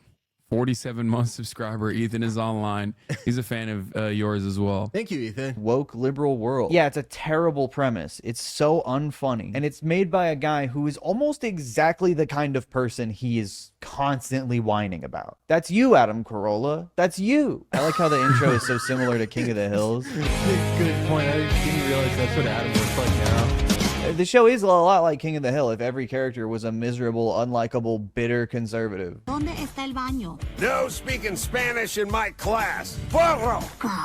The show can't engage in satire because it's made by people who are really sensitive to being the butt of the joke. I mean, that's why they made this show. Finally, it's conservatives' time to make fun of everyone else. No phones in the wood shop. This is an emergency. There's a cat dabbing on TikTok. Now there's a cat drowning in a sawdust bin. Fish it out after class. I think the Daily Wire greatly overestimated a the dabbing appeal joke of... in 2024. Yeah, that's what, awesome. That's what fucking libtards like. Yeah. Cats dabbing. Yeah. Hey, you fucking stupid bitch. You can't go to you'rethemannowdog.com anymore. Try going to eBombs World now on your Nokia N-Gage, you bitch. Damn, Also- Adam, you roasted them. Also, where the fuck is the joke? Like, where's the joke? Like, is the joke that like the stupid liberal is looking at the cat dabbing? Is that supposed to be the joke? Yeah. This is this is an endemic problem with like shows like Mr. Bircham and this though. There's never just one joke. There's always three jokes, and like great animated shows like Primera Simpson, they would do this a lot where there's like a multi-layered joke, right? Where something's working on 2 or 3 levels.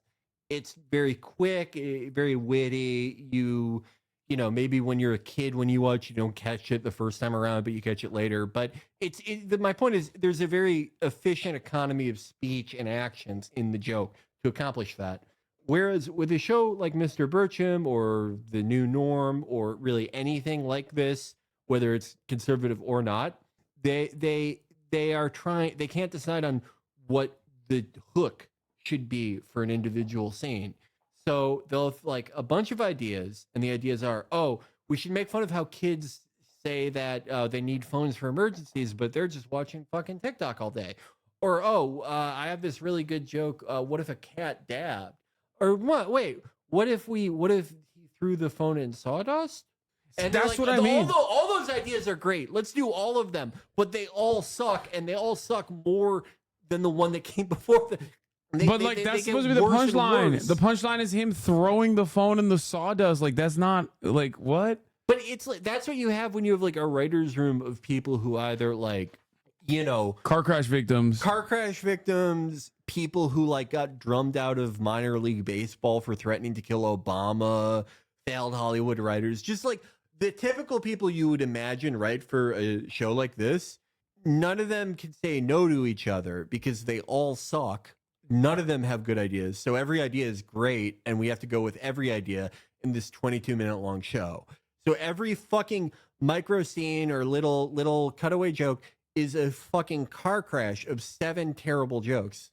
Of doing the funny gay voice in 2024. This is a smart saw. This is a stupid store. Who's in charge here? Where's the manager? Ew, we don't have a manager. All team members are equals. Plus, manager has the word man in it, and we prefer gender neutral. Or womanager, but that's kind of hard to say and disrespectful to the dyslexia community, okay? It's not like they actually write any jokes for the actor to say in that voice. Or any jokes at all, really. Mr. Bircham is a wonderful, feverish window into the Oh, gross. Oh my God. He said manager has the word man in it.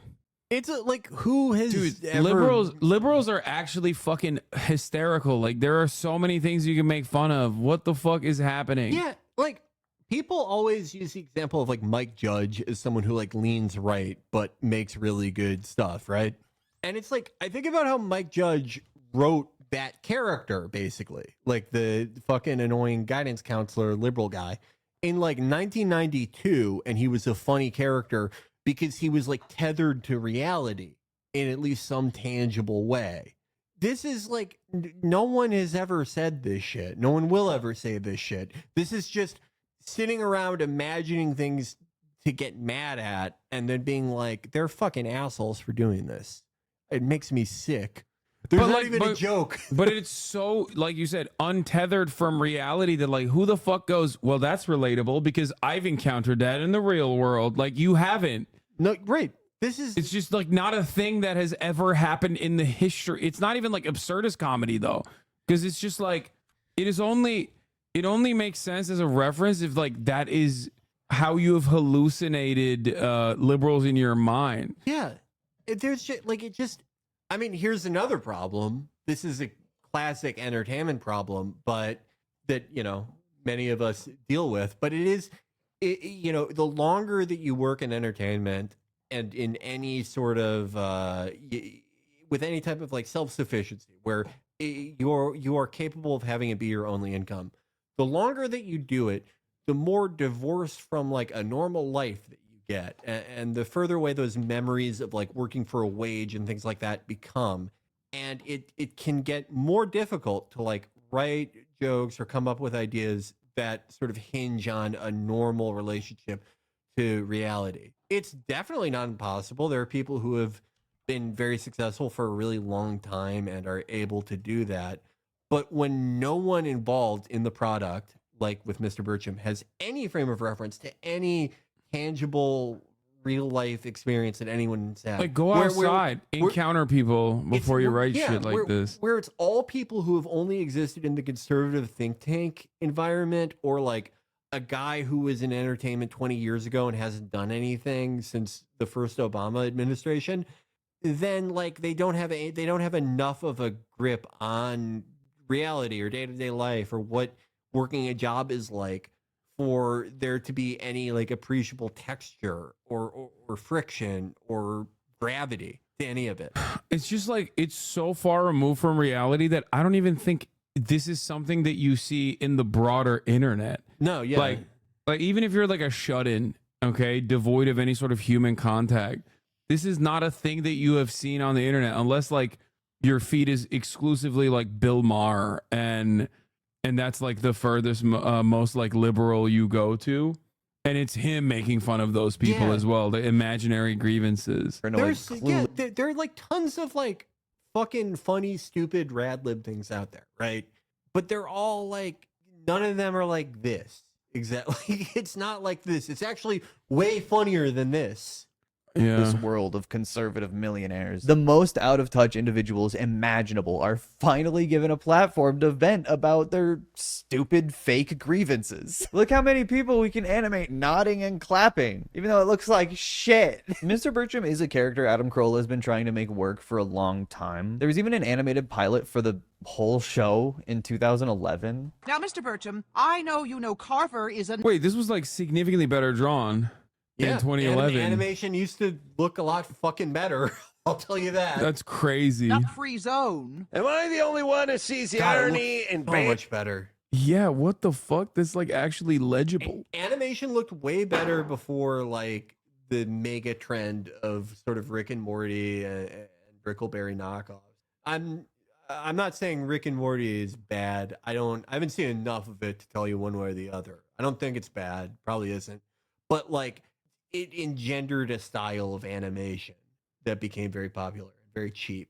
Eating peanut butter at a school named after the guy who invented peanut butter? Actually, he didn't invent peanut butter. I'm pretty sure the guy who dedicated his entire life to mashing peanuts invented peanut butter, okay? Yeah, I mean, it's virtually the exact same thing, except with a much more contemporary 2011 grievance. Nut allergies, am I right? What is up with that? Now it's just, you know, nut allergies are woke. Still not a great premise. Still stupid. But at least it looked a little better. I mean, at least more reminiscent of what it was trying to imitate. Now it's like a blend of Family Guy and Big Mouth and shit that is from a butt. Another show the Daily Wire is currently producing is called The Pendragon Cycle. It's based on a novel of the same name about the story of King Arthur, written by a very Christian author. What's The Pendragon Cycle generally about? I have never heard of this series, but I'm excited to watch. It is crazy outfit about Arthur Pendragon, ultimately, although we don't meet Arthur in this. Bro, don't be jealous that Jeremy Boring has swag. Yeah, dude. Jeremy Boring is fucking dripped out in Balenciaga. Dude, what is he? Why is he wearing a t-shirt? That's a crazy outfit. This is like what every rapper who was on trial in the mid 90s wore to court. Like he's wearing he's wearing a fucking 3-piece with a t-shirt, bro. What the fuck? Take the second piece off at least. He's wearing the Elden Ring. He fucking robbed Mesmer the Impaler. Oh, also speaking of Elden Ring, have you been playing the DLC? I have. Where have you gotten? I'm like, so I fucked up this playthrough, I think, because I fucked up the quest lines. I went to I killed Rolana was the first boss I killed, and then I accidentally went to Shadowkeep and that fucked up a bunch of quests.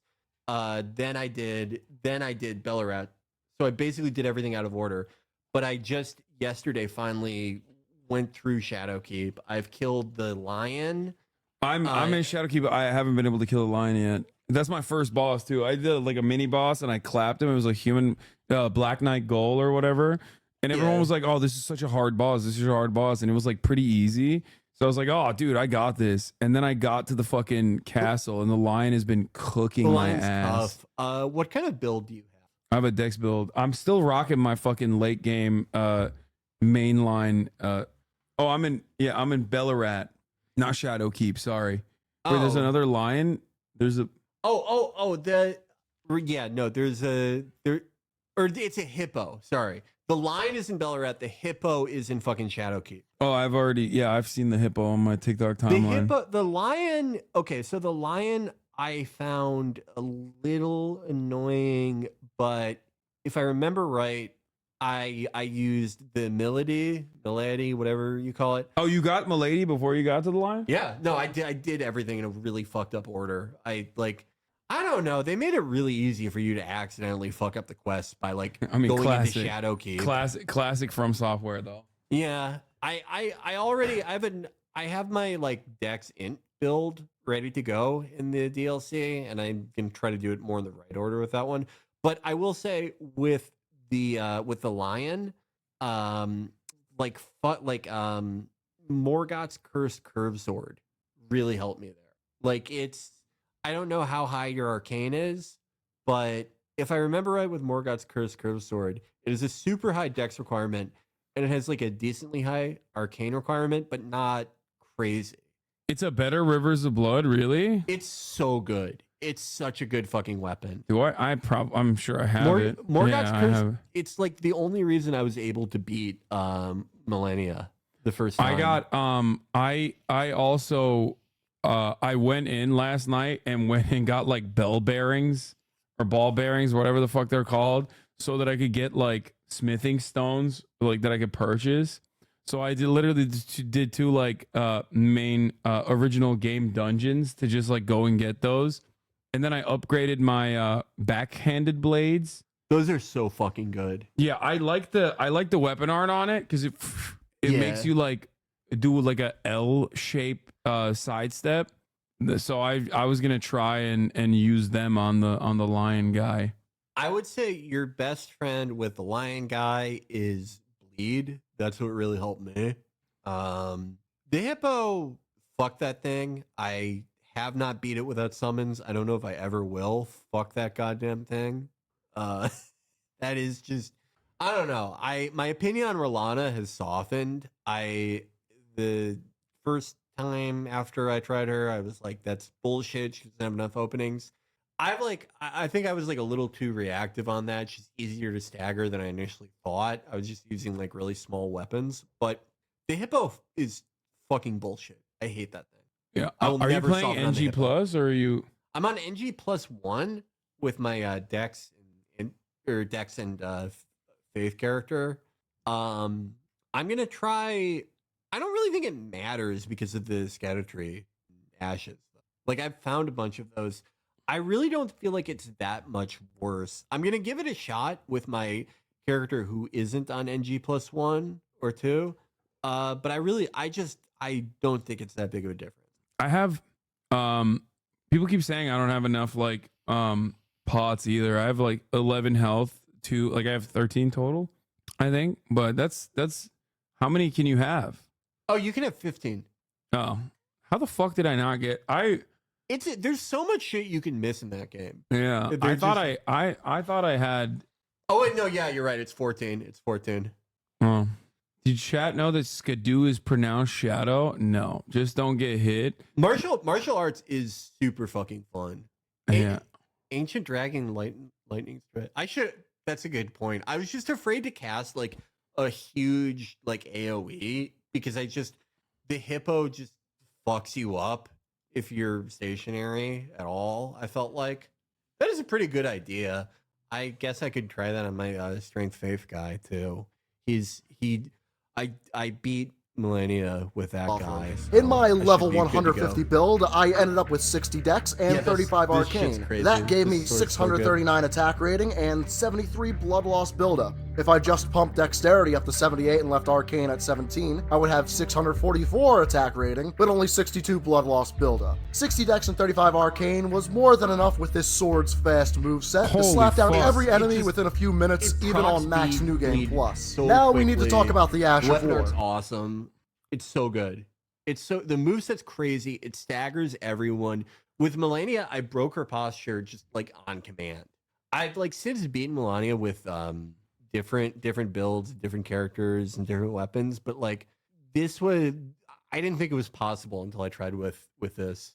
This one's crazy. Cursed Blood Slice. You are absolutely going to run Shard of Alexander on this build, and use the Ash of War at every opportunity that it allows. An L2 press has you charge your enemy down with a wound up slice of your sword that carries a set of big bloody flaming explosions. If you have enough time, you can chain it with a follow-up attack or more big bloody flaming explosions. Explosions... It's so worth it. Get Blood Fiend's arm. Broken DLC weapon has like 200 blood loss when you scale arcane. I want to try it. I haven't tried Blood Fiend's arm. That's a colossal weapon, right? I want to. Fuck. We have shit that we need to. I have shit that like, was lined up for you to watch, but I really want to play Elden Ring. I understand. I mean, I'm at 1,738 attack with the Rakasha's Great Katana, Rakasha armor, and level 15 Skidoo. I'm about to go to. The Great Katana is the one I want to get. Yeah, but that's like late. That's like later in the DLC. You can. There are two Great Katanas you can find like the moment you get there, but Rakasha's you need to like work your way through Shadowkeep a little bit. Okay, let's look at the not hired for being white. We'll knock this out and tomorrow's teachings. Okay. And then you can play Elden Ring. Because I'm probably gonna go play it too. We really should do seamless co-op. I'm down. I watched this. This infuriated me. I hate people like this. I hate these fucking assholes, bro. I hate people like this who are just like perfect at it and they're like, it's not hard. Yeah. Fuck you. I feel like this is the reason why they keep making the games harder, okay? Yeah. Stop flexing. Stop flexing. I hate these are guys who like design satellites. They just know every mathematical thing. I hate these guys. Going into a boss battle naked is nasty work. Whenever I see a guy going in naked, I know it's just a guy who's gonna make me feel terrible about how bad I am to them. Look at his command over the camera. That never happens to me. I get pushed into that fucking back corner. This shit always makes me feel extra bad because like I don't even have the excuse of like having a real job. He did teach me. I'm a lawyer. I can't learn how to min-max bullshit. No, I'm as jobless as these guys. They're just like way better than me. Yeah, he did teach me something though, because when I watched it, he does a jump attack straight to the head to break poise. Jump attacks are generally goated. Yeah. In this game. Damn, that's a fucking wild crit. What weapon is he using? I don't know. Light rolling is OP. Yeah, dude. It's also one hit. So it said Zweihander. Like that's the other thing. He also is tapping him like before he does like 3, 4, 5, 6 changes. Yeah, but he's like his sense of timing is so fucking good Yeah. because it's like it is possible to like get in singular hits and jump attacks on like a boss like this or Malekith that just has like super fucking long attack strings. Yeah. But your timing has to be so fucking precise. It's not like Millennia where you can gamble and like hit her out of a combo a lot of the time. Yeah. Oh, it's 2 dudes dancing in body armor. I know that. I said it. I'm the one who said it. This is like the Chinese dragons. Oh man, I didn't graduate from Lands Between Technical University and they made me be the bottom of the lion costume. Fuck my life. Fuck my Dude, chud life. That shit hits hard when he does a backflip. He's got a lot of power. No, I mean bottoms are strong, aren't they? Yeah, he's the strongest bottom. Yeah. All right, let's watch this white guy who got fired for who got not hired for being white. And most companies have DEI scores, and most companies have all these different requirements, and they're openly allowed to discriminate against especially heterosexual white men. How would you know? There's something so funny about like saying this while having the fucking Muhammad Ali like the shirt on too, Yeah. like a hoodie. And just like, not only that, but like being so confident about like what real jobs and offices are like when everyone you know is they're either Tony Hinchcliffe, Bert Kreischer, or like a Navy SEAL who invented a new type of water bottle.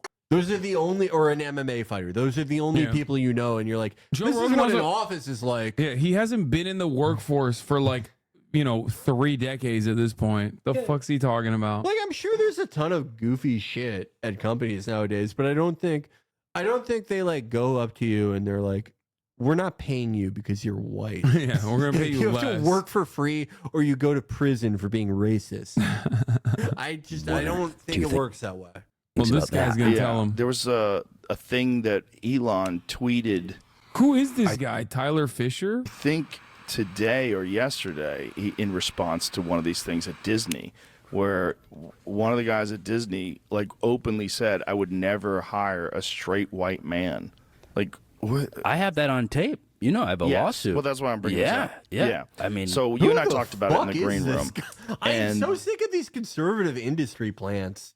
All right, let's see. Tyler Fisher, a guy who wasn't hired for being white, bro. Oh, it's this fucking guy. Is this guy in the Crowderverse? He's in the Daily Wire movies, bro. Oh, right. Yeah. No. Yeah. Okay. He's the guy who always dresses up like a woman, I think, or does like the gay voice, right? He has such a fucking annoying look. This is my least favorite type of guy. A guy who's a conservative but has the look of like a Philadelphian millennial. He has a very Philadelphia affect, if you feel me.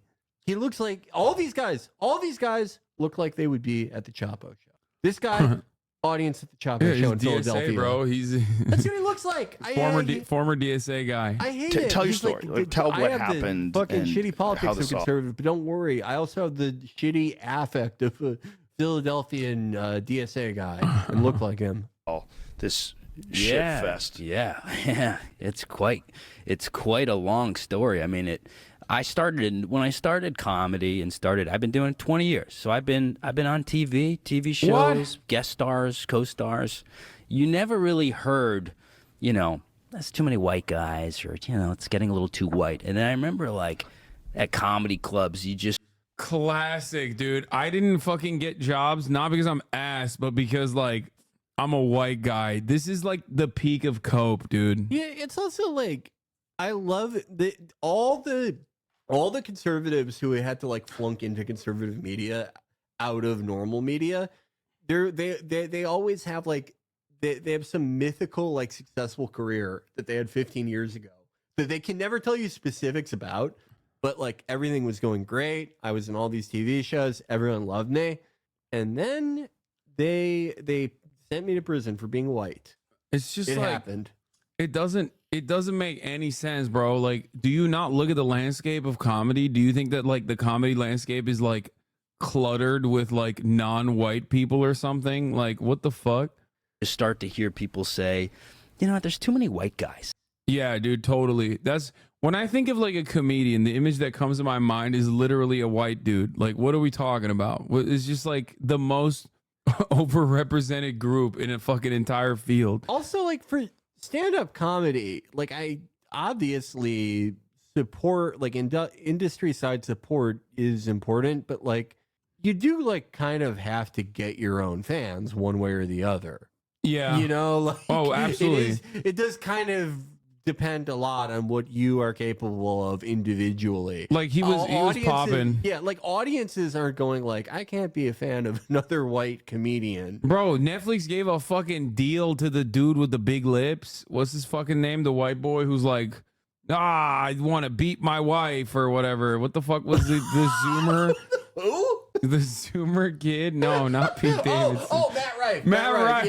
Yeah. The kid who's like, damn, Unc. Yeah. And it's like, why do you sound like that? I kid? described it in the worst way possible. The Zoomer with the big lips who beats his wife. I don't think he doesn't. He did a joke about domestic violence that was very poorly received, but he's I mean, come on, bro. He's a super with big lips. That's Look true. at him. Look at them lips. He got the fucking. He did the handsome Squidward shit. God, dude. I don't know if you remember this. He challenged Brandon Wardell to a fight in 2016 because this dude Matt Rife was like he was a Vine guy, right? Oh, he did a bunch of those like Curtis style vines, like thirst trap shit, and Brandon made fun of him, and he was like, "Yo, wait." Drop your location, Unc. We finna box. Can you stop fucking talking like that? Yeah. Dude, so here's Joe Rogan getting real serious about it. Robert Kennedy explained this to me. This is his words, not mine. But if he's right, it's the craziest fucking thing I've ever heard in my life. And I think he's right. In the placebo group, two people died. I'm going to do his voice while you talk, if you don't mind. Don't do that. In the placebo. Oh yeah, no, yeah. Don't do that. Some things are off limits, like when a guy ruins his voice by doing the worst heroin ever in 1978. Yeah, no, how dare you? Just don't make fun of that. That's too serious. Yeah, he got triggered, dude. What the fuck? Yeah, woke what comedy. A fucking loser. Don't make fun of RFK. Yeah, he's a Kennedy, dude. Come on. He fucking sucks so much now. Don't make fun of RFK's voice. But nothing else is off limits. That is unimaginably pussy shit. God damn, dude. Stavros said Tyler used to be a funny comedian, but it was Stavros that was telling me. Yeah, okay. Oh, that guy Tyler Fisher's little as Do you know him? Oh, he's like big. Yeah, he said that he just like kind of got an audience from being a conservative and just like went off on it. Too many fucking white guys, and then it became quite popular to just start to say there's too many of you guys. So what do? We got to get rid of them. The first time it happened to me, they're killing white men, dude. They're killing all the whites in comedy. Joe, find the mass graves of white comedians. The funniest thing you could do to these guys, like Joe Rogan owns a comedy club in Austin. Yeah, go perform there. See how much of a crowd you're drawing. I was invited to do a podcast. So a woman, she was a lesbian. She wanted me to come on and tell the story of being raised by gay men. She goes, I think this will be good to bridge our two fan bases so people can hear it from a straight guy's point of view of what it's like to kind of grow up around, I grew up in gay bars and piano bars and drag shows, and I'm kind of the long-term study for what it does to you. It fucks you up. Wait, oh my God. Wait, no. He's like, yeah, I'm gay, Joe. When I sit across from you, I swear to God, I'm thinking about sucking your cock right now. Okay. This is so pathetic. Like he's throwing his parents under the bus. Yeah. For like ultimately not that much money. Yeah. Like he's fucking over his entire family for like, I don't know. How much do you even make being in a Daily Wire movie? $10,000, $5,000. Probably the bag. He got the bag, dude. Yeah, they threw him the bag. I started to think maybe I'm gay. Daily Wire, who literally fucking promotes that they only do non-union sets. Yeah. Like, I'm sure they threw him the bag. Hey, maybe I'm, I tried in college. He has Actually, not bought new I was going home to clothes visit since my family. I 2004. tried His fucking kissing 2004 ass outfit. Yeah. He sold his family out for nothing. But look at the hat. He bought that hat. That's new. That's for cold. sure. Guy, just because I felt like I needed to fit in. No way. He tried kissing a guy, dude. What the fuck? He said he tried kissing a guy because he wanted to fit in. How do you like face your parents after this? You had a big break. You went on Joe Rogan. How did it go? He's like, I kind of said that you guys made me think I was gay and ruined my life. Wait, no way. He posted, before you get all your panties in a bunch, I was raised by a gay dad in gay bars. And yes, all the men tried to bang me. Mm-hmm. Yep. Yeah. Dude, that's awesome. Yeah. What the? Yeah, that's right. I'm a victim. This guy's act must be terrific. Yeah, he's must be a great act. Yeah, he's like, listen, Joe, you know that tweet that was going around about Gay City and how they'd beat your ass if you don't twerk? It's real. I was in Gay City, Joe. I love how he said, my own daddy beat my ass for not twerking. My dad lives in the embassy of Gay City, like Julian Assange. I love how he fucking said, I tried to kiss a guy to fit in. Where? Like, Who? yeah. What? What are you fucking With his talking dads. about? With his dads. You don't understand. I don't think it works that way. Yeah.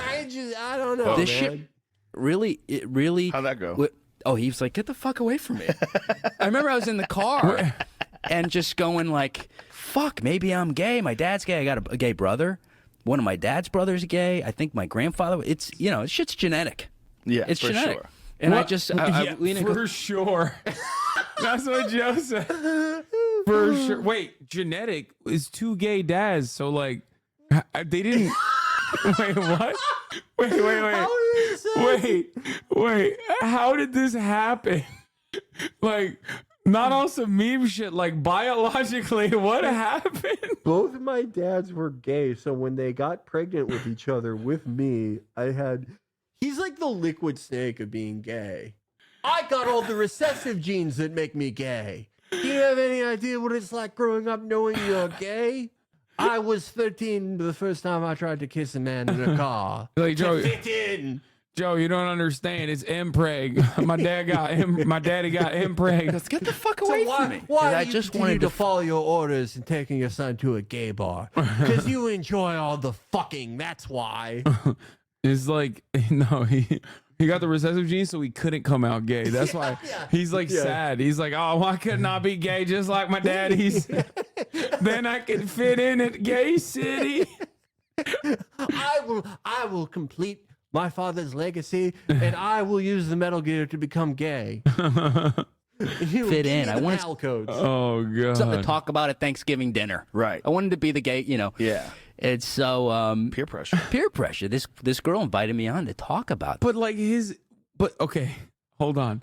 If you're not currently sucking a cock, my man, that means that it didn't work. Undermining the entire argument. Right. Like, dude. He's saying, If peer pressure works if peer pressure works in that direction, then you'd be gay. Like you'd be sucking a dick right now. You'd have. I can't even like get into the specifics of what he did in that car. That story is very weird. I feel like he glossed over it. He did like a match slap move to somebody at some point. And the cop's like, ew, stop. But like, if the peer pressure really worked, he'd be like, this is awesome. I love this. Yeah. He'd be fighting it. But he got turned down. He got turned down by one gay dude and became homophobic. Exactly. I just like his reasoning for stuff is so bad too, because he's like, well, my grandfather's gay. My dad's gay, my brother's gay. I love Joe Rogan being like, yeah, it is genetic. You're right. Like your dad's gay, you're gay too. That's how it works. and she was a friend. Okay, like wait, what is it? So girl invited him. A girl invited him, but like, if like, okay, when you have a gay brother, just like statistics, it would be it's just like not statistically likely for you also to be gay. Not saying it's impossible, definitely happens, but like I think his reasoning and understanding of math is like off. Yeah, he didn't understand. He means like if your brother's gay, you're gay too. I don't think it works that way. I'm sorry. Lore, his one gay dad. For the record, my dad came out as gay when I was 7. I supported him. He's doing crazy numbers, by the way. This is, dude, selling out your family for 46 likes on Twitter. Dude. I support him and still do, but it's unreasonable to expect people to keep up with so many unwritten rules and changes. He's like...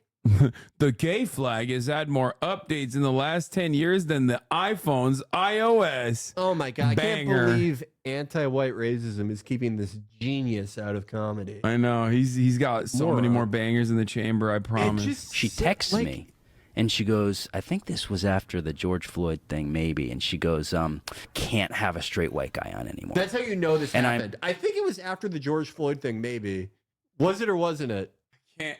Like, this is apparently like a foundational thing that has set you on this course, that has put you in front of Joe Rogan. This is your one issue. This is your main issue. Is like that white men can't make it in comedy. I got you would at least like, remember when it was.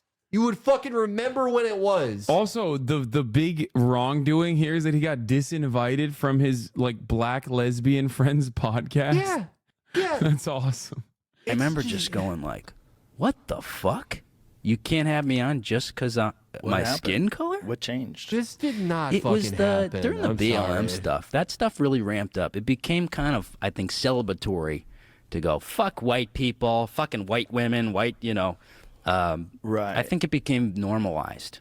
A little way It's too very dangerous. I hate Words are normalization. violent. Doing words are violence for being a white guy is so awesome. No one in America is against identity politics. Yeah. They're just waiting for their fucking turn. Yeah, it's awesome. God damn, dude. Well, any amount is too much, but it became celebrated in a way. And so that happened, and then it happened in another podcast. And then I had an acting agent who, whenever I would do stand, I used to host Mark Norman's show, Hot Soup. And all the agents would come, and every couple months, someone would go, "Why aren't you on SNL? We got to get you in Hollywood." Why aren't you? And I'd go, "Well, sure." That happened. That shit No, even if it did happened. happen, that's like classic agent talk. What do you mean? They don't mean it's no different than your fucking grandmother being like, "You're a handsome boy." Okay, this is equivalent to going on Joe Rogan and be like, "My grandmother said I'm a handsome boy." And then my one not gay grandma, okay? And then no women want to fuck me, Joe. It's because everybody hates white men. Women only want to fuck non-binaries. I went on fucking Pod Save America in 2017, right? Oh, yeah, And it was I remember. that episode where they like edited out like basically everything I said. They're such fucking rats. But anyway, like it was like it was. I don't consider it either bad nor like necessarily the best content I've ever done, right? But I among the things I said on that show was like give Iran a nuke. And still after that, because it was at this fucked up stupid event called LA Podfest, an agent went up to me and was like, "I'd love to represent you." After I said that, it really doesn't matter what they'll just do that. They're like working dogs. They love doing that. They love just asking you if they can represent you for no reason. Maybe he too wanted Iran to have nukes. Yeah. You failed to consider that. It was the one podcast. It was You need John auditions. Lovett. Yeah, I did his show. What a fucking rat. And so this guy saw him and he brought me in. It was the biggest agency at the time, Abrams it was called. And I'm waiting around going, what's going on? No auditions. Is SNL coming to check me out? And he emails and he goes, it's too tough out there for white guys. Oh my God, I'm gonna fucking die. Dude, you literally got like a shitty ass agent who didn't give a fuck about you because you're a loser with no fucking presence, no stage presence, no charisma, no fucking nothing.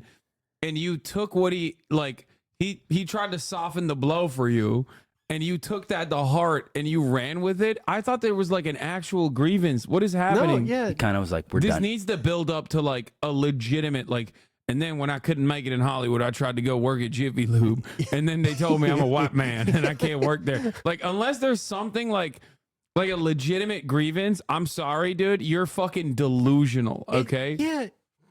This reminds me so much of like, I've known so many people where it's like, they don't understand that like the way the entertainment industry kind of works is just, it's by scattershot.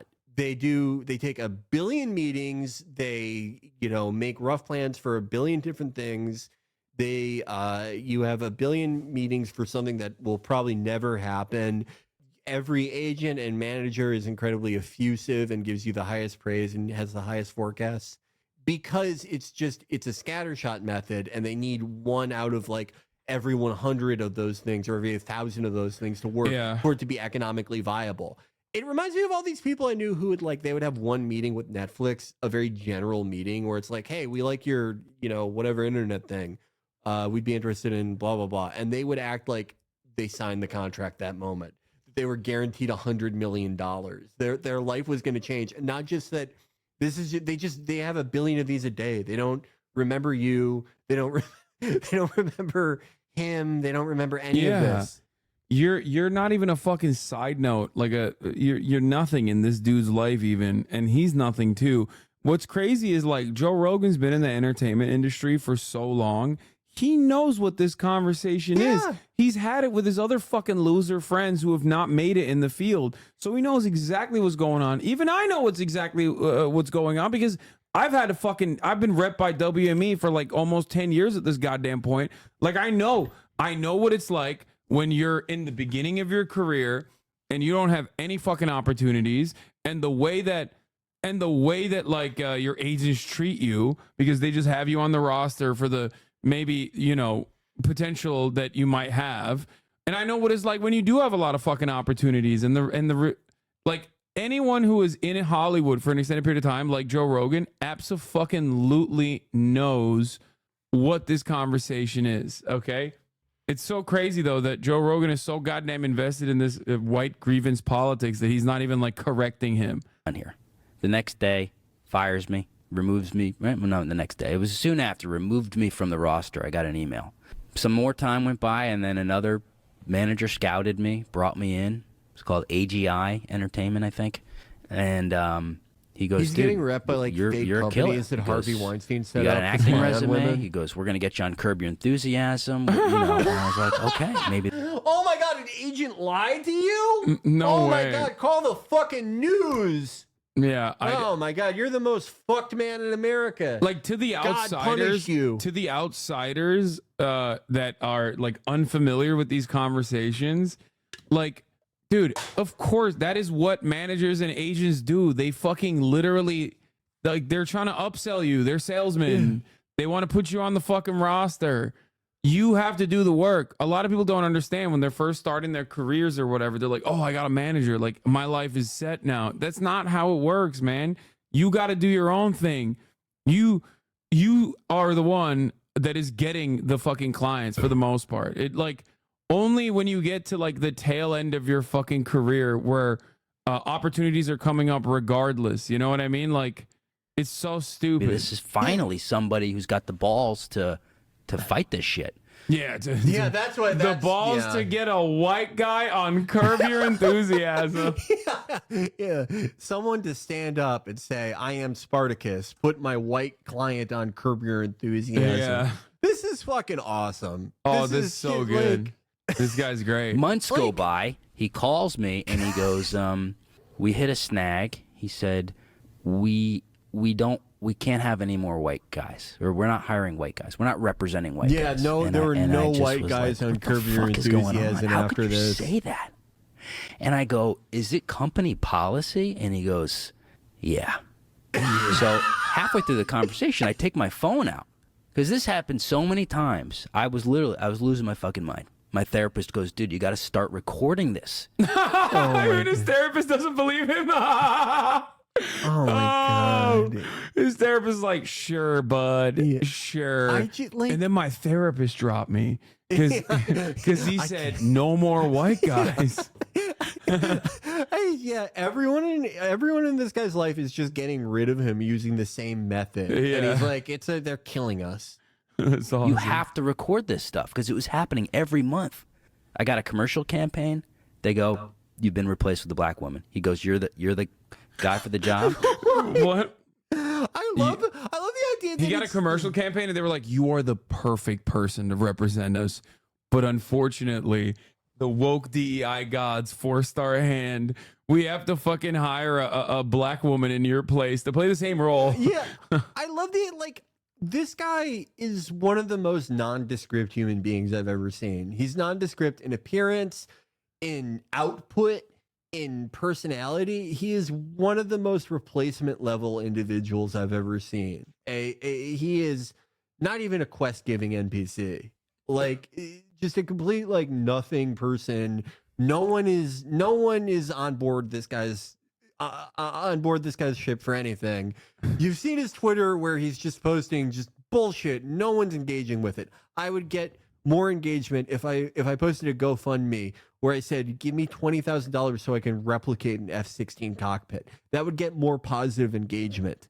He's acting like he was on the verge of superstardom. Yeah. Yeah, man. But Tyler, once again, you have the fucking look. But once you have again, everything. Once again, Joe Rogan knows that. Okay, he is like, he's a fucking ape in every sense of the word. But if there's one area that is his expertise, it is this. He's been in it. He's been in this industry for so long. He's seen people come and go. He's seen people get fucking cut aside. And he's seen people who are phenomenally talented and phenomenally successful. So it's like, dude, he knows what this guy is doing. Like chirping about like, oh yeah, nobody wanted to hire me. I want to see the YouTube comments. It's wild how openly racist you can be against whites and sexist against men. It's almost encouraged. I'm black. This is bad. People don't understand how hard this could backfire on us. All treated equal. That's real ass comment. Because it was never about equality. It's always been about revenge. This has 388,000 views in one day. I'm gonna die. It was like a hosting thing where you got to do impressions. I was perfect for it. They replaced me, so I started, being prepared, and I recorded it, and I got it on tape. I need to hear the recording. And I just, what did you get on tape? What did you say? I got him literally saying, bored with this shit. "We will not represent white men, and it's company policy." He said it in plain English. It couldn't be any more clear. I want to hear it. It's so funny. Oh, that's awesome. Wow. He said, "We cannot work with you just because your skin color." Joe, I want to hear it. Even if like the dude said that to him because like, I don't know, he just thought it's like easy way to let him down instead of being like, you suck, dude. You're so bad. It's still pretty funny.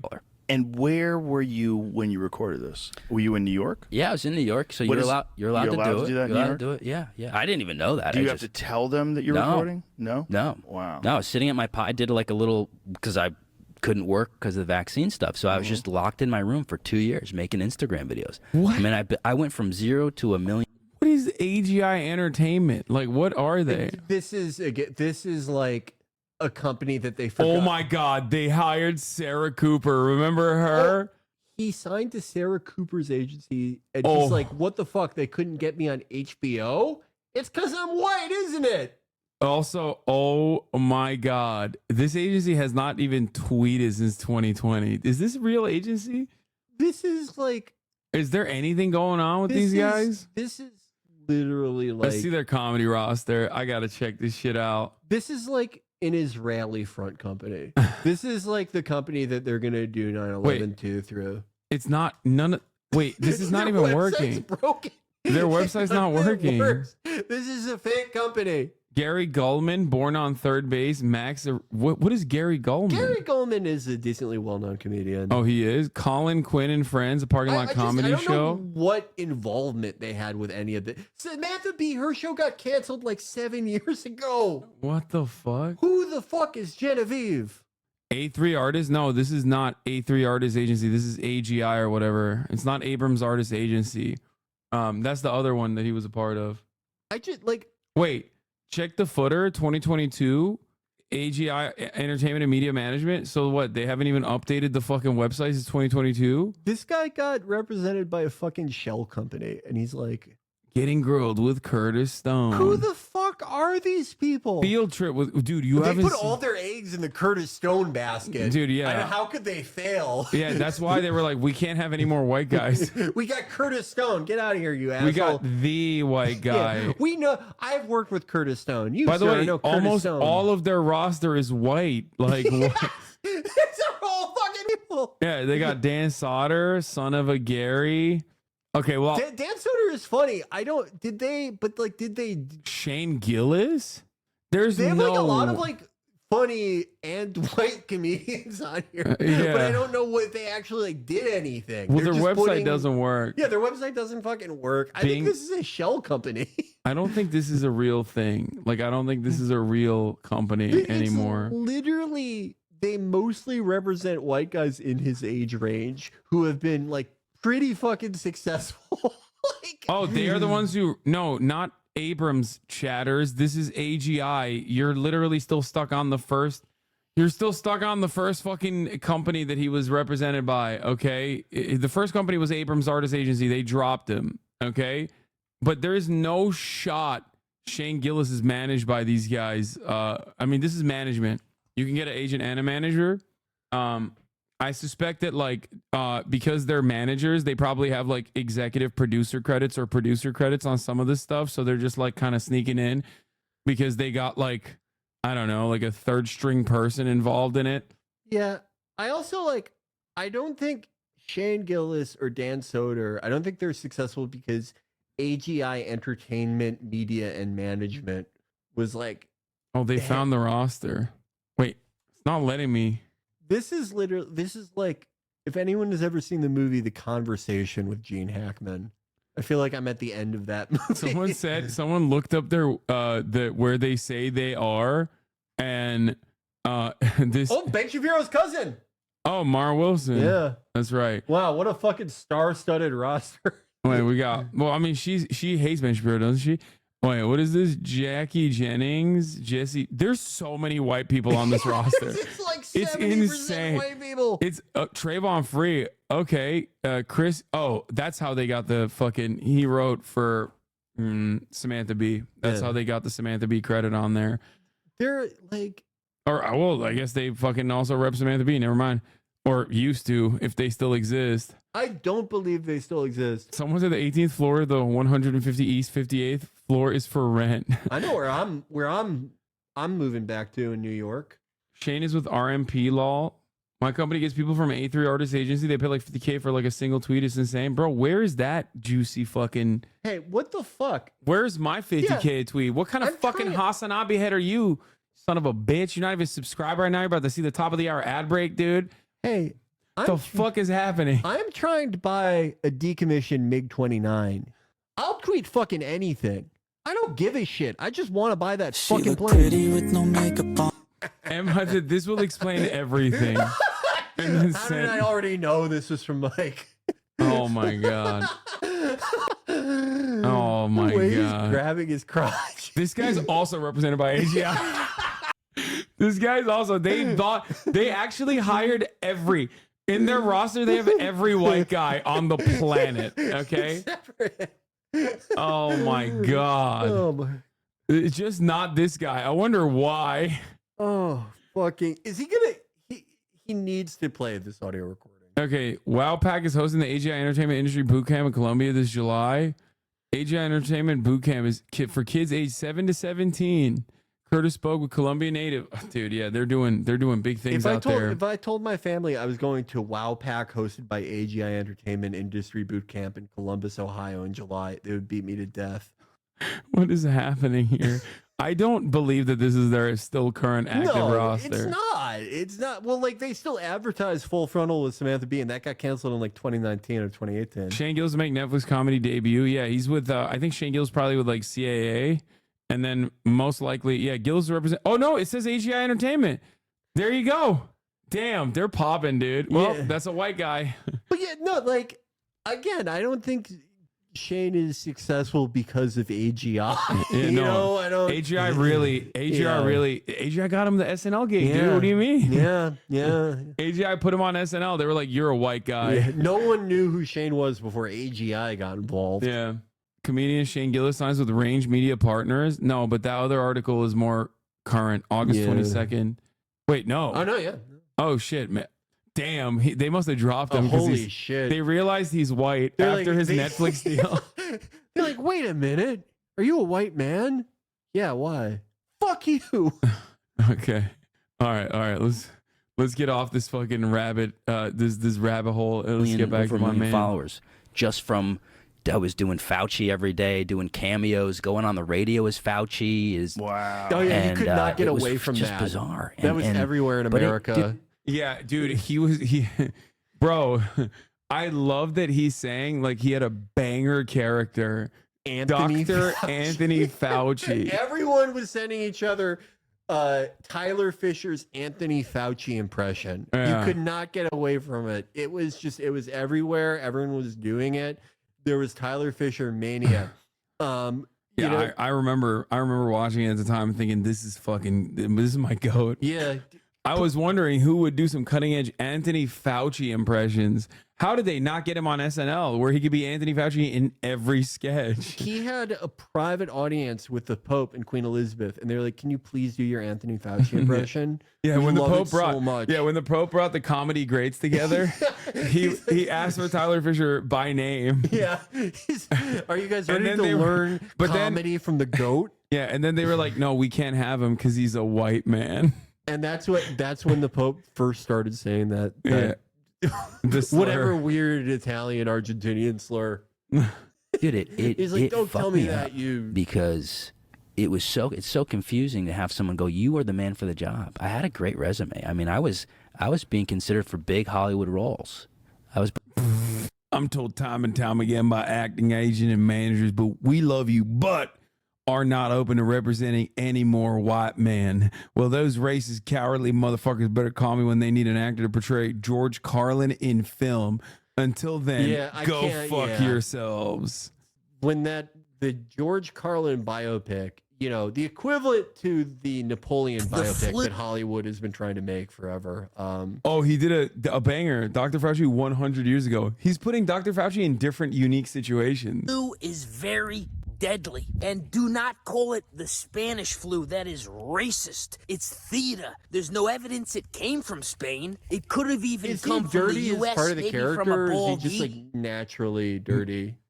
He looks crazy. This is what Hollows in Dark Souls 1 look like. Oh my god. He looks like a Dark Souls 1 mini boss that would be like audibly weeping during your fight.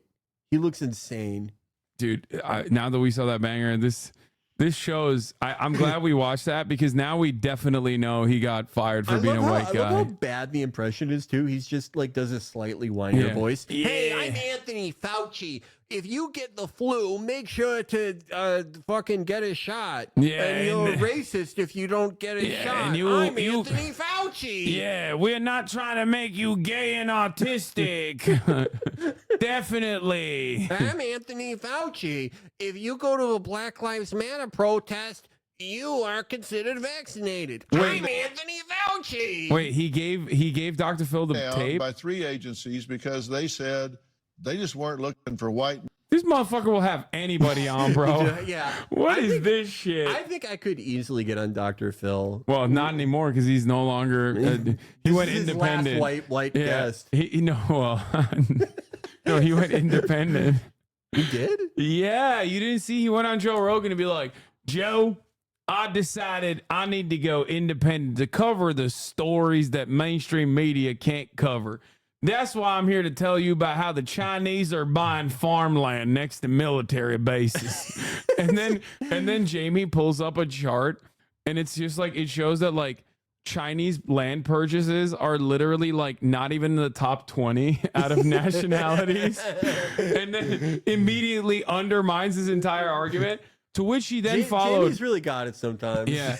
To which he then followed up by doing the independent media route by interviewing Benjamin Netanyahu in Jerusalem. You can't do that in mainstream media. Nobody does that. Yeah, try supporting Israel in mainstream media. They won't let you do it. They'll crucify you. They hate that. Yeah. I love the idea that like the kind of even like the non-political stuff, like the stupid bullshit he does, like you have to be independent to do this stuff. To like have a bickering husband and wife on and argue about like, whose turn it is to do the laundry. Update, I will not settle. I will take this all the way even if I don't get a dime. This justified racism must end. What do you mean all the way? Oh no. Damn, this mini photo shoot they did is really depressing me. I have endless people reaching out to me privately saying, this happened to me. I'm too afraid to speak out. He's the goat, dude. Sure. What a fucking loser. I would lit the nation on fire with my mega viral Anthony Fauci impression. Yeah, wait, is he wearing the same hat but backwards in the? No, it's a this different. Photo shoot is fucking terrible. I hate the poses he's doing. He's like leaning up on a door. Hey, come over here. Okay. Woke. The video call is record. The video has a recorded call. Do you think it was justified for me to be told we can't represent you? You don't have the chance to now compete for jobs because you're white. Yes or no? Was that okay or was that not okay? I think that what is described by you. Don't give me your little let me bubble finish. wrap. What yes is described no? by you? Someone's telling you that you get that job. Rewind. Don't give me your little what? He said mumble rap. What is described by you? Don't give me your little let me bubble finish. wrap. What is Was it bubble wrap or mumble wrap? I think he said, but what does bubble wrap mean? Bubble wrap is like the shit you put in. No, I know what bubble wrap is, but I like, how does that fit contextually? Whereas mumble wrap would be like racially motivated at least, so like it kind of makes sense. Bubble wrap would mean that he's trying to sugarcoat it. Oh, okay, so he probably means bubble wrap then. Also, I forgot to run the 3-minute ad break. Here it is. Described by you, someone telling you that you can't get that job because you're white does not sound right to me. Well, It's let's hear also what was illegal, actually right? said. He's not just making this up. Let me say this. He recorded the call with an agent. Oh, He Candace claims Owens turned is him there? down for being white. So let's listen to the call. Is it a policy, like, explicit that they're not taking on any, like, white men, or is it, like, case by case? On-camera talent, stand-up, probably not. Okay, so no no white Wait, men are allowed for on-camera stuff. I guess it's right now where it stands, but, like, yeah, you could change it here. Oh my God, this guy literally was trying to let him off gently. I called it. They literally were just like, yeah, dude, it's not because you suck shit. It's because you're a white guy. Please stop talking to me on the phone. Like, if that was the actual policy, if the actual, like, whatever production this is for, they're like, we're like, no more white men. You'd think that, like, an actual agent would be like, yeah, no, this is definitely the policy that there's no more white men. We won't try to book you with them anymore. But he's saying, I think that's the policy, but we should try again in a year. Okay, is it the policy or not? This is just like day one, like agent bubble wrapping. Yeah. Like, this is This fucking so bubble wrap. awesome. Dude, yeah, imagine being his therapist listening to this and being like, yeah, well, I do still want to keep getting paid by you, so I'm just going to go, He has to have like Janice Soprano's therapist who like makes him read his screenplays. He has the most bullshit therapist on earth. Depending on if The casting music they put directors, behind that's this not too. the feedback anymore, or not even casting directors, you know, studios, whatever it may be, where it's like, this is what we're looking for. What do we do about heart surgeons, airplane pilots? Like, Dude, you're a failed comic. That's You're not a what you failed are. comic. Airline pilot. There's, dude, you're a shitty failed comic who couldn't get on the roster of an agency that we spent 35 minutes trying to verify if it still exists or not, which seemingly has a fucking entire roster full of white guys. They're just more talented than you. Like, how does he know how hard it is to become either of those things? That's not happening. No.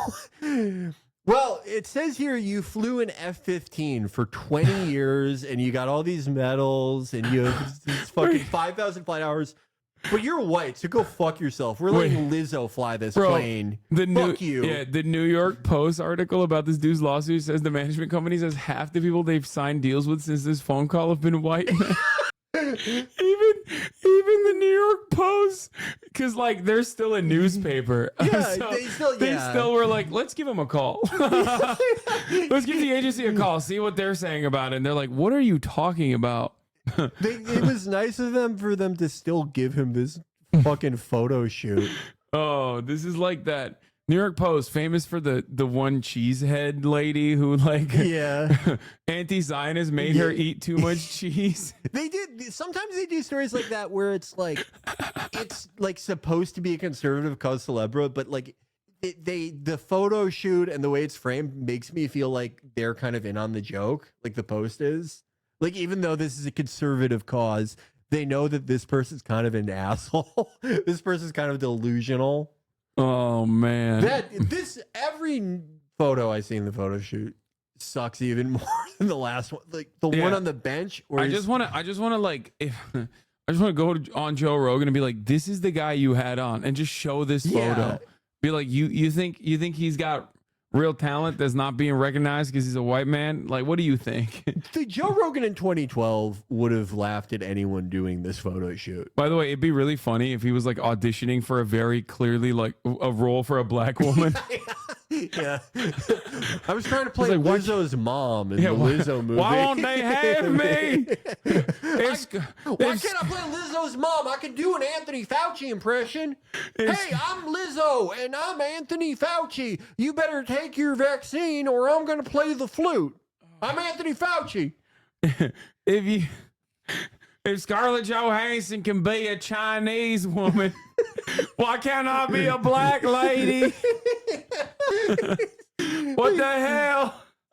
Like, if you're Dr. Phil, are you on some level like kind of angry at him about what a bullshit reveal this is? He's thinking this is content. Like, how far do we want to go with this? Do you want the best heart surgeon, or do you? Dude is comparing himself to the best heart surgeon, which is automatically white in his mind. Like, has to be. You want somebody who you think may have had it bad as a kid, or maybe their great-great-grandfather. Comedian or impressionist. Even if you were a good comedian and impressionist and you were comparing yourself to a heart surgeon, that's already insane. Yeah, 100%. Out of the room. But if you're like a sub-replacement level one, like the Fauci thing is supposed to be, that is the fulcrum of his act. That is the thing he's known for. He said it lit the nation on fire, and we heard it. It's just him wearing a stupid outfit and going, "I'm Anthony Fauci, and I'm stupid because I'm fucking woke." Yeah, it's awesome. This guy is awesome. Thank God Joe Rogan's having this guy on. Jesus Brought in for Christ. Sneaky Pete, Giovanni Ribisi. I was up for that role, and making my own films. And Anthony Fauci, Anthony Fauci 2, Anthony Fauci The Return of Fauci, Anthony Fauci on Soul Plane, Anthony Fauci more cowbell skit, Anthony Fauci is Lizzo's mom, Anthony Fauci meets Donald Trump. I was doing Anthony Fauci celebrates Hanukkah. I was doing all of it.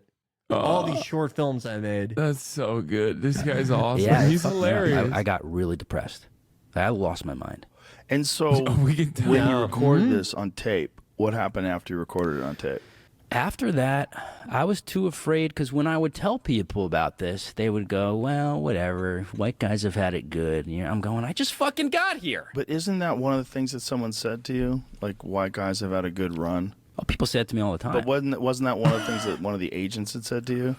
I mean, yeah, I don't know if an agent said that, but you were telling me that someone said it to you. Comedy clubs, a lot of not necessarily clubs, but like the independent run shows. There would be there would be like no white people allowed shows. No, I think that actually happened. happened. Oh yeah. Yeah, I was at a club and I did a spot. Guy goes, "You going on the next show?" And I go, "Yeah." He goes, "I didn't know you were in the LGBT plus 2RQR community." And I go, "What?" He goes, "Yeah, it's only no straight people allowed." And I was like. That's awesome. Okay, this guy's actually pretty funny. Yeah. Like, if he was even like halfway joking on any of this, he would be the funniest man alive. He's funny unintentionally in the sense that like I like laughing at him and never with him seemingly. But it's like the conceit. If someone made this as a character, it would like actually be one of the more interesting comedic angles you could take at this. No, it's like the idea of someone who's like fucking just every day of their life they feel peer pressured into like kissing their friend. Yeah, because of their two gay dads and one gay grandfather. Yeah, they have a entirely gay family tree. They were gonna be on Saturday Night Live as Anthony Fauci, but they were white. It's fucked up. Oh my god. Oh my what the fuck is going on? And so I after that I waited a while. I talked to my therapist. I just didn't know what to do because I didn't want that to become holy shit a force of its own. I wanted to have my talent lead the way, which it had always been doing. And it's tough to have people call you say you're just being a victim or whatever. And it's like, yeah, sometimes you're a victim and you have to fight it to heal from it. Fucking god! Oh, dude! Oh, therapy speak for like the most narcissistic tendencies, perpetual victimhood, classic. Everyone's a liberal. Everyone's a liberal at the end of the day. Everyone in America is a rad lib. Yeah. Everyone likes identity politics. Yeah. As long as it's for them. Yeah. Oh Holy my god! You have to fight being a victim. I was entertainment violated. He's like making this a Me Too. This is crazy. He's not a victim. He's a survivor. Yeah. Your silence on this is deafening. Silence is violence about cishet white male erasure. I thought if I don't fight this, I'm gonna kill myself because it's so humiliating. Holy fucking Can you have some self-fucking respect? Dude, even if you were going to, don't tell That's people so that. much funnier if you just. Holy fuck! I hope you're if lying. If this dude killed himself and wrote in the note like, I killed myself because as a cishet white guy, I couldn't get any roles in comedy, that would. Oh my god, dude, that'd be his. Yeah, that'd be his greatest work of all time. Like, put your head in the oven like Sylvia Plath, and your suicide note is a QR code that you scan it, and you get your phone goes to his Anthony Fauci impression, and it's like they wouldn't hire me because this was too good, and I was white, and that's why I did this. It's like, can you have some fucking self-respect, please? Yeah, bro, going on fucking Joe Rogan, I was gonna kill myself. The QR code goes to this. Or from a turtle, or maybe even a field mouse. Now, you want to make sure you're standing at least 6 horses apart. Look here. What the fuck is this? What kind of content do you do? Who is this for? I know, dude. People who just fucking hate Anthony Fauci. I don't even know. I know people who are like annoying about the vaccine. They don't even care about Fauci that much. Not like this. They wouldn't find archival horse footage and use it to nail Fauci. This is Marjorie Taylor Greene. That's the one fan he has. Yeah. God damn it. Have someone go, your skin color is it's just not the time for it. And so I just thought, I'm gonna go for it. And I just put it on Instagram. I said, hey, I just got turned down for being white. Any attorneys out there? And one guy reached out and goes, He did the Elon Musk technique, yeah, which is the greatest. Hey, any lawyers out there? I bet, you know, look, I made fun of Twitter lawyers, but like an Instagram lawyer, that's the kind you want. Yeah, Jayoma. Yeah. Yeah. He needed a TikTok guy for a separate case. He was also a pedophile. He's like, oh.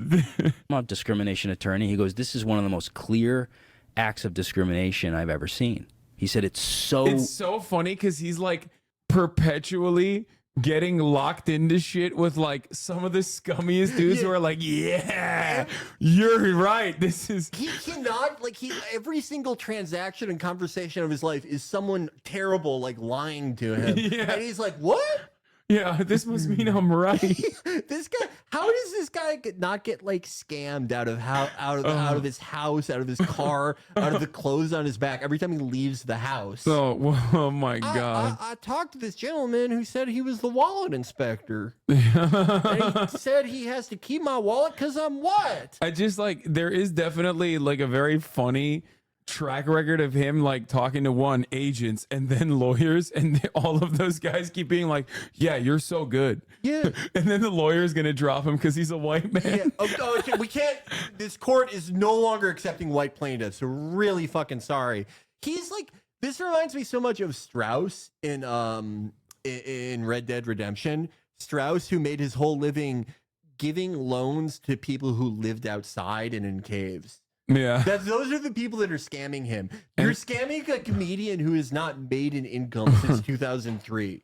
Dude, this is awesome. Apparently, he got heckled by CNN.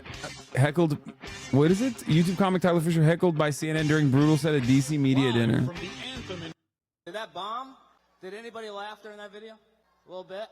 That's great. I'm obviously a last-minute replacement. But how you guys doing? Thanks for coming out, huh? Oh, he's got like a comically oversized suit jacket. All right. Wait, let's see. Thank you very much. How about the band, everybody? How about that video? Did that bomb? Did anybody laugh during that video? Dude, did that bomb? This is the type best of opener. Yeah, this is a great stage presence. Oh. When you look, I've done a lot of live performing in my life.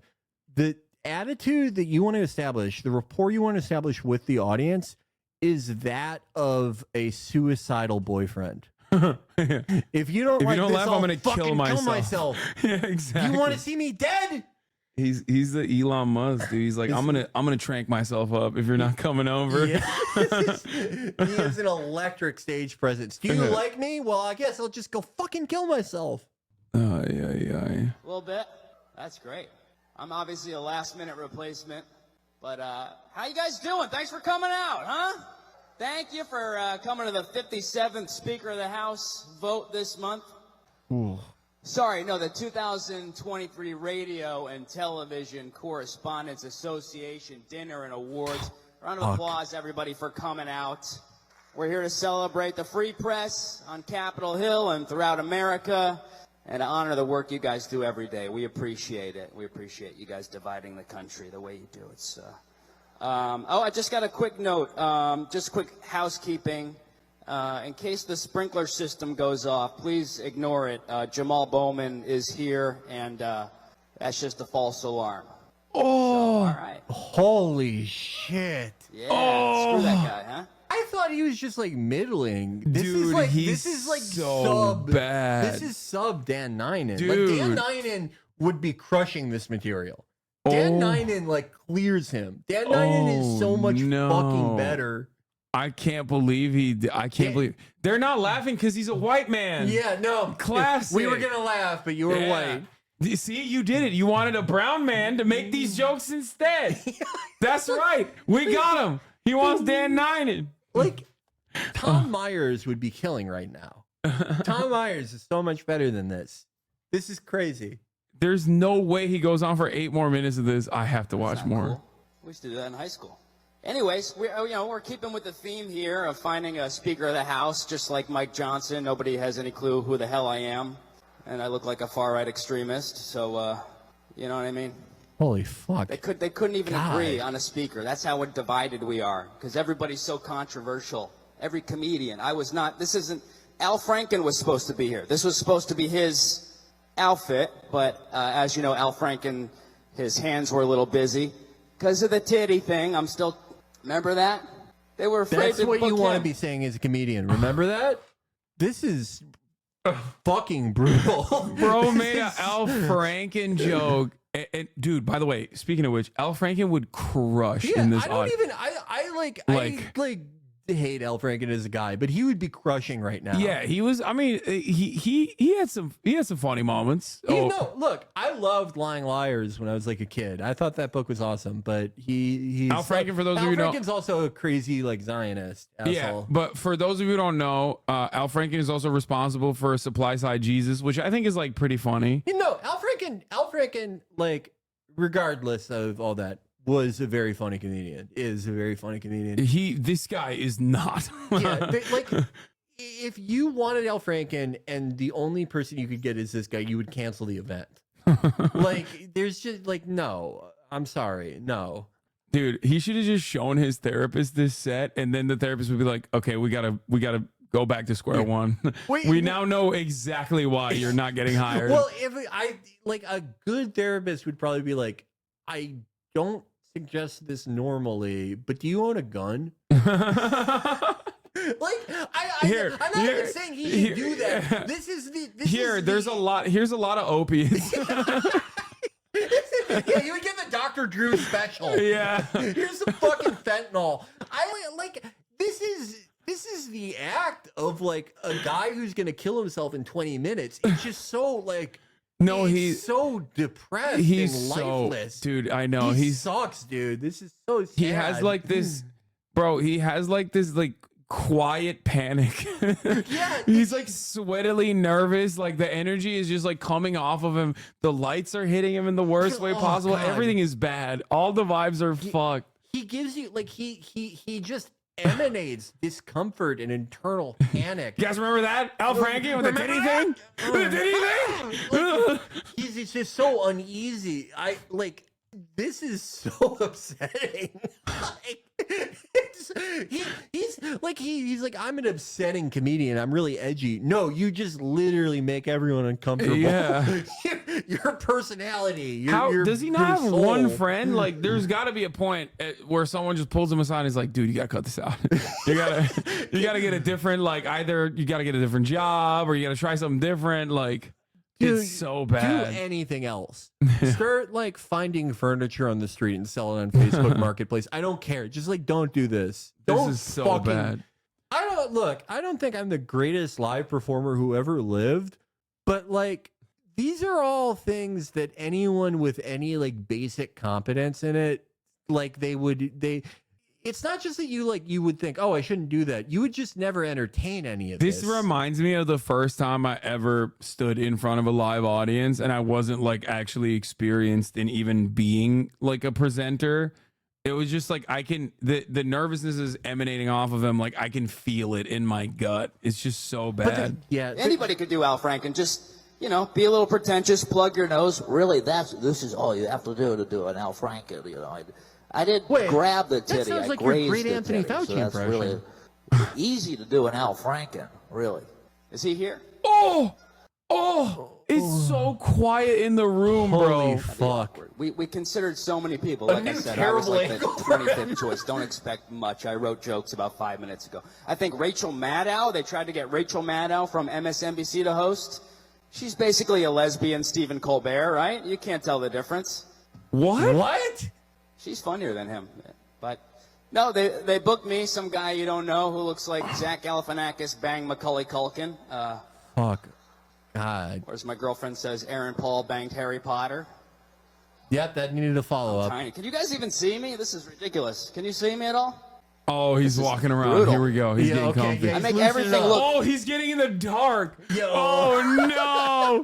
No, dude, no. You don't know. When Tyler gets in the dark, it's like round 2 Conor McGregor. Yeah. Dude, that left hand.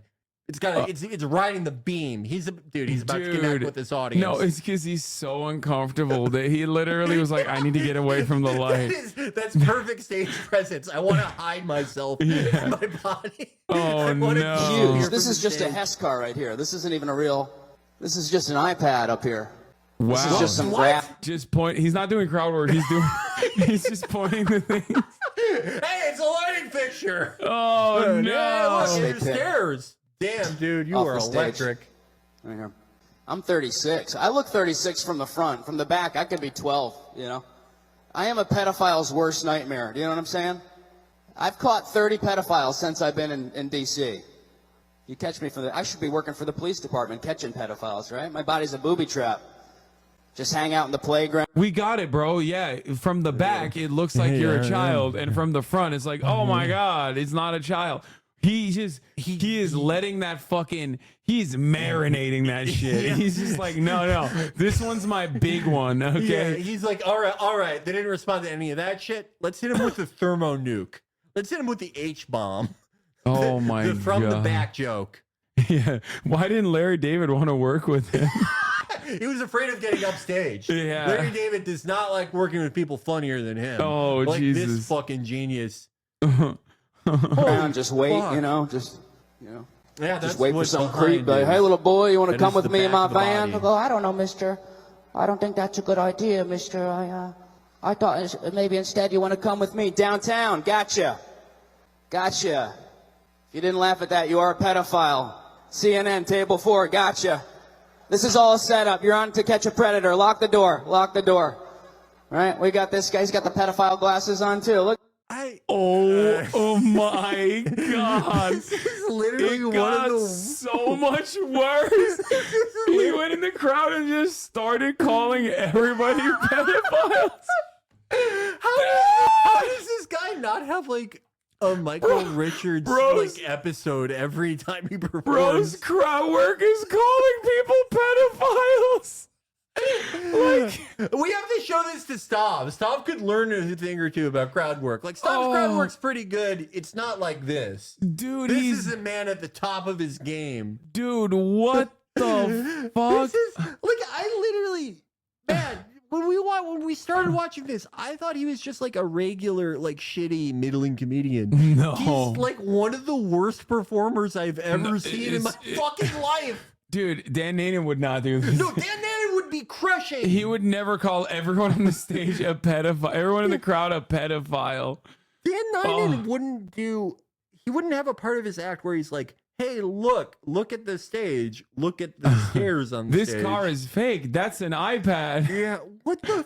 He's so nervous. Like, he doesn't even get one shitty joke out. And he's like, oh, that bomb, fuck. And he just jumps to the next one. It's so enervating. It puts you in such a bad mood.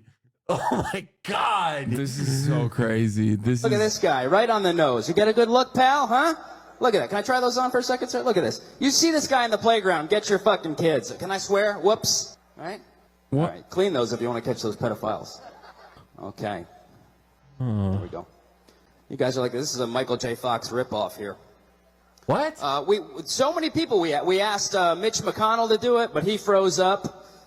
Wait, I don't get it. The glasses weren't even like the classic, like. No, they're just like regular, like sort of middle high-end glasses. They're just square frame, blocky glasses. And then what nice glasses to fuck children in. And then he wore it funny to be like, ugh, like he's, dude, this is like, just get a prop, be a prop comic. You Yeah. can't, even a prop comic would be better than this. Oh my God. And it's you know it's bad when they pick a straight white guy with resting January 6th face. I mean, this is bottom of the barrel stuff. I look like I stormed the Capitol. Dude, like making fun of yourself is good. It can be very funny unless you are literally the thing you're making fun of. You know what I mean? Right, yeah. You have to come at it from a position of like, you know, you are so nervous and panicky that it just looks like you're just, you know, you're bombing and you're cognizant of that. Yeah. And you're just like, oh, you guys hate me because I'm January 6th face. I think like self-deprecation, at least in like the last like 15 or so odd years of comedy or like internet comedy, is like it's overdone a lot of the time. I think that I don't know. It's like it's an easy way to try to like make an audience like you. Like it's like, I don't know. I won't say it's manipulative, but it just like it's an easy route to that, right? But in order for it to be successful, there has to be like some countenance to that. You have to have shown off some like basic competence or ability to entertain. If you're like just fucking dying and you're like, hey, I'm a fucking loser who sucks. It's like, yeah, nobody. Well, this went from like very depressing to one of the saddest things I've ever seen. If he actually was funny, then when he says like, oh, they couldn't get anybody, so they got me. Yeah. That joke would have to be juxtaposed with like him being actually funny and would be funny in that situation, even though it's like a hacky bit. Yeah. Intelligent. This would have been a genius bit if he died immediately after his set. That would be the greatest of all time then. Yeah. Yes. No. Yeah. Then I would think this is a man dedicated to art. Yeah, he's like, I'm killing myself because I'm a white man and no one will laugh at the white man. If you did this verbatim and like you shot yourself in the head, it would be like on some meta level, I would be like, this is genius. Yeah. This is great. His magnum opus. Well, just to sell espressos, don't I? The white guy's back. This is bad. You guys are desperate, man. This is true. They were going to have the very first mentally disabled black vegan host this year, but Mayor Eric Adams was not available, so they had to, he's at a nightclub getting bottle service. Whoop, there it is. 2 true, 2 on the nose, that's fine. 2 on President the nose? Biden was supposed to be here. Can we get a boo? He chose Australia over you guys? Can we get a boo? Boo! Fox News in the back, thank you. Sorry, Dominion, thank you. What? You know, It's like when Elon Musk was, you know, when asked about Elon Musk was asked about fucking Ava, he's like, nerve. That's what he did. Yeah. It's like Dominion. He can only just like associate the word with the other thing. Like that is the highest level his comedy goes to. Oh, Joe Biden. You mean corn pop? Wow, dude, you're fucking amazing. He's crushing. you know, there's so many people. No, this is not white mediocrity. He is not mediocre. No, mediocre would be like a huge improvement. This is like, yeah. I like watching stuff like this way more than I like watching something that's just like passable or kind of bad, because like, I don't know. I love like bad media because I feel like you learn a lot about a person by seeing what their artistic ambitions are and then what their capabilities are. By looking at that gap, you see a lot of the person underneath, and you see a lot of good and bad in that. I've watched so much bad shit for our show that I feel like I have a decent insight on this. Stuff like this is like very stultifying because the gap is so enormous that it verges on just pure delusion. that this is basically an insane person. That someone with these capabilities, their ambitions are so far beyond what they're capable of. They are practically mentally ill. But that mental illness is also like stopping them from like trying to go back to the drawing board and like figure out what the fuck you're doing wrong. Because he's like, no, I deserve this. I deserve this position, and there must be a secret reason why I can't get what I deserve. Yeah, like I know a lot of comedians who I think are like incredibly. Chad said you're all so jealous of him. yeah. Like who died to get this man in front of this crowd? Like that's not, I don't get it. Like he got paid for that gig, you know? It just like I know a lot of comedians who I think are like incredibly fucking funny, and you know they're funny off the cuff or like more scripted or whatever, and like almost to a man or to a woman, like they are incredibly self-critical and like almost always like invariably hate the last thing they did. And I don't think that's like a good way to be. I don't think that's necessarily healthy or helpful. But with most like great comedians you see, there's like a strong degree of like self-criticism and like just, you know, very exacting high standards for their performances, for their jokes. And he just has none of that. He just thinks, no, this is perfect.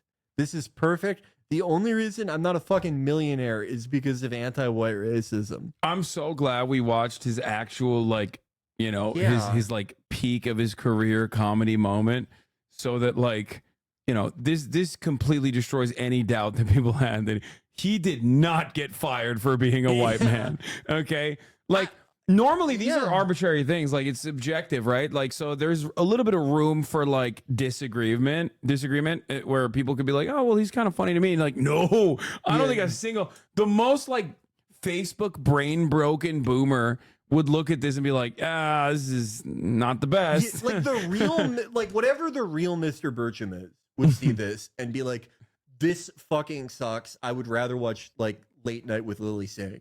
Give me a taped copy of Late Night with Lily Singh. Or Sarah Cooper, who did get signed by AGI. Sarah Cooper's funnier than him. Oh, no. She's funnier than him. Yeah, he's so fucking bad. But you're so right. It's like, just if we had just watched this with the same level of engagement as like anybody else who saw him on Rogan, we would have just assumed, okay, he's like a regular like shitty comedian, but nothing like, you know, nothing notable, like replacement level, like we said. No, he is like historically terrible. Yeah. This is amazing. Like, you know, sometimes there's going to be swings and misses in comedy. You know, it's all fucking, you're trying, you're getting a reaction, whatever. Maybe the crowd is not eating it. But like, this dude has not demonstrated a single fucking thing so far that is like even manageable. Like the closest he got to was the January 6th face, and even then it's like mid, and the delivery is so bad. Not here. There's a lot of courageous reporters in Israel. Round of applause, right? All right, let's see where he goes with this. Doing the Lord's work. Those, obviously, you know, I don't think it's controversial to say those terrorist attacks were terrible, or as CNN calls it, a mostly peaceful war. So, what year is it? What fucking year is it? Oh God, bro. Were the Swift boat veterans there? Oh my God. Was there a hanging Chad? No, I thought he was gonna like make fun of, you know, the journalists in Israel and be like, yeah, they're really unsafe right now. No, he literally meant it. He was like, yeah, no, they are brave. Thank you for being in. Thank you for reporting on this great war that Israel's doing. Yeah, thank you for being in Tel Aviv. Like, it's so difficult for you guys out there. Like, I genuinely thought he let it hang. He let it hang, dude. Oh my God. He was like, hold for applause because it is coming. Oh my God. Dr. Fauci was supposed to be here. But he's busy planning the next global pandemic, so couldn't make it. All right, one more Fox person. Thanks a lot. Did you notice that war ended? Right? I mean, the whole COVID thing, it ended right when Ukraine was invaded. You guys know that. You stopped reporting on COVID. Where's it was he going like with done the same day Russia came in. That was a little suspicious. I feel like if that war didn't happen, Fauci would still be on the TV right now. You're like, Bro, what the fuck are you talking about? Dude, he is, now it's just a rant. Now This all pretenses of comedy are gone. And another thing, you fucking lied. Fauci lied, people died, brother. Yo, this is not even, where is the joke? He's just ranting. This is so fucking amazing. Dude, I assume he's going to do the impression. I really want him. Please do it. Dr. Fauci, it's been 3 years. You said 2 weeks to flatten the curve. What I actually said was, we are too weak to flatten the curve. It's not humanly possible. The joke 4 years in the making. You're all sponsored by Pfizer. Never mind. I knew that wouldn't work. You guys have a lot of... I feel bad for the media. You guys have tons of competition right now. Your main competitor is teenagers on TikTok. Did you know that most people now trust TikTok to get their news? They're getting their news from a communist Chinese app. That's really sad. I like TikTok, but I think TikTok would have been a better name for a dating app for women in their late 30s. How old are you? All right, speaking of 37. angry feminists, CNN is here. Round of applause to CNN, right? We actually left 2,000 seats empty on the balcony there to commemorate CNN Plus. So we'll just take a moment of silence. What? All right. What was it? Yeah, that's how a memorial works. Tell a joke? Your entire news media organization's one big joke. Nailed it. Fake news, right? Fake news, we call Fuck! it. Oh! Holy fuck! Oh! God damn it! Oh, no! He hit the Trump. So painful. Oh, no! Like, someone said, tell him, you got owned by like Jake Tapper. Yeah, okay? yeah. That is, you should at that point kill yourself. Because it's like, he is the lead. The guy who wrote faux shizzle in the media land literally told you, tell a joke. You're here to tell a joke. He got, like, Dana Bash or someone just tore his asshole open. Dude, he's some just fucking former Bush administration ghoul was like, you suck, and they were right. Like, someone needs to walk him to the glue factory. It's done, bro. It is so bad. God. Oh no! I mean, it's like, what do you not like about Biden? You hate TikTok. You love Israel. you love making confusing and alarming public appearances where you forget your words. You're Biden. You agree with him on everything. Yeah. You should vote for him. Oh no, dude! This is like in the running for a Steven Crowder style TikTok. Chatter was asking like, who's worse, him and Steven Crowder? I don't know. Fake news. No, Steven Crowder is better So than him. sad. Brendan Schaub is like way better than him. Oh, he's still going with the Trump. CNN interrupting me. So sad. So sad. All right, I'll tell a joke. What's Oh, your he's mom's mad. name? He's mad. He's mad. Yeah. Oh, he said, Oh, what's you your just- mom's name? You just stepped into the lion's den. Oh, You're about to no. get fucked on by the comedy god, bitch. No. I stopped watching CNN when they had that death ticker. You remember that? That was pretty cruel. You guys were horny for that death ticker. Wait, he's not even again. Yeah, this is no just jokes. This is just a rant. Yeah. You are spiraling out of control and just fucking getting mad at CNN. He's just repeating conservative grievances. This is Where's the joke? All my favorite jokes are in this set. You should be ashamed of yourselves. How dare you? How can you look in the mirror, sir? How do you sleep at night? I'm so mad at you.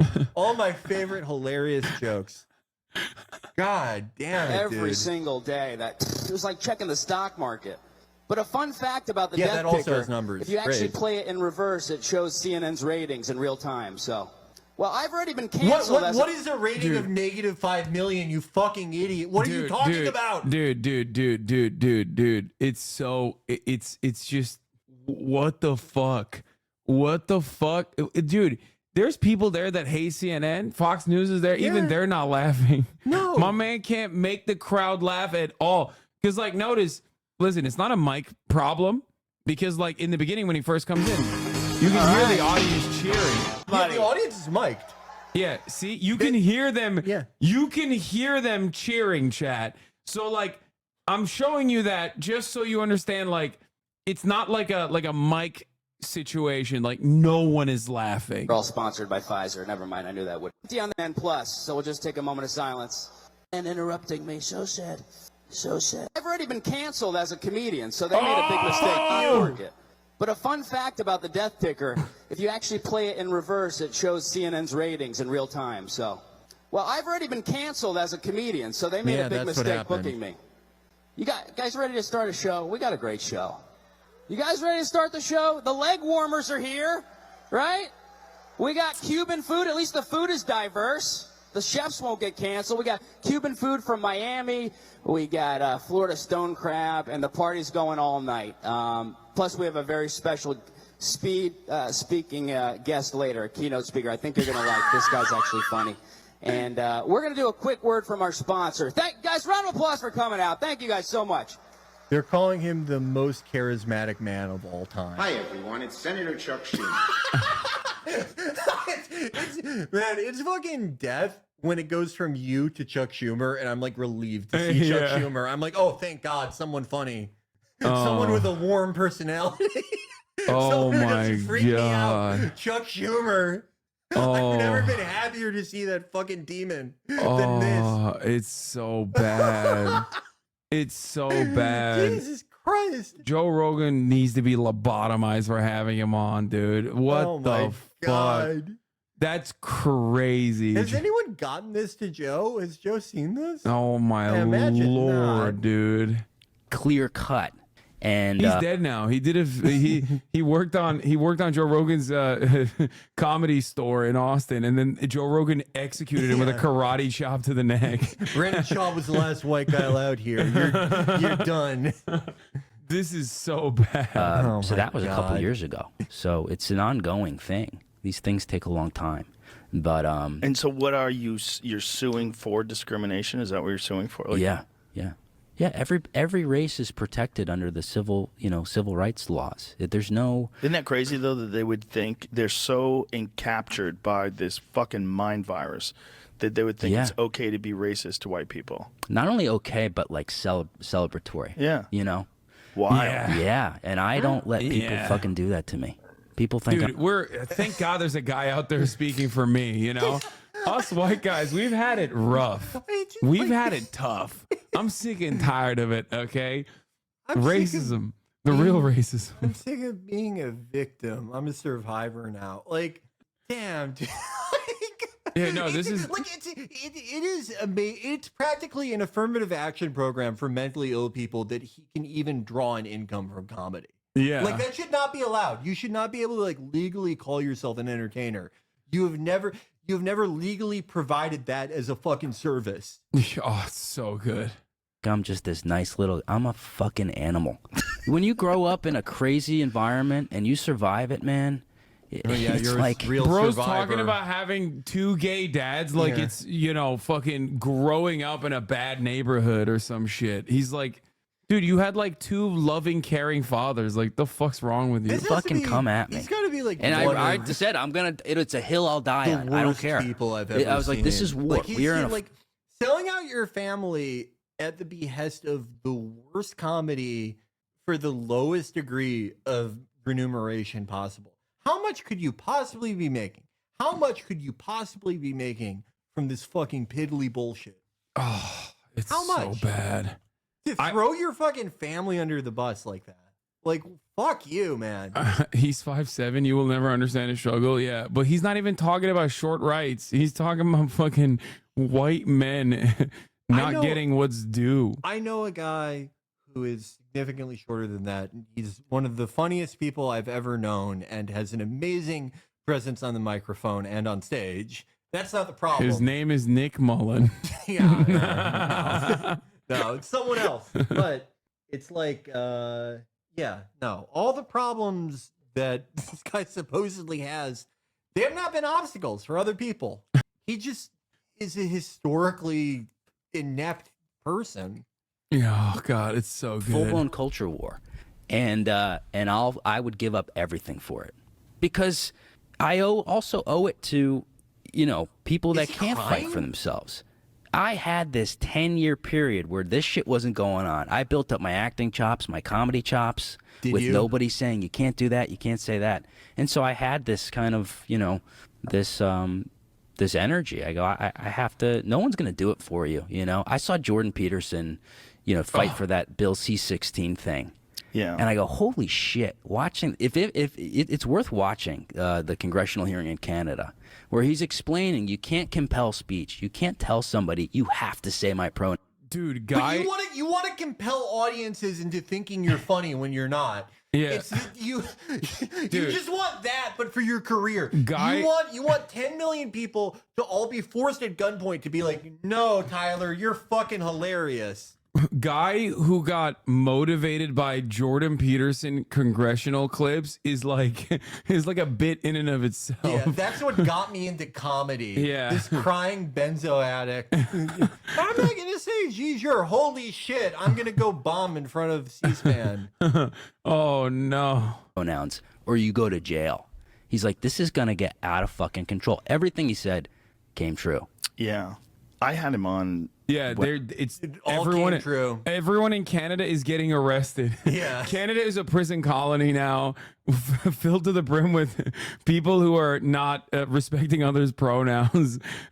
Trudeau is a madman. Yeah, the Jordan Peterson thing is like extra funny because like much like many conservative grievances, it just got so completely out of control off of a complete misunderstanding or a deliberate misunderstanding that like the Canadian Bar Association had to like make press releases and the government had to describe to people like, no, we're not going to put you in jail for misgendering someone. Please stop saying this. Like he set up a fucking moral panic with YouTube clips because there are too many dumb guys like this. If I got like ticketed in Canada for like hate speech against Israel, I wouldn't let it happen to me. Like I wouldn't, if you like let Trudeau put you in like a gulag, that's sort of like on you. It's like when people say Russia stole the election. Okay, well, like Yeah, true. that's your law. Like you fucked up. Yeah. I would never let Trudeau infringe my speech. Yeah, It fuck just those wouldn't happen to me. truckers, dude. You know what I'm saying? Trudeau could never do anything to me. Yeah, the truckers that were representative of the real working class movement. That's my favorite type of guy, like who's like, I'm a communist and I think that all the farmers in the Netherlands and all the truckers in Canada, like those are the only real workers, not fucking Starbucks baristas, I love that shit dude. because they everyone is always into that shit for like the 2 weeks it's being covered by conservative media, and then Yeah. they just never talk about it ever again. Yeah. What happened to the real workers? Did they all Yeah. die? Like you're not talking about it anymore. Yeah, they just got back to work, you know, doing the real, doing all the work. Oh, anti-vax truck drivers. When in the beginning of that stuff, and I remember people saying to me, like, why do you care about what happens, these obscure moments that happen in these universities? Like, and I had Brett Weinstein on after the Evergreen College thing, same kind of thing. That was in 2015, bro. That was like, or 2016. What are we talking about? Brett Weinstein's also like a better comedian than Tyler Fisher. Like I just name anyone in conservative media, they're more talented than him. Name It's everyone in liberal media. crazy, dude. It is crazy that they're still like festering in these grievances from a fucking decade ago at this point. At Evergreen College, Brett who Weinstein. fucking cares? Brett Weinstein got yelled at by a bunch of fucking, excitable freshmen for being, I don't know, racist or some shit. I don't even fucking remember. And he like literally set up a media career off of being a Joe Rogan dick rider. And obviously, like, it fizzled out completely, but, like, the grievances are permanent. Like, he still talks about this. That Evergreen College was ever a national issue. If a family member, if even, like, a lesser cousin of mine was like, I'm going to Evergreen, I would kill them. That's how unimportant of a college it is. I don't give a shit. Dude, it's not like a national issue. Dude, it's like these, like, liberal arts universities with, like, 8 fucking students, like... Which, by the way, ironically, every single conservative commentator has graduated from. Yeah, That's one of my favorite things is like when I hear some dumb fuck like Tucker Carlson or what's his face, Jesse Waters or whatever, like talk about liberal arts university. I'm like, bitch, you have a theater degree. You went to Bard. Yeah, like what are you went to fucking saying? RISD. What are you saying? You have a liberal arts degree from like a 65-person college that like only secret white supremacists go to. Like only they know about it. No one else knows about the college. They're all their kids go to like Tisch School of the Performing Arts. They go to Montessori schools. They're not going to real universities. Michael Richards graduated from Evergreen. Who's Michael Richards? Yeah, see, look, and he fought the woke mind virus. Like he won. It didn't work. He beat them. Michael Richards is Kramer. Oh, But, Kramer. Oh, that makes sense. Yeah, I'm glad he did that. Look, I'm serious. Let's see. My related search for Tucker, or my previous search for Tucker Carlson is Tucker Carlson's CIA dad. Let's see. Tucker Carlson College. Yeah, he went to Trinity College, dude. Private liberal arts college in Hartford, Connecticut. I don't know a ton about Trinity. But that's what it's like, one of those schools. It's like one of those fucking schools, man. It's fucking ridiculous.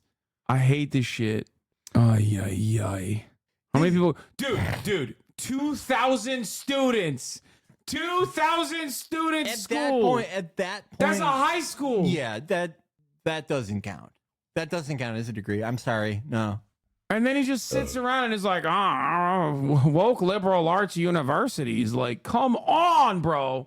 And I was saying, like, you don't know, these people are going to graduate. Do you understand what this is the future? Yeah. Like these attitudes that are these kids are being indoctrinated into, these Also, mindsets. Jesse Waters also went to Trinity. Expand, Fucking and they're going to clocked be it. involved in the workplace, and they're going to be involved in politics and culture.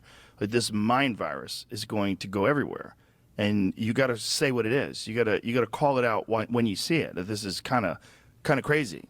And obviously, all these years later, I mean, this was like 2016, I guess. Yeah. So here we are, Yeah, things have gotten out of control because, like, in 2016, it wasn't a problem, and it's still not a problem. It's just a problem only in your mind. And as it festered in your mind over and over again, as you repeated to yourself that this grievance is real, yes, you have personally bludgeoned your brain. And what remains of it? He's like, people are joking about how Nick Merckx got CTE from streaming. He got CTE from podcasting, dude. Like, it just doesn't make any sense. Yeah, things are getting worse. It's not that like every single person I know, that any like funny or interesting person that I knew or any smart person, they've all been replaced by people who exclusively seek this shit out to complain about it. And that's all I hear about it. It's not that. It's just things holistically are getting worse. There is a secular decline. West has fallen. Billions must die. Yeah. It was, things would It's be not so. just everyone I know, this is all they fucking talk about. I know. It is absolutely the death of comedy, that just like constantly complaining about wokeness killing comedy. Ugh. So fucking bad. Well, he's part of the reason I pursued this, Jordan, because he's like, you have to tell the truth. That's it. Tell the truth, or tell the truth, or at least don't lie. You know, it's like, well, it's like you can't bloody compel my speech. Oh, he's doing a Jordan Peterson impression. Thank God. You know, that's pretty good. Clean your impression. damn room. You know, it's like finger a cat, rescue your father from the bell. It's like, well, you know, it's like, you know. And How'd you develop that one? That's a good one. You know, Joe, you are the most dishonest man in the world. Joe, you are such a baboon, bro. I swear to God, No, he is such a fucking dumb fuck. He's satanic for encouraging this guy's delusion. This guy just did one of the worst bits I've ever seen, and Joe's like, that's really good. How do you develop that? Joe, you know what bad comedy is. Come on, man. I don't think he does. I think conservatism unironically rotted his fucking brain. Maybe I am wrong. I like to believe there's something in him that still recognizes when he's seeing just complete shit. I think most people would see that and be like, this sucks. I think, actual depolarization would be Americans, all types of Americans, Mr. Bircham types who have Israel mugs, rad libs, DSA people, groypers, all of them coming together and being like, Tyler Fisher fucking sucks. Yeah. This shit's terrible. Except for Joe Rogan. Except for Joe Rogan. He's the one person outside of that If group. you are just like, if you have your brain broken by Facebook, you are gonna like Tyler Fisher, I think. I assume. I don't even think those guys like him, to be honest. Like, No, I mean, they're not, like, they don't support anything he does. Nothing he does gets any. I've never seen any of these guys, like, promote him besides Joe right now. Why?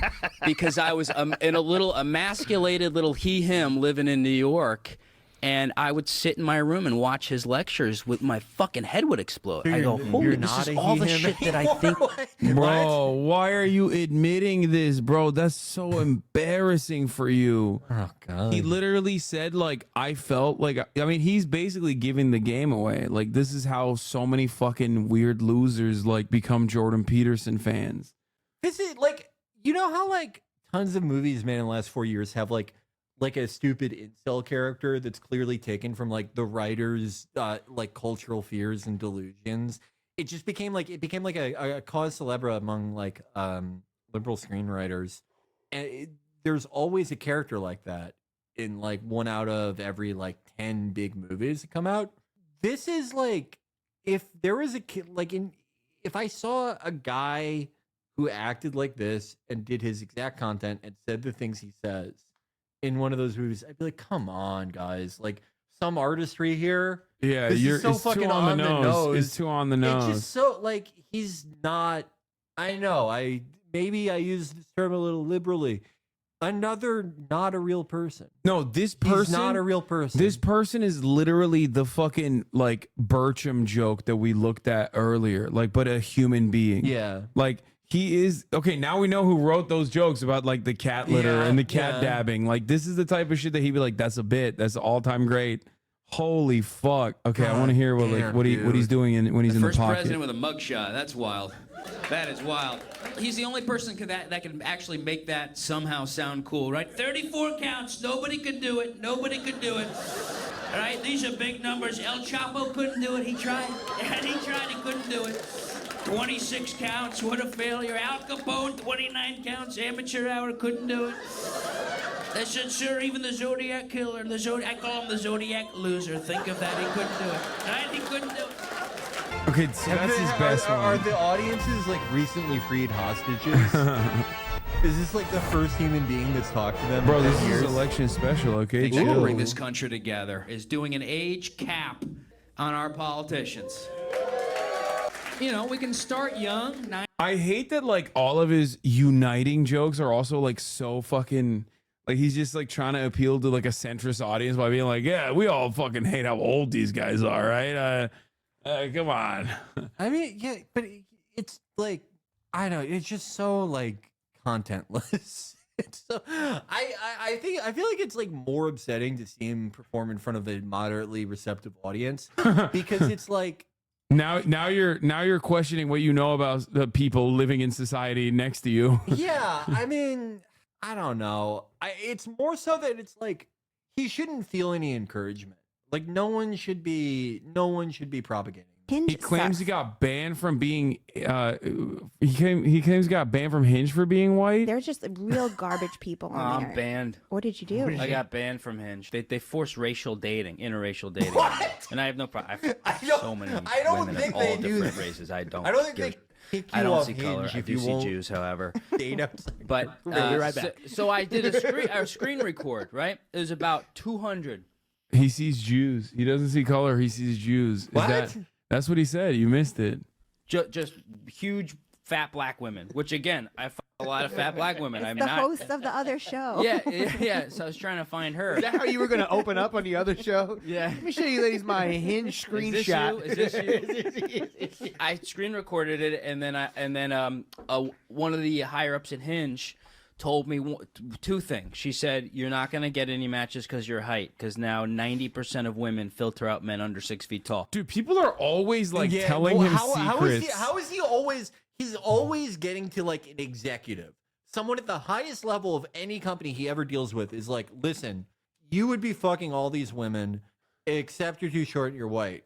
Like just any professional. This guy's this is his thing. The CEO directly comes to him He and just is like, hey, you're actually the best guy who ever did this, but I'm not supposed to tell you this, but actually we can't help you out because you're white or you're short. Oh or you're my too beige, or too god, cool." dude, She literally goes, "You're." This was one of the runners of Hinge. And The then, runners of Hinge, yeah. Yeah, one of the runners of Hinge.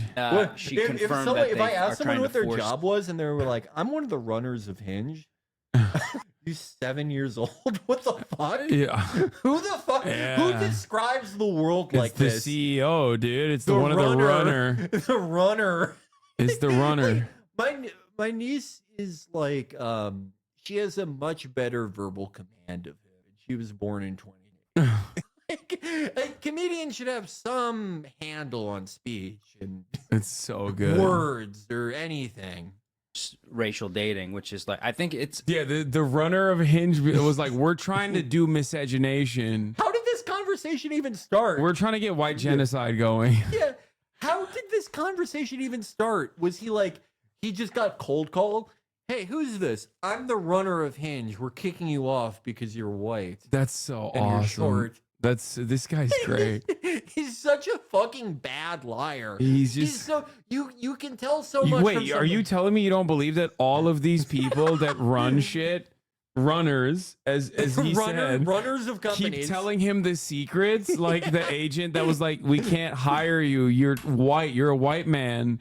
We don't hire white men. You're so good. Dude. You're the best comedy's ever gonna get. You would be fucking every girl in this app if you weren't white. I like, you know that guy on YouTube Dreading, the guy who does crime videos? What? He's like Jim Can't Swim. He's like does that type of thing. Uh-huh. I really like that guy. Wait, what's the name? Dreading. Oh, Just called I Dreading. haven't seen it. And he does like deep analysis of like, you know, these like really crazy people who like, you know, they killed their kid or something. And he's like, it's not like, it's like above pop psychology. He has like a pretty decent insight on like, you know, how a narcissist behaves or like the types of things that people do when they lie. He mostly like analyzes like insane murderers, but I would pay Dreading like an enormous amount of money to analyze Tyler Fisher. I want his insights on him because he always lies in the same way. His lies are so fucking pathetic and threadbare. I want like someone who actually knows what they're talking about to look into this person's psyche. Okay, can we? I'm pretty sure this is his account. Like, I'm pretty sure he set this account up to be like, he's killing it.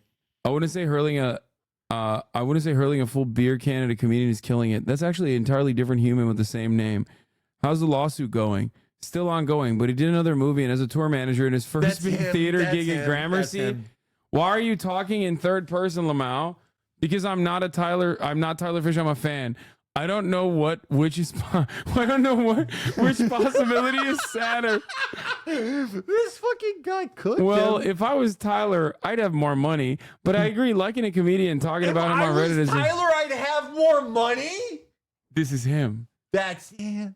Oh my god, this is just literally him. He's going into every fucking subreddit. Hey, have you guys heard about Tyler Fisher? He's pretty rich and has a pretty big cock. Oh my god. Oh my god. Oh my god, he's exclusively posting about Tyler Fisher. Oh my god. And he's a moderator of Tyler Fisher fans with three members. Oh my god! Joe Rogan, you fucking moron! You had a guy who has a who runs his own fucking fan account with 3 members. You fucking, what are you doing? God, dude. Oh my god. Tyler is actually a gifted stand-up and impressionist. He's been grinding for years and is at the Comedy Cellar in Rogan's Club and is now touring the country and Canada. The people in charge of the show picked someone who has a disdain for mainstream media, as do I. It was a bad match. Oh, on the DC Correspondence Dinner. Oh god. Did anyone see what happens when a YouTube comic is allowed on a real stage? I read a portion of it and it was as bad as I read. Phew, update. Oof, watch the video and I regret it. Ouch, so much wrong with it. Oh my god, this is his account. Oh my god. Pre-canceled, he's just posting. Oh my god. Oh my lord. He's Gutfeld. He's actually really funny. The crowd has stick up their butts. Oh my god. This is Tyler Fisher will be running his new hour of material tonight at 8 p.m. at Brooklyn Comedy One Upvote. That's just him. He automatically uploads his post. Wait, I need to see the Tyler Fisher fans community. 5 members, 13 online. Chatters immediately went in. You guys are assholes. Yeah, immediately. I need to check this subreddit like in an hour. It used to have 3 members. Now it has 5. You guys are so annoying. I'm gonna set a reminder when I get home to check this tomorrow. It's gonna be look 7 months ago. He played a character. They took my name for Lady Ballers. He played a character named Felix. When I say I have plans Friday night, this is what I mean. Yeah, let's get this Tyler Fisher meme viral. Let's get everyone posting this viral, relatable fucking Tyler Fisher meme. Oh no, dude! The country has Tyler Fisher fever. Everyone is posting that fucking cat picture. Dude, that's crazy. This is so sad, brother. This is the saddest fucking thing. Tyler's got some serious talent. He posted this. He posted this on Damn That's Interesting a year ago, and they removed it. Oh. No.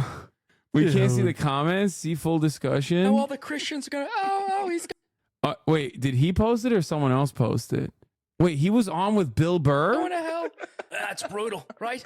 Oh, Bill Burr's actually kind of good. I'm not gonna lie. That's freaking brutal. Okay, that's the first one where it actually kind of sounds like the guy. Now, I get home, she's watching Oprah, right? I go, can you watch anything else? Nah, she's brutal. 2 weeks. Oh, no. He's like, that was too good. I need to go into Fauci. No. He cannot. The second he starts doing impressions, he's like, all right, got to go back to old reliable. Look at this. Look at these fucking assholes. 62 members. You guys are fucking pricks. There's 44 online. Poor Tyler Fisher is going to see this. You know he has like alerts set up. He's going to be like, oh my God, Tyler Fisher fans is exploding. Stop saying. You guys are stop posting in his subreddit. He's going to think this is real. He's gonna think this is a real. I got motion. He's like, he's sitting there like, fuck, dude. You see this shit? Yo, I'm blowing up. Thank you, Joe Rogan. You guys are gonna cause him to kill somebody. He's gonna freak out and shoot a place. Finally, my Rogan appearance really put me in orbit. You guys are such fucking ass. He's gonna get fucking bro. He's gonna get banned off of every app. He's gonna be like Laura Loomer. Yeah. I have got to check that place tomorrow. Oh my God. That's so bad. Oh my God. This is like, I gotta say, like, going into the whole Tyler Fisher thing, I was like, how much can we get out of this? He's just like a regular, because of the thing that Staub said, where it's like he was just like a regular comedian and he realized he could get some burn through being conservative. I was like, like if Staub knows him, he's probably like halfway competent. Like, how much can we get out of this? And it turns out to be, this is like one of the most upsetting, he's just like mind-boggling, stultifying things I have ever fucking seen. He's just so bad. Like he's not excited to be a part of this community. Some cool chaps put me onto this man. Very underrated. 168 members, 85 online. God damn, dude. Bro, it had 3 members. What are you guys doing? Oh.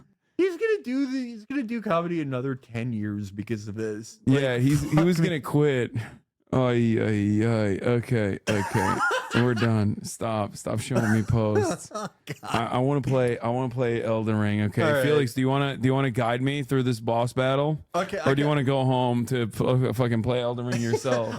If you want me to guide you, I could guide you a little. Okay, this is why I brought you here, actually, because I needed. What is happening with my fucking? I'll go to the bathroom. All right, I'm gonna run the 3-minute ad break because I forgot to do it. But it's time, ladies and gentlemen. Let's go. A network error occurred. Returning to title screen. I don't even know where I left it off. If he blows up, ban all chatters. Oh my God, I would fucking die. If he blew up, I would be so like, we created a fucking monster, dude. Okay, using IRL summons is cheating. Well, call me a fucking cheater then. Okay. So here's the thing. I'm gonna try the backhand and blade thing. Wait, why am I here? Oh, I found another Scaramucci here. But I didn't want to talk to this guy because I didn't know if he was an NPC that's Hello like... there. Are you the Tarnished? Lady Lebanon of the Tarnished, guided here by Mikola the Kind. My name is Teolia. I too am tarnished, and here on kindly Mikola's account. So, well, here's to new beginnings, I suppose. Well, I'm not much good at anything is all. I'm as weak as a kitten and thick as 2 planks. I've always been this way, since the very day I was born. I'm afraid the only thing I'm proficient in is poison. Nice. Sorry. Wait, what does he have? Holy fuck, he's got hella poison. Buy the bottle as a new weapon? Should I do it? Just give me the word if you need any more. You got it. You got it, sister. Okay, so we're officially, chat. We are officially Scattertrue Scaramucci level 5. Revered Spirit Ashbushing level 3. Okay, and I have the fucking back blades. You see that? And I put blood on them.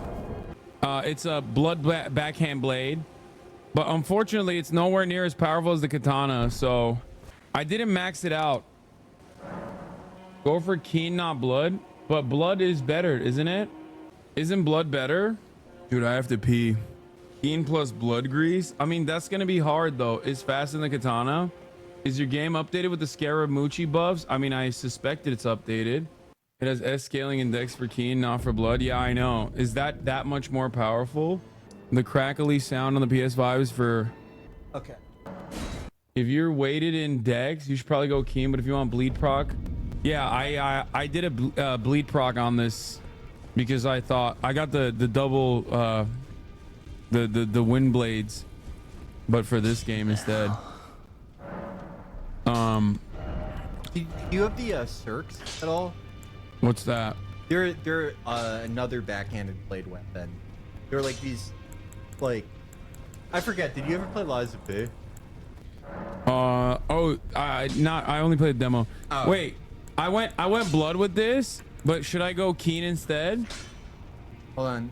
I mean, it takes it up, but it doesn't. It loses the blood loss buildup, and the blood loss buildup is 106, which is pretty good. No? Can I see your stats for a second? Yeah, here you can toy around. You can play around here. I gotta pee. Stats. Well, it's not bad. Like, no, you're not particularly underleveled on like a regular new game cycle for the DLC. I don't think. Let's see. I would honestly, I don't know. I think he should do a little bit of a respect. I know what you think, but I don't. Yeah, he could still get a lot better. If he runs, does he have the? Does not. Bloodhound could actually get a lot of money. Actually, I don't think there's really any problem with your build so much. No, I think it's an equipment issue, honestly.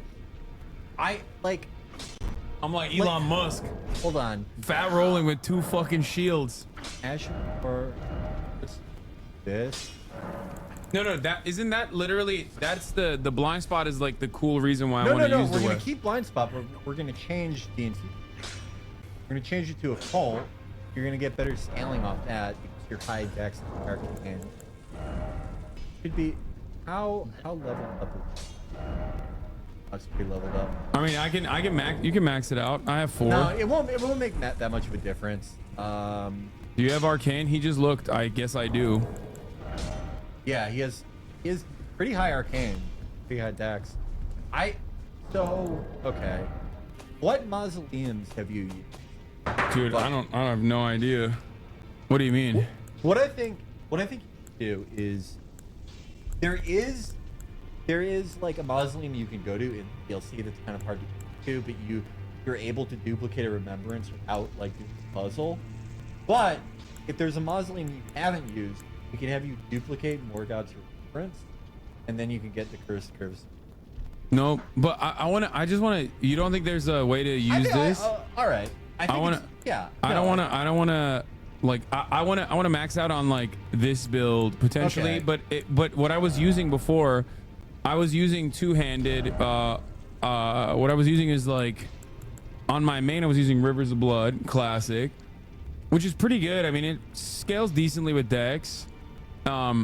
Rivers of Blood is good. And then the other hand, I was using Hand of Millennia. So then I started using double handing the Rivers of Blood, and I was doing pretty crazy damage.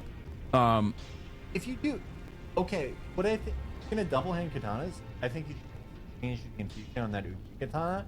I think you should get to probably a Colt or Keen. On Rivers of Blood? No, not Rivers of Blood. You can't, on this one. Well, I wasn't using Uchi katana. I was using Hand of Millennia and Rivers of Blood. I might honestly have more success with a katana that's leveled up and a Colt. I mean, Hand of Millennia isn't bad at all. Don't get me wrong, but like if you, because they're both bloodlust. Yeah, they're both bloodlust, but and you would get more pure physical damage out of an occult scaled katana that's leveled up, and it would proc bleed really well. Like in a lot of cases, it like doesn't matter if you have split damage, right? But sometimes it is sort of suboptimal.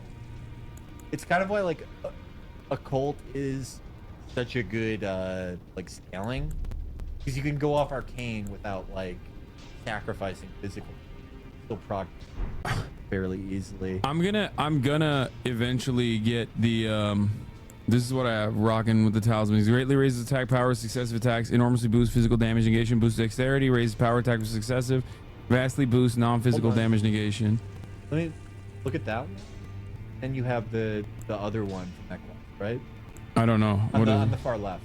Rotted winged sword insignia, raising attack power with successive attacks. All right. I don't know if those stack. That's because they kind of do the same thing more or less. They're both like they both raise attack power, consecutive attacks. Millicent's prosthesis also raises dexterity. Doesn't that know if add?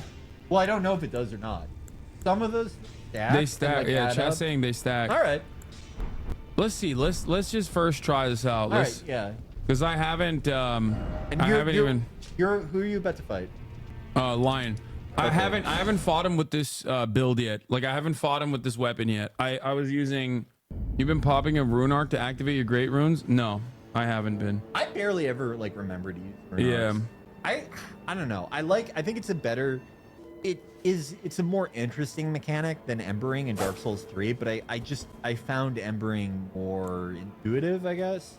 I don't know. Let's see how it works with this with the occult thing that you gave me. Oh shit, I don't have the range. Uh-oh. I got so used to the range. You'll be fine. You'll be completely fine. Your damage negation is awesome. Like you're not getting chunk by him. You have a ton of health. Focus more on the jumping R2 than doing your action for. Oh shit. You're fine. Oh god. Okay. Yeah, that is sort of the problem with this boss. Very hard to get you off. Oh my lord. I mean, not really. I forgot the moveset already. It's been a. Hold on, let me fix this. This boss is weak to blood. So you could, I don't know. Try infusing it back. You just do it at the right there. Oh, can you? Yeah. No, yeah. You never have to go back to Cube to do this.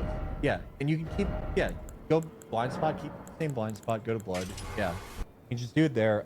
See if you get better DPS. I think so. Backhands proc so fast with bleed. Yeah, that's what I think as well. Let's see.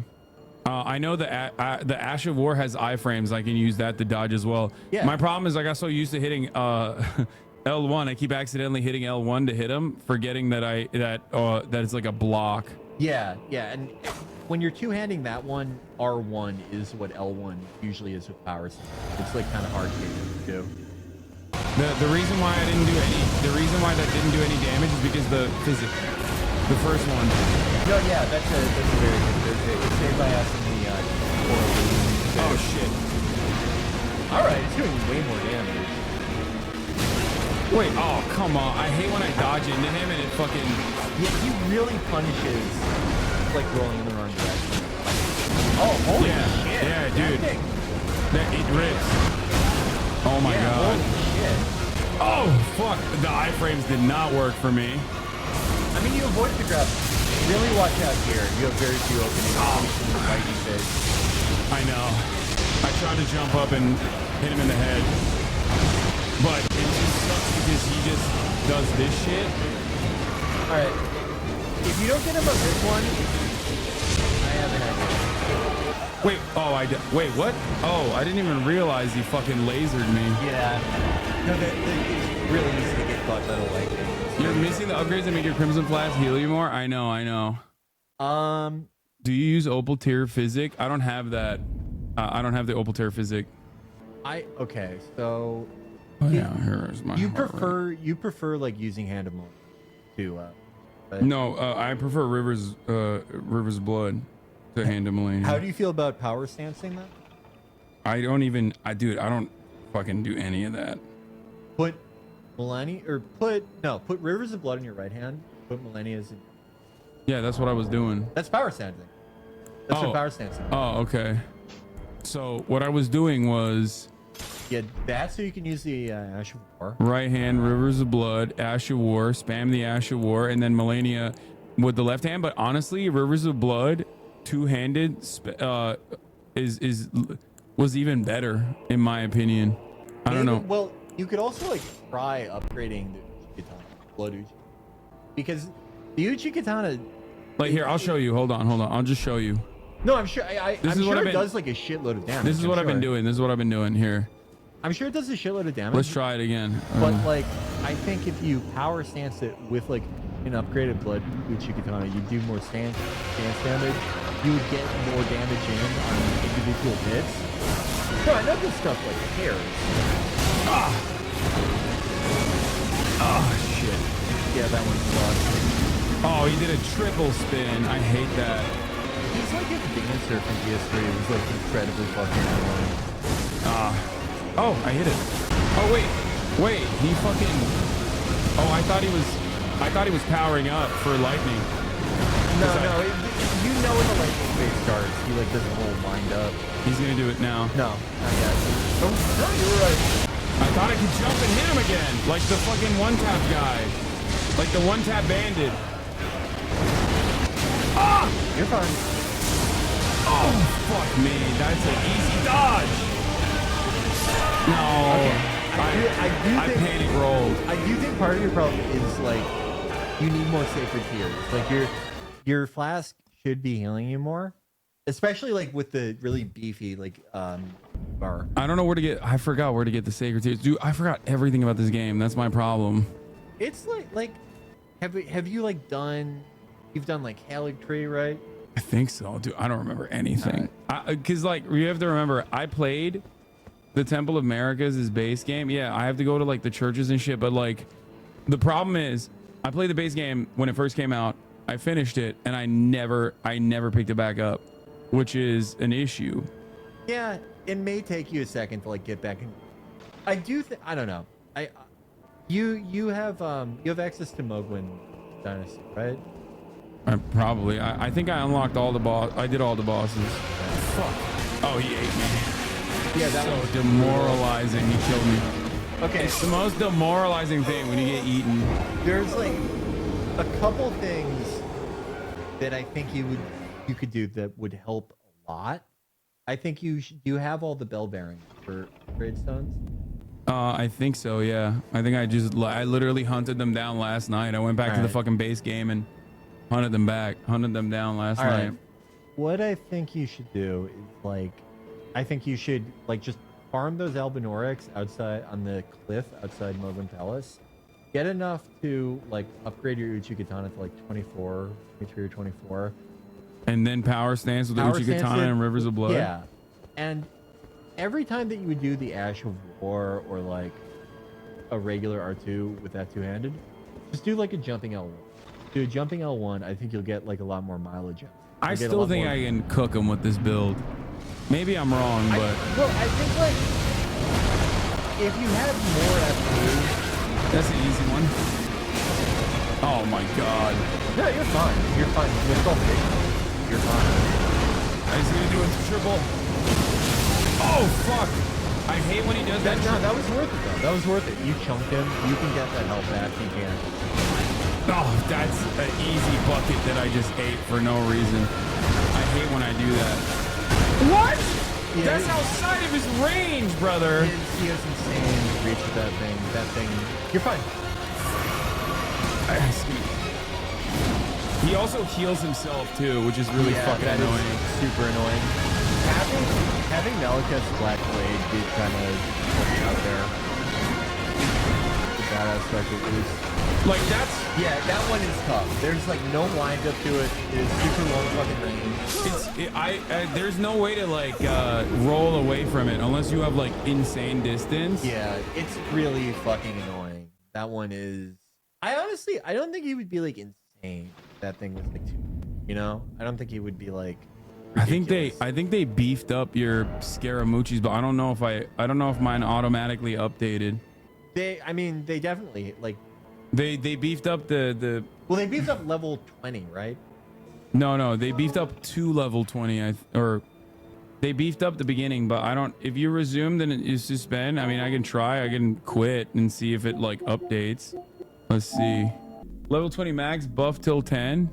It probably updated, right? I mean, I would presume. I mean, does it even let you play before you don't update? I was already in the game, so I don't know. Oh, okay. But probably not. Press start on and check for update. Is he ending or starting? I'm starting. I'm on PS5, but it never mentioned an update here. That's weird. Well, like, okay. It says app version 112, calibrations version 112.2. So it's updated. Yeah. Yeah. 1122? Yeah. Chat said it's updated. Yeah. Okay. It's a hotfix, I think. No, I think they literally they just added that comedian's Fauci as a boss. What? Okay, you guys need to stop. You guys need to no, we can't think about that. We can't think This about is very important. Tyler Fisher will ruin this run, dude. This is so much more important than Tyler Fisher. Oh, dude, sometimes he starts low with that and I forget that he's gonna do it. And then I just end up fucking eating it because I forget that he's like, he can also go low. Because usually when he spirals, he does it high, right? Yeah. He's tough to read. Well, yeah, it's because there's a lot of moving fucking parts. I'd also say that. Oh, he did it again. I did it again. I fucking ate it again. I'm so dumb. Oh! No! You got it. No, get up! You're fine. You're fine. No! Oh, you're fine. No, I'm not fine, Felix. I'm not fine. Wait, oh, what the fuck? You're fine. You steal? No, get out of the way, get out of the way, get out of the way of that. Get out of the way of that! Oh, fuck. It's fine. It didn't even take off like half your heal. You got 3 more heals. No! Oh. No, don't eat me! There's no way I can get it.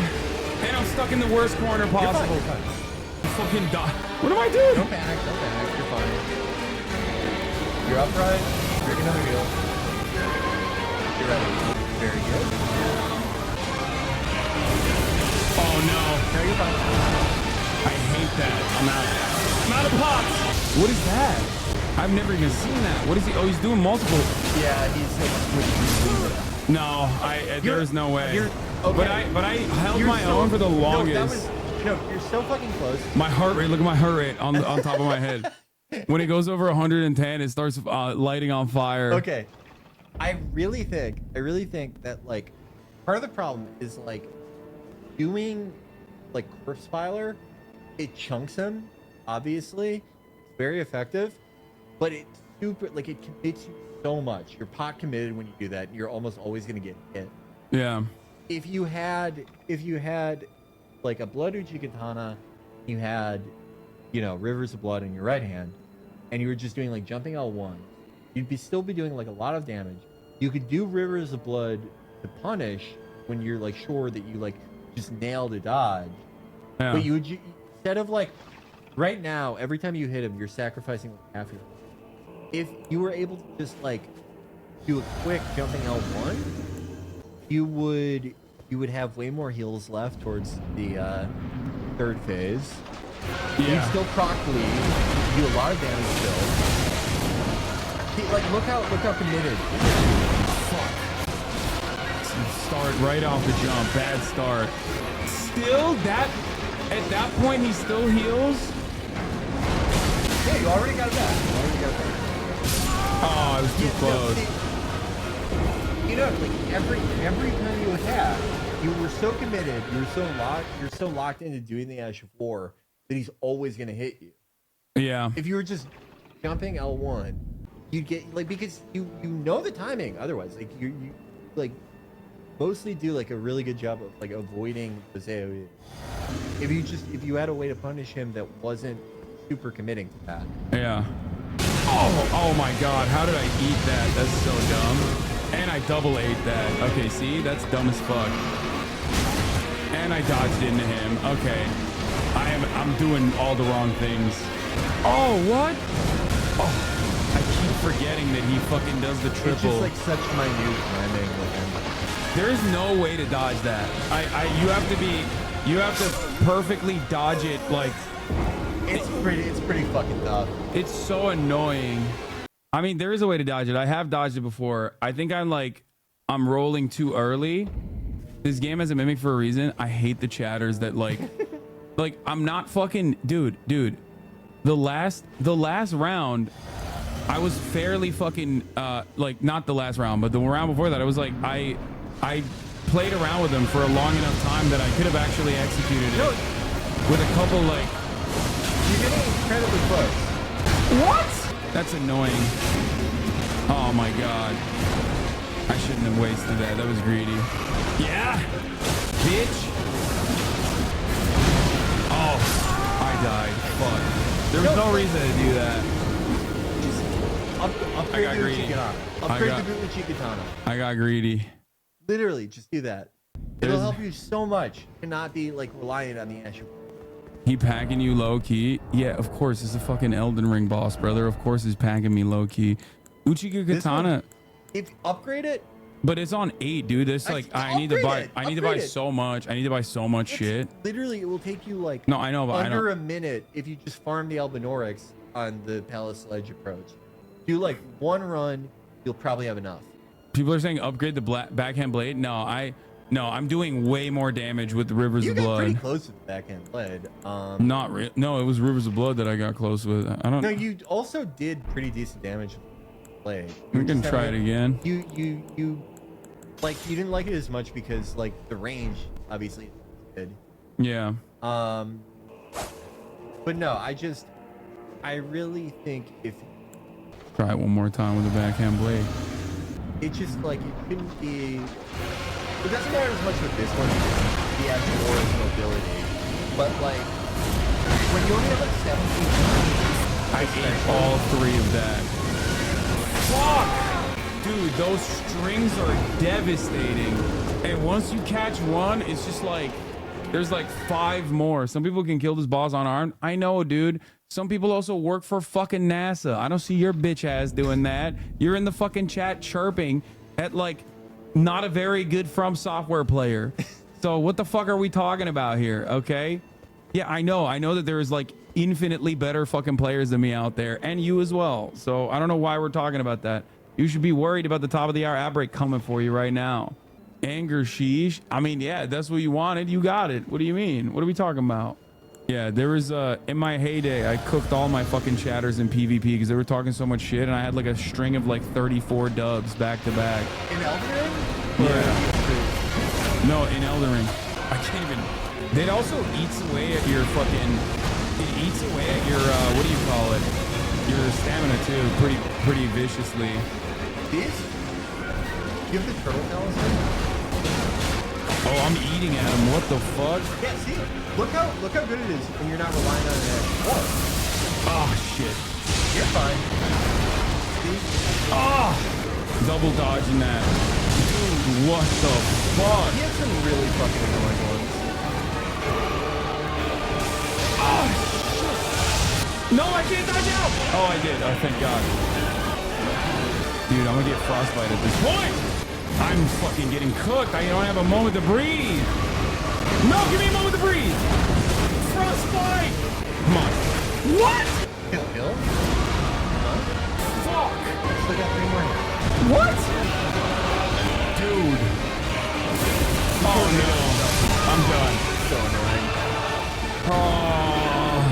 Okay, that wasn't actually bad. That was actually that was pretty good. When I'm not like doing Ash of War spam, I'm like, you're able to get away quicker. I just like you if you dual stance, you would have more reach.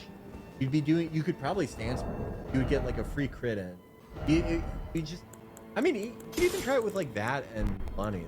that's what I'm gonna do. I'm gonna go back to the. I'm gonna go back to what I came here in. You know. This might actually do it. Let's see. But I have to stop relying on the Ash. You can like obviously use it, but like making it every attack on it can make you way too long. I hate this fucking stupid ass punish time. No. Yes. Perfect. Doing great. What the? You have so many heal touches. I know, but you're fine. No. Oh god, I'm trying to get out of it. No. You're fine. Yeah, there we go. Oh come on! I dodged out of that.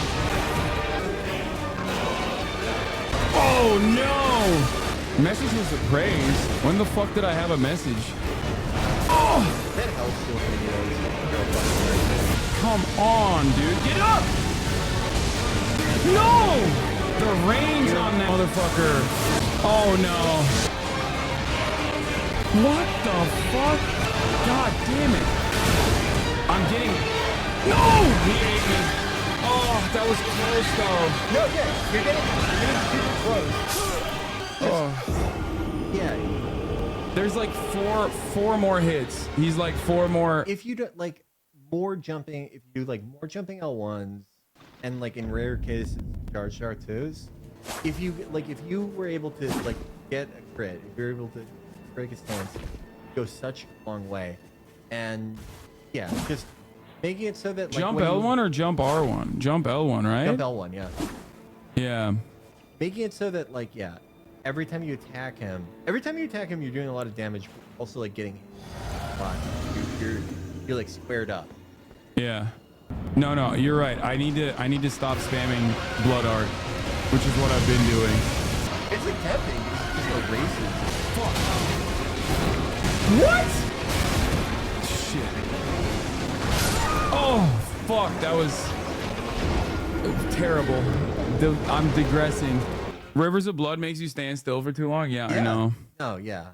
I really think like jumping L1. You don't have to feel like you're obligated to sit here, by the way. You can. No, I'm about to call cover. It'll take a second. I'm gonna beat this guy before you leave though. I'm gonna help. No, I think you're like incredibly close.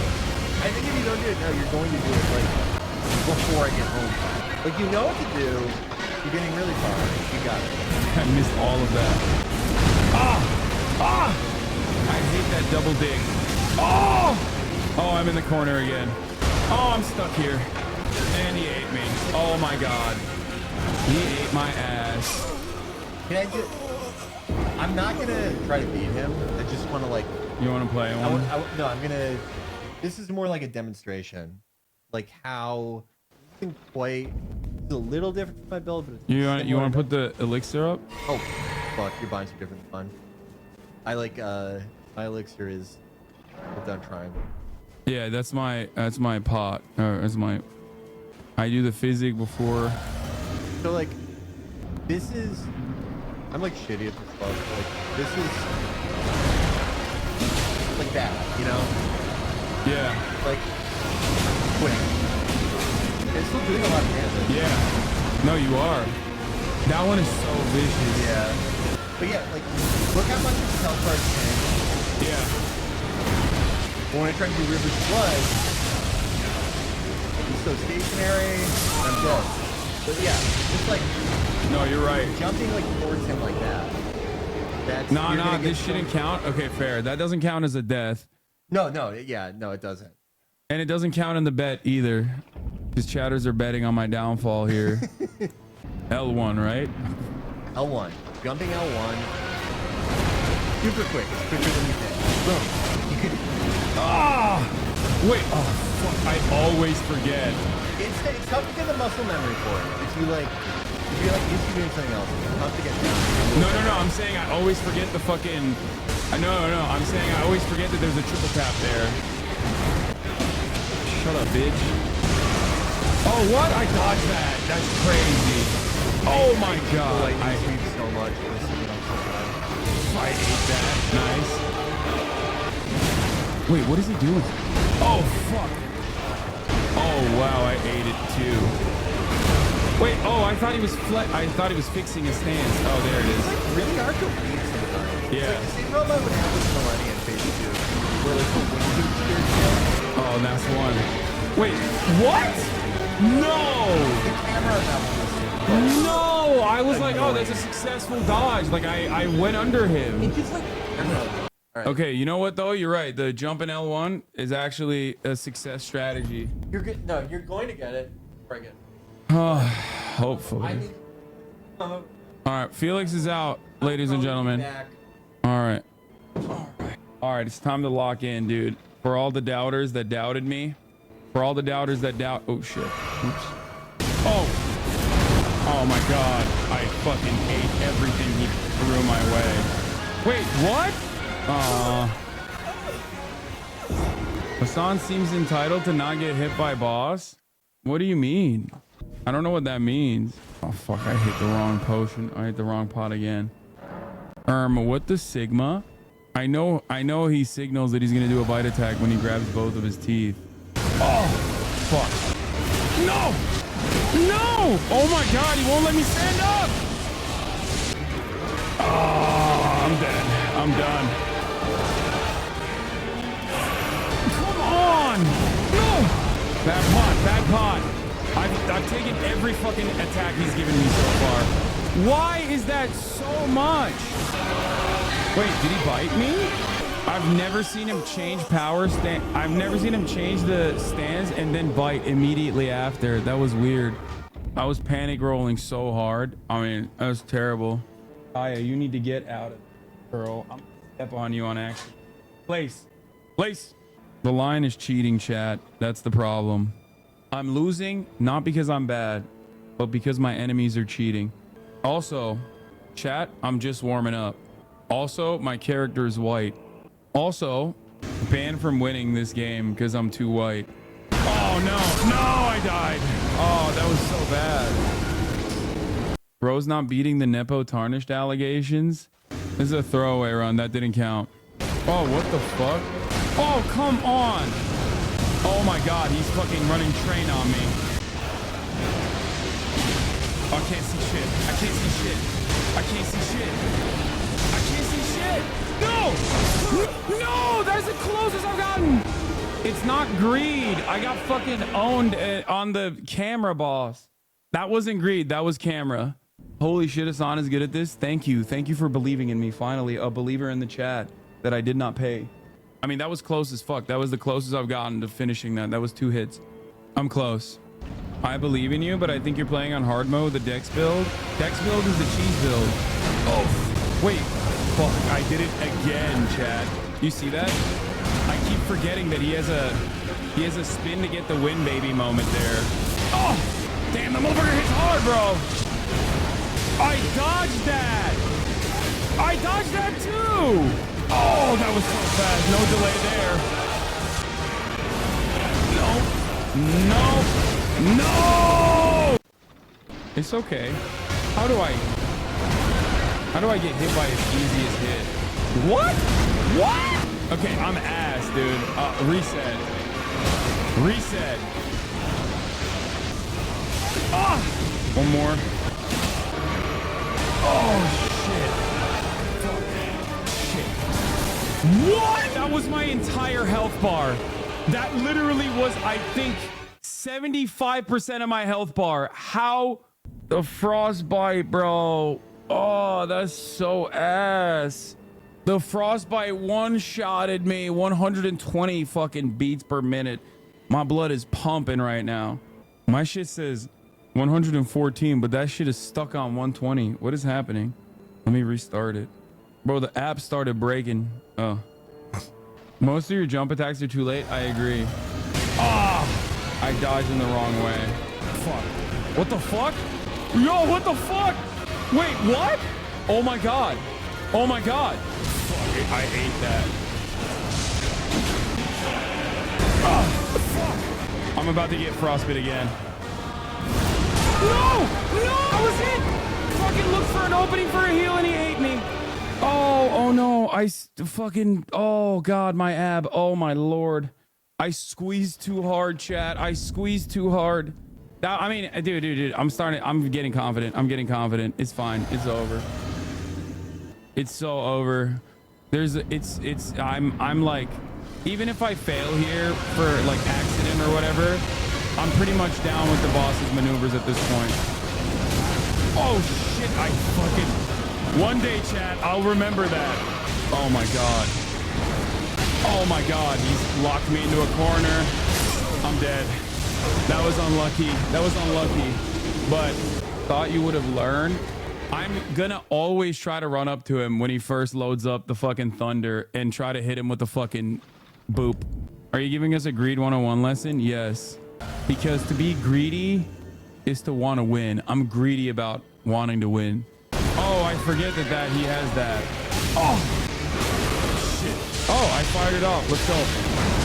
This part is so chaotic. Come on. Oh, that backspin is crazy. Oh, what? Dude, what the fuck, dude? What the fuck? Bro, come on. I don't think you have enough damage negation in your setup. Dragon, Great Shield, Talisman, Opaline, Hard Tier, Great Jars, Arsenal, Talisman. You're just fucking saying a different language to me, okay? I don't even know what those things you're saying are. Fuck. Wait, did he eat me? Oh, he did. I thought I rolled. Wait. I can't believe I'm died 138 times with this boss. Most of these bosses, I ate all 3 of those.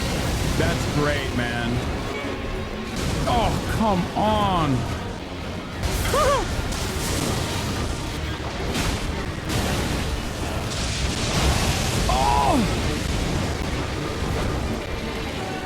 Wait, what are you doing? I hit flat.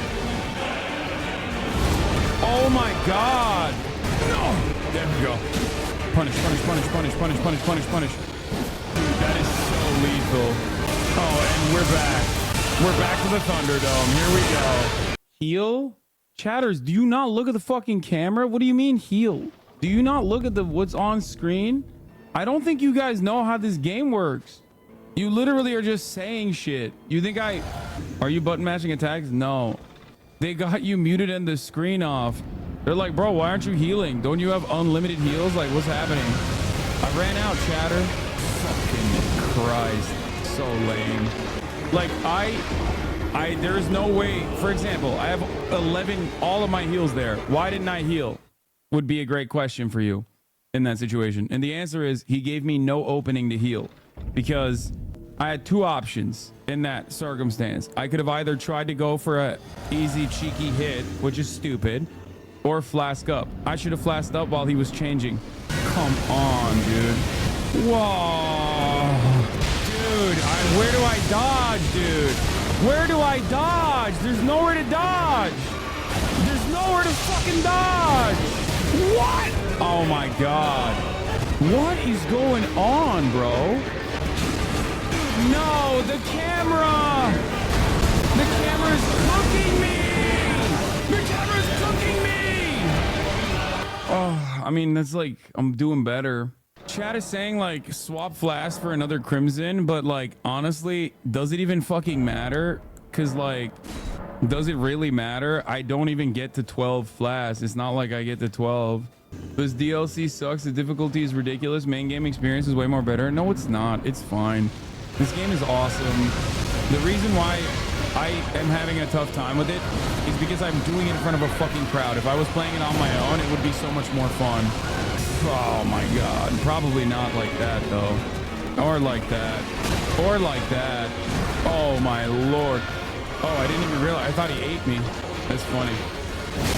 Oh my God. I'm missing the best, most basic dodges. I didn't deserve that. Maybe you should save this. I'm closing chat. I'm literally turning off chat. Chat is giving me horrible advice for the most part. What? Dude, I dodged it. That's crazy. I dodged that too, but guess not. And Dude, I missed every shot. I miss every shot I don't take. My heart rate is low now. There's a moment in every Elden Ring From Software player's life where they start feeling confident with a boss. And there's also separately a moment in every Elden player's life where they no longer feel confident with a boss and start having despair set in. And we're officially almost at the stage of despair for me. We went from yeah, this is despair. We went from feeling confident to feeling massive amounts of despair because I went from like almost two-tapping a boss to like getting eaten in the first phase, and it just absolutely fucking kills you. It kills your soul, and it kills your brain, and it kills your confidence. And honestly, this is why I said when I beat Sekiro that it was like a game that taught me emotion control. It's not even a joke. It's not even a meme.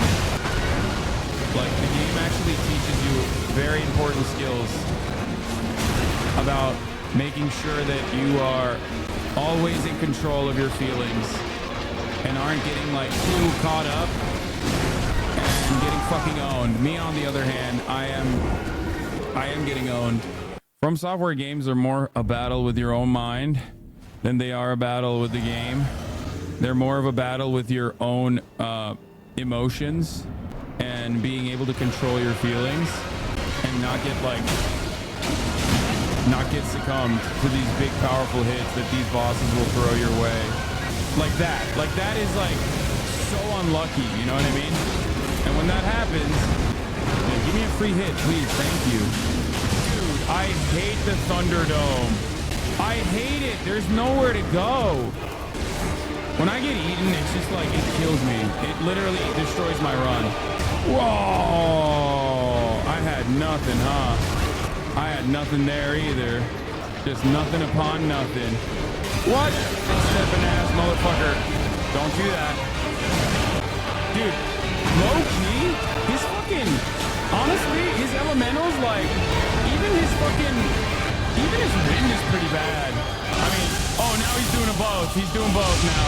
He's doing both. Wind and he's doing wind, both. Oh, he's doing all of it. He's pulling out all the stops now. I'm so cooked. There's nothing I can do here. Oh, I'm so done. I got stuck in the wall. I spent a good amount of time with him though. No heals left. What?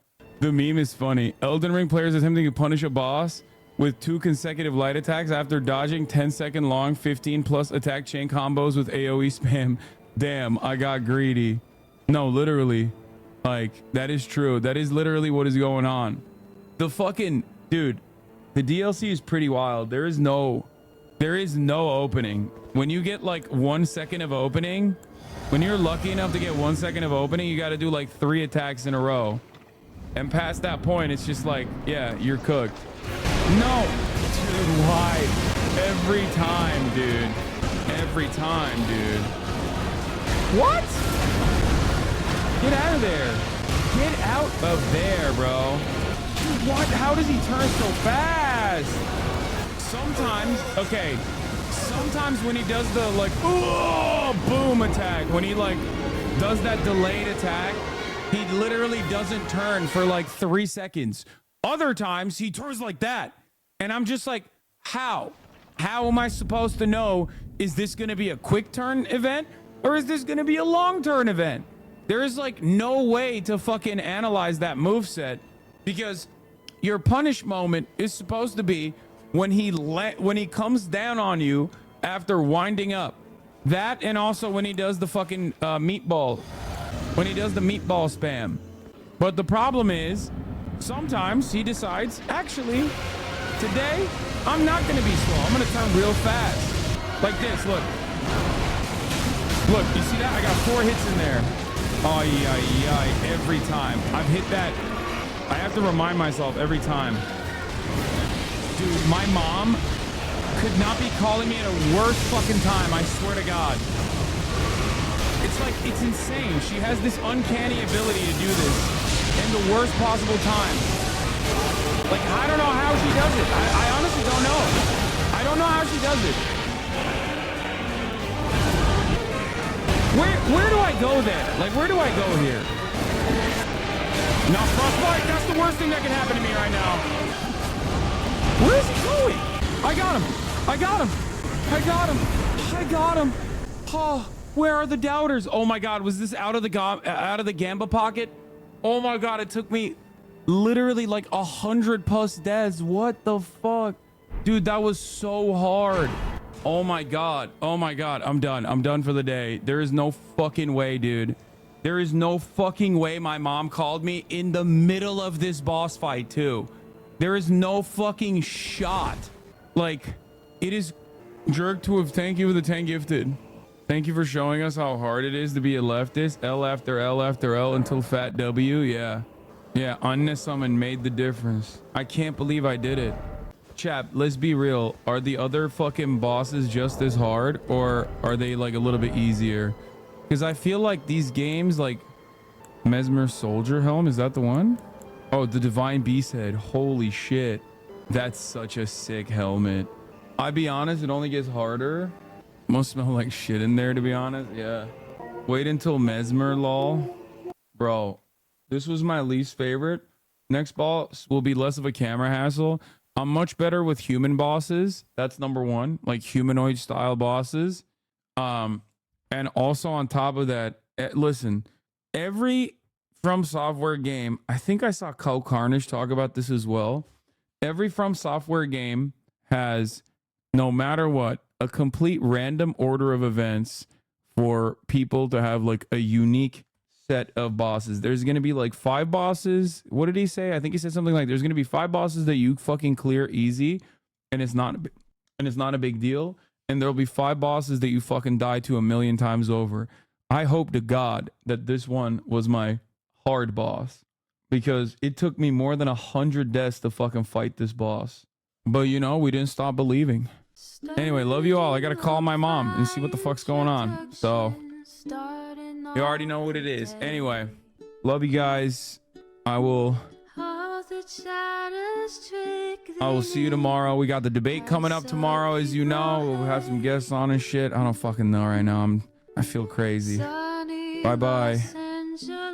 California, says Hasan.